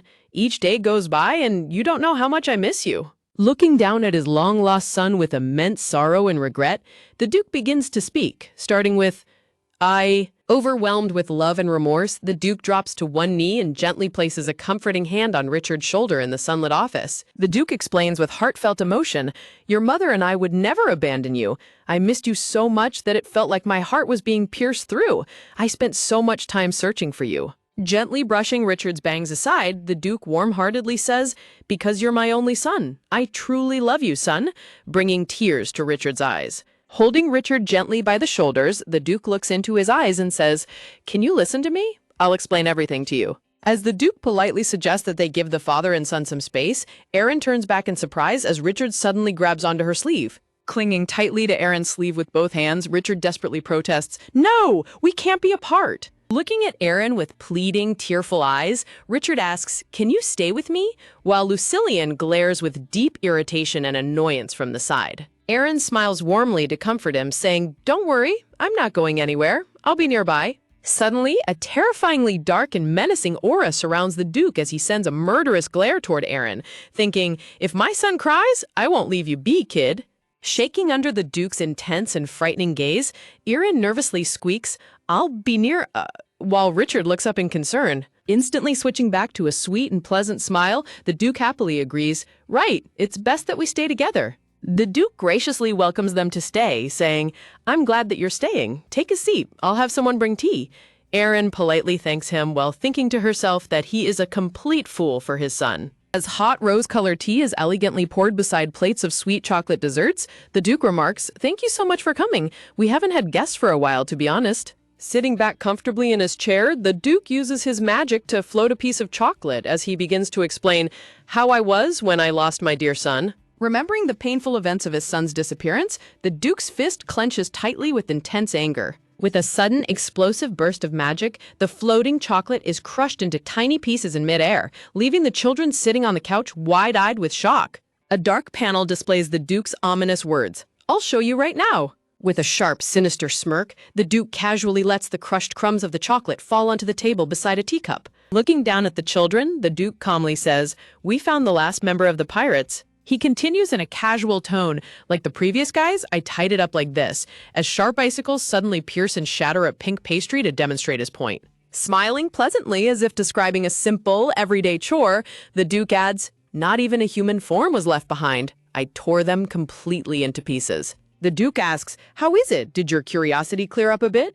leaving Aaron completely speechless and sweating in horror as she questions why anyone would describe graphic torture and murder in such vivid detail to young children. Aaron panics, thinking, even in front of an 8-year-old, he must be shocked, as Richard rubs his eyes, looking deeply affected by the story. To Aaron's surprise, Richard speaks up with immense admiration, saying, "I never knew you would put so much effort," to which the Duke proudly replies, "I'm glad you liked it too. It must have been a more cruel sight than you can imagine." With an adorable, sparkling smile, Richard happily asks, "If this happens next time, you have to show me, Dad. I want to see it with my own eyes." Overjoyed by his son's enthusiastic interest, the Duke beams and replies, "Of course, son. At that time, my wife and you should watch it together." As the father and son share a heartwarming, sweet bonding moment, Aaron sits in the middle looking absolutely exhausted and dead inside. A maid enters the room politely to announce, "Dinner is ready," prompting the Duke to realize, his time has already come? Standing up to guide them, the Duke says, "Dinner is ready, so let's eat it. My son's friends can also spend as much time as they want here," before addressing Irene about a previous matter. Irene turns her head in surprise as the Duke suddenly calls out her name, Irene. Gesturing to the room, the Duke requests in a serious tone, "Let's talk alone for a while." A brief notice screen appears, signaling a temporary pause in the story before the scene transitions back to the main events. Thrown into a complete frenzy, Richard throws a massive temper tantrum, screaming, "No, I want to be with Bam Bam. I won't go outside." As a maid carries the thrashing child out of the room, the Duke cheerfully calls out, "Son, Dad will bring your friend soon. Please be patient and eat delicious food," while Richard desperately screams, "Let go of me." The Duke continues to wave with a sweet smile, saying, "See you later," while Richard's frantic screams fade down the hallway, shouting, "If Bam Bam can't eat dinner, she'll collapse. Bam Bam, ah!" The cheerful smile instantly vanishes from the Duke's face, replaced by a cold, sharp expression of absolute seriousness. Looking directly at her with a calm but piercing gaze, the Duke speaks her name once more, Aaron. Observing his sudden and drastic mood swing, Aaron's sweat drops and warily thinks to herself, his looks changed immediately. This man is strange. Setting down his teacup, the Duke asks, "I have a question for you first. Richard, where did you first meet him?" And Aaron honestly replies, "In an orphanage. There is an orphanage for children far away." Letting out a heavy sigh, the Duke pinches the bridge of his nose in deep sorrow and whispers, "So it was an orphanage." The Duke explains to her, "Aaron, you'll understand it yourself, but sorcerers' children can't get along with normal children. Children have an instinctive sense. They tend to ostracize other mages." The Duke laments, "How hard would it have been without anyone to protect you?" prompting Aaron to speak up and offer some reassurance, saying, "Oh, but..." Aaron smiles brightly and explains, "Fortunately, I met a good teacher at the orphanage. I don't think it was very difficult or depressing," which surprises the Duke as he repeats, "Teacher?" Aaron continues, "He is the director of the orphanage, and his name is Albion. Thanks to his extreme care, consideration, and love, Richard grew up very well without any major problems." Hearing this, the Duke murmurs, "He did a good job as his dad. He didn't harm the children, so I should probably bring the director here instead." Leaning back, the Duke states, "I hate that my son has suffered, but I can't help it," and Aaron politely nods, replying, "Yes." Taking a slow sip of his tea, the Duke looks at her and asks, "Have you thought of your reward? You saved my son," leaving Aaron repeating in surprise, "Reward?" The Duke confirms his offer of a reward, saying, "Yes, reward. Well, I mean, whatever you want, I'll give it to you.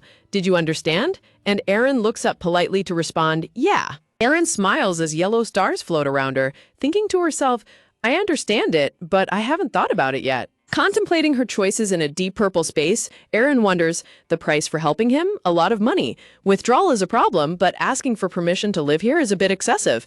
Cash? It will be heavy. Jewel? How can I handle it? More fundamentally, suddenly a bright light bulb pops up above Aaron's head as a brilliant idea strikes her, causing her to gasp in surprise.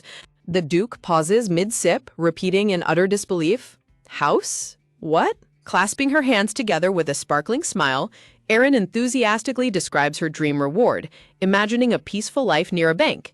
It would be nice if it was a small, one-story wooden house in the capital city. Setting his teacup down with a quiet click, the Duke looks at her thoughtfully and replies, "Giving it to you is not a problem at all." But the Duke gazes at her intently and says, "Especially for beasts like you, I think it's too much," leaving Aaron sweating in absolute shock as she gasps. Leaning back comfortably, the Duke casually reveals, "The tail is well hidden. I knew it when I saw the magic flowing from your body." As his violet eyes glow with magical insight, Aaron panics, thinking, "It's a spell?" The Duke continues, "Aaron, I don't know if you were a human beast or not. If a human beast without an owner owns a house in the capital alone?" Aaron looks down with a tense and worried expression as the Duke gravely warns, "No one will help them no matter what crime happens at any time." A panel explains the harsh rules of the world. The Empire has one tacit promise. It is said that a human beast must belong to either a family or owner. That way, even the lowest-ranking people of the Empire can receive the protection of the law. even if it is weak. Showing an illustration of a young Aaron surrounded by small lizard-like creatures, the Duke adds, "But you don't have an owner. The only option left is to go back to your family." Looking across the coffee table at her, the Duke asks, "So what is your race?" To which Aaron warily replies, "A lizard." The Duke raises a finger to his chin, repeating in deep curiosity, "Lizard?"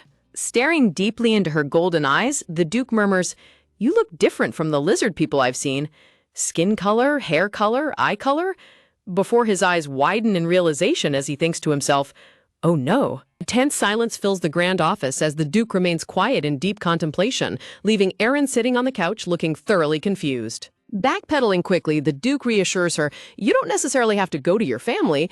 I said something wrong." Aaron's sweat drops, highly suspicious, and wonders, What did he think? Letting out a sharp, confident smirk, the Duke raises his hand and says, "Instead, let me make a special offer. I'm sure you will like it too." Aaron sits up straight, bracing herself as a tense, cold, magical draft surrounds her. Aaron catches a fluttering piece of paper in her hands and reads the terms in complete disbelief, exclaiming, "Being siblings?" Aaron taps the paper with her quill as the Duke lists the incredible terms of his contract: food, clothing, education, safety, and a house to live in for the rest of your life. The Duke emphasizes, especially for someone from an orphanage like you, prompting Aaron to grip the document tightly as she stares down in silence. Looking through the large office windows from the outside, the Duke's final words echo, "How is it? Would you accept the offer?" The scene transitions to a panoramic view of a bustling medieval town under a clear blue sky, with a tall, elegant spire rising above the clustered houses. Various townspeople and hooded travelers walk past each other on their daily routines along the stone-paved streets of the town. A hand holds a complicated, hand-drawn map of the town streets, featuring a rose-topped cake illustration, as a frustrated voice complains, "How is this town so complicated? I want to know how many times I'm going around the same place now." Pulling his hood low, the young boy mutters with determination, "I have to tell my father that we need to repair the town. The road is very messy." Walking past street vendors and beggars, the hooded boy checks his map and says, "Let's see, 12th 6th Street. Where would 12th Street be? This is 20th Street, so we have to go further." Suddenly, a powerful gust of wind sweeps through the alleyway, catching the boy off guard as he gasps, "Ah!" As his hood falls back, the boy's stunning golden blonde hair and brilliant crimson eyes are revealed, surrounded by a radiant, sparkling glow. Realizing his face is exposed, he quickly grabs his dark hood and pulls it back down over his head to hide his identity. Frustratedly scratching his covered head, he groans, "Sheesh, I can't solve anything. I thought it would come out today." An elegant illustration of Lady Lillian, a noble young lady with long red curls, appears as he thinks to himself, "It's Lady Lillian's birthday soon." He resolves to find her the perfect gift, thinking, "What the young lady wants, even if I collapse while searching for it." Looking incredibly determined under his dark hood, he fiercely vows, "I will have it with my own hands." As the boy runs down the cobblestone street, Enosh continues to resolve, "Wait, Lady Lillian, Enosh will put a present in your hand." A mysterious, spike-haired man stands quietly in the shadows, staring after the running boy in silence. Letting out a sharp, sinister smirk, the man chuckles softly and whispers, "I found him." Back in the grand office of the Duke, he calls out, "Lisa," and a maid promptly responds, "Yes, Duke." As a letter is politely handed over amidst yellow flowers, the Duke instructs, "The children have arrived well. Be polite and tell him that he doesn't have to worry." The Duke adds, "Don't forget that I want to formally invite him later," and the maid person politely bows, replying, "All right." With a soft click, the grand doors shut, leaving the Duke sitting quietly at his large desk as sunlight streams through the tall windows. Resting his chin on his hand, the Duke stares forward in deep, silent contemplation. Irene sits demurely on the sofa, her hands resting on her lap as she politely says, "Thank you for the suggestion, but I guess I'll have to think about it a bit. Let me think about it." The Duke recalls his first impression of her. "Since the first time I saw you, a little girl who showed no expectations in her eyes." Looking across the room at her, the Duke gently coaxes, "Aaron, opportunities like this won't come any time again. Or do you want to go back to that orphanage?" Aaron looks down as the words echo heavily in her mind. "The orphanage?" Looking up with quiet determination, Aaron explains, "It is a very meaningful place for me and other children. I don't know how you see it, but if it wasn't for the orphanage, I wouldn't have met Richard." The Duke continues to analyze her character. It seems like a bright smile at first glance. At times, she even showed determination and thoughts that were not suitable for her age. He gazes at her, deeply intrigued by her personality and appearance. Aaron listens in silence as the Duke ponders her unique appearance, noting that she stands out beyond anyone's imagination for a child of a lizard family. The Duke continues his thought, reasoning that she must have been discarded from birth simply for being different from others, which is why she cannot return to her family. He imagines how terribly she must have been treated, perhaps even shunned as a servant of the devil by those around her. As the Duke watches her, a sequence of scenes depicts Erin's lonely and difficult journey, wandering in the cold and rain before finally arriving at the orphanage. Holding a blue quill, the Duke makes a firm resolution, whispering to himself that he will definitely adopt Erin into his family. Sitting at his grand desk, he prepares the documents, admitting that while the match might not be as good as his own family, it is the best path forward. With a scratching sound, the pen glides across the paper as the Duke begins writing the official adoption forms. The completed adoption application document is shown, complete with a portrait of Erin and her details, 5 years of age and of the lizard race. The scene shifts to Erin waking up in a warm, plush bed, stretching lazily in her clean white nightgown after a comfortable night's rest. Iron sweat drops as she recalls how stressful and chaotic things got after her magic phone call with Albion, leaving her barely able to eat her dinner. In her memory, Charnette yells and points an accusing finger at Richard while Erin lies in bed, completely overwhelmed by their bickering. Charnette points dramatically to make a point, asserting that there is only one option left. Richard closes his eyes calmly, remaining completely unfazed by Charnette's energetic shouting. A pile of shiny gold coins pours down beneath a beautifully crafted golden bracelet, representing Erin's goals of securing financial independence. Iron's thoughts turn to her hidden mission, returning the fragments of balance. She realizes that delivering it herself is far too risky, as she imagines getting chased by angry shadows shouting, "A thief, get her!" while she desperately tries to explain that it is all a misunderstanding. A soft memory of her past flashes by, showing a weeping maid and a young girl clutching a stuffed tiger toy. Back in the room, Charnette tries to cheer her up, suggesting, "Then let's go for a walk and buy a letter paper. A short walk to the store?" Suddenly, Charnette lunges forward in protest, shouting, "Bam Bam," which makes Erin gasp in surprise. "What?" Charnette fumes with anger and points, yelling, "Give him a hard time, he keeps talking nonsense," while Richard calmly replies, "I was talking about the facts." Charnette vents her frustration to Erin, exclaiming, "Bam Bam, he said there's no way you're staying at my house with me," leaving Erin to utter a confused, "Oh." Charnette continues to fume dramatically, shouting, "This fool is really? Do you think I'm talking empty words? I will always be with Bam Bam." In a final, shocking declaration, Charnette screams, "We are going to get married too," leaving Erin utterly speechless and wide-eyed. Charnette stomps around the room in absolute fury, while Erin sits dumbfounded on the bed and Richard stands by looking completely indifferent. Charnette storms out of the bedroom, leaving Erin sitting upright on the bed, staring blankly in sheer disbelief at the word marriage. Charnette clenches her fist and proudly declares, "We will be a married couple. Me and Bam Bam will be a real family." Charnette turns around to demand agreement, asking, "We made a promise last time, didn't we, Bam Bam?" Only to find the bed completely empty. Spotting Erin trying to sneak out the door, Richard asks, "Where are you going, master?" And Erin nervously replies, "My head hurts. I'll take a short walk and come back."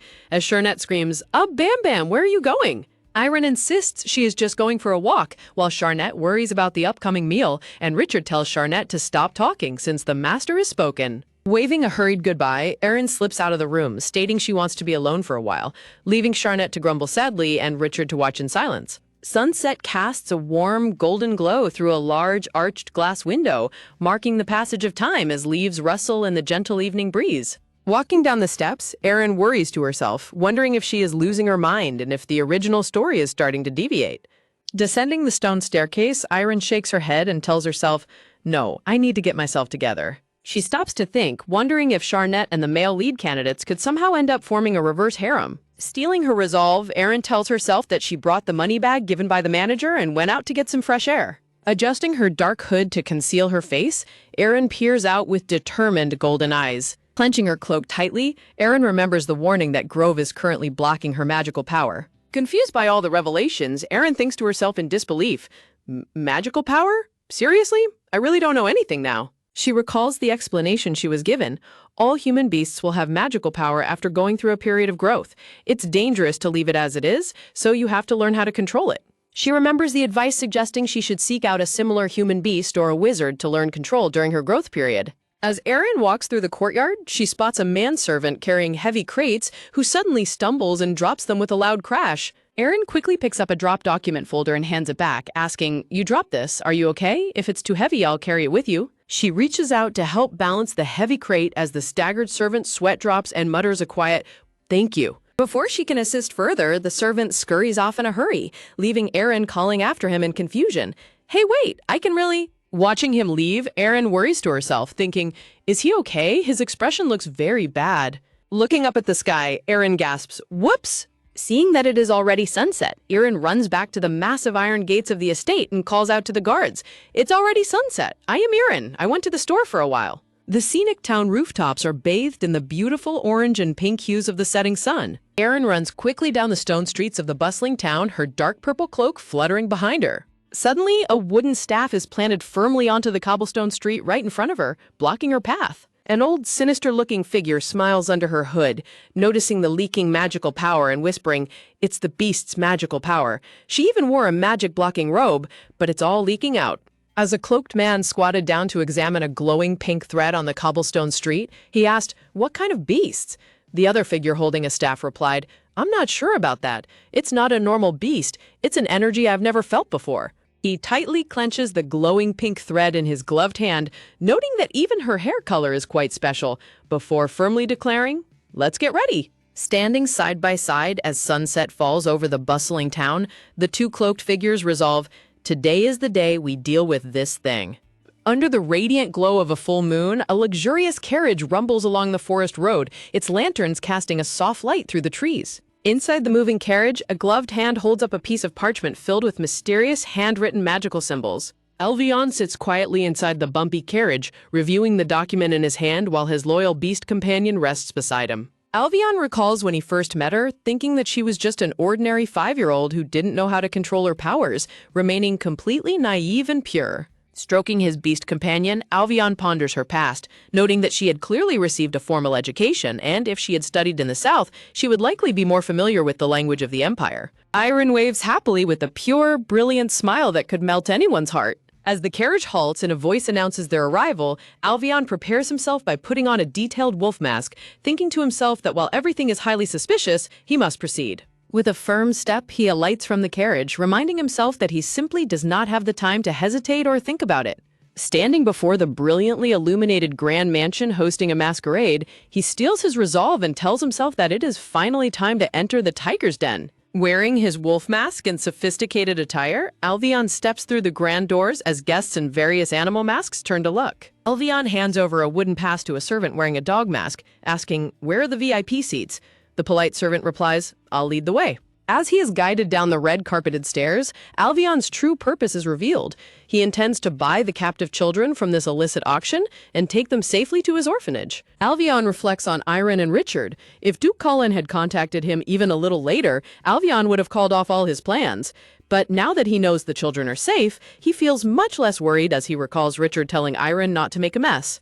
Inside a dim, barred cage, young Erin sits quietly, her golden eyes wide with a mix of curiosity and caution. The dog-masked servant leans in closer to Alvion, gesturing politely as he explains the details of the auction's products. Hearing footsteps and voices nearby, Erin tilts her head with an innocent, curious expression. Guiding Alvion down the dark corridor lined with iron cages, the servant boasts, "It's a new product that has just arrived today, although its race is lizard shapeshifter, but as you can see, its color isn't like the others, it's so colorful." Alvion flinches slightly behind his wolf mask as the servant continues to pitch the child, saying it's high quality and worth investing in. Upon hearing the servant suggest that the child can be used as a decoration, Alvion's grip tightens in quiet rage, cracking the wooden card in his hand. Unaware of Alvion's growing anger, the servant cheerfully adds, "It's the best product among the ones that came in today. You can keep it as a pet." The servant gasps in shock as Alvion opens his hand, letting the completely crushed wooden card crumble to the floor, muttering, "Oh, it's suddenly crushed." Alvion calmly asks if he is all right, but the flustered servant sweat drops and exclaims, "It can't just turn into powder like that. Your grip is very strong. I'll get you a new one." Shouting, "Please wait for me," the servant hurries off to fetch a replacement card, leaving Alvion standing alone in the corridor as he slowly turns his head toward Iron's cage. With a soft rustle, Alvion kneels before the iron bars and lifts his wolf mask to reveal his face to Aaron, asking, "Do you recognize me, headmaster?" Aaron gasps in silent surprise. Pleased to see him, Aaron eagerly nods as Alvion asks, "Are you hurt? Are you all right?" Letting out a sigh of relief, Alvion says, "All right, let's leave the details until later." Alvion instructs her in a low, serious voice. "Listen carefully, Iron. I'll get you out of here soon, but this time you must not do anything. I can only save you if no information gets out. Do you understand?" Understanding the gravity of the situation, Aaron nods obediently in agreement. Suddenly, the hurried footsteps of the returning servant echo down the hallway as he calls out, "Sir!" The dog-masked servant runs back with a new sign, apologizing, "I apologize for keeping you waiting. This is the new sign. Would you like to apply special offers on the product? If not?" Alvion politely declines, replying, "I'll take a look around for a while. Lead me to where there are many kids," which the servant readily agrees to. As they walk away, the servant continues to chatter. "There are still many great products. What do you think of the shapeshifter over there?" While Irin watches them leave from inside her cage. Listening to the fading sound of their heavy footsteps, Aaron watches in silence from behind the cold iron bars. Left alone once more, Erin's large golden eyes well up with tears as she holds back a sniffle, feeling overwhelmed by her situation. She slumps in the corner of her cage, reflecting on the bizarre reality that despite how absurd it feels, she truly was kidnapped. A whimsical diagram illustrates Irin's confusion, starting with her joyful expectation of going to a grand estate, only to end up in a highly questionable and mysterious situation. Aaron recalls the original plot of the story. This auction house is actually where Charnay was kidnapped and formed a deep bond with the prince. After being rescued by Alvion, she helped and befriended the prince, which served as a crucial stepping stone for Alvion to naturally build connections with the imperial palace. Clutching the iron bars, Iron pieces the clues together, realizing that Sharn must be locked up somewhere nearby.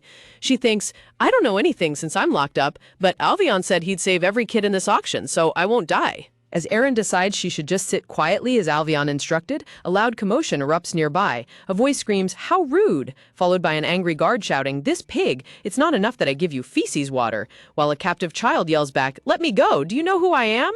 With a violent crash, the angry guard kicks a well-dressed blonde boy directly onto the cold floor of a cell, sending him sprawling as Aaron watches the brutal treatment in complete shock. Slamming the heavy door shut, the donkey-masked guard yells inside, "Shut your mouth and just stay there. You'd better say a prayer before you're sold." Left on the dusty floor, the furious boy points towards the door and screams, You scumbag, trash!"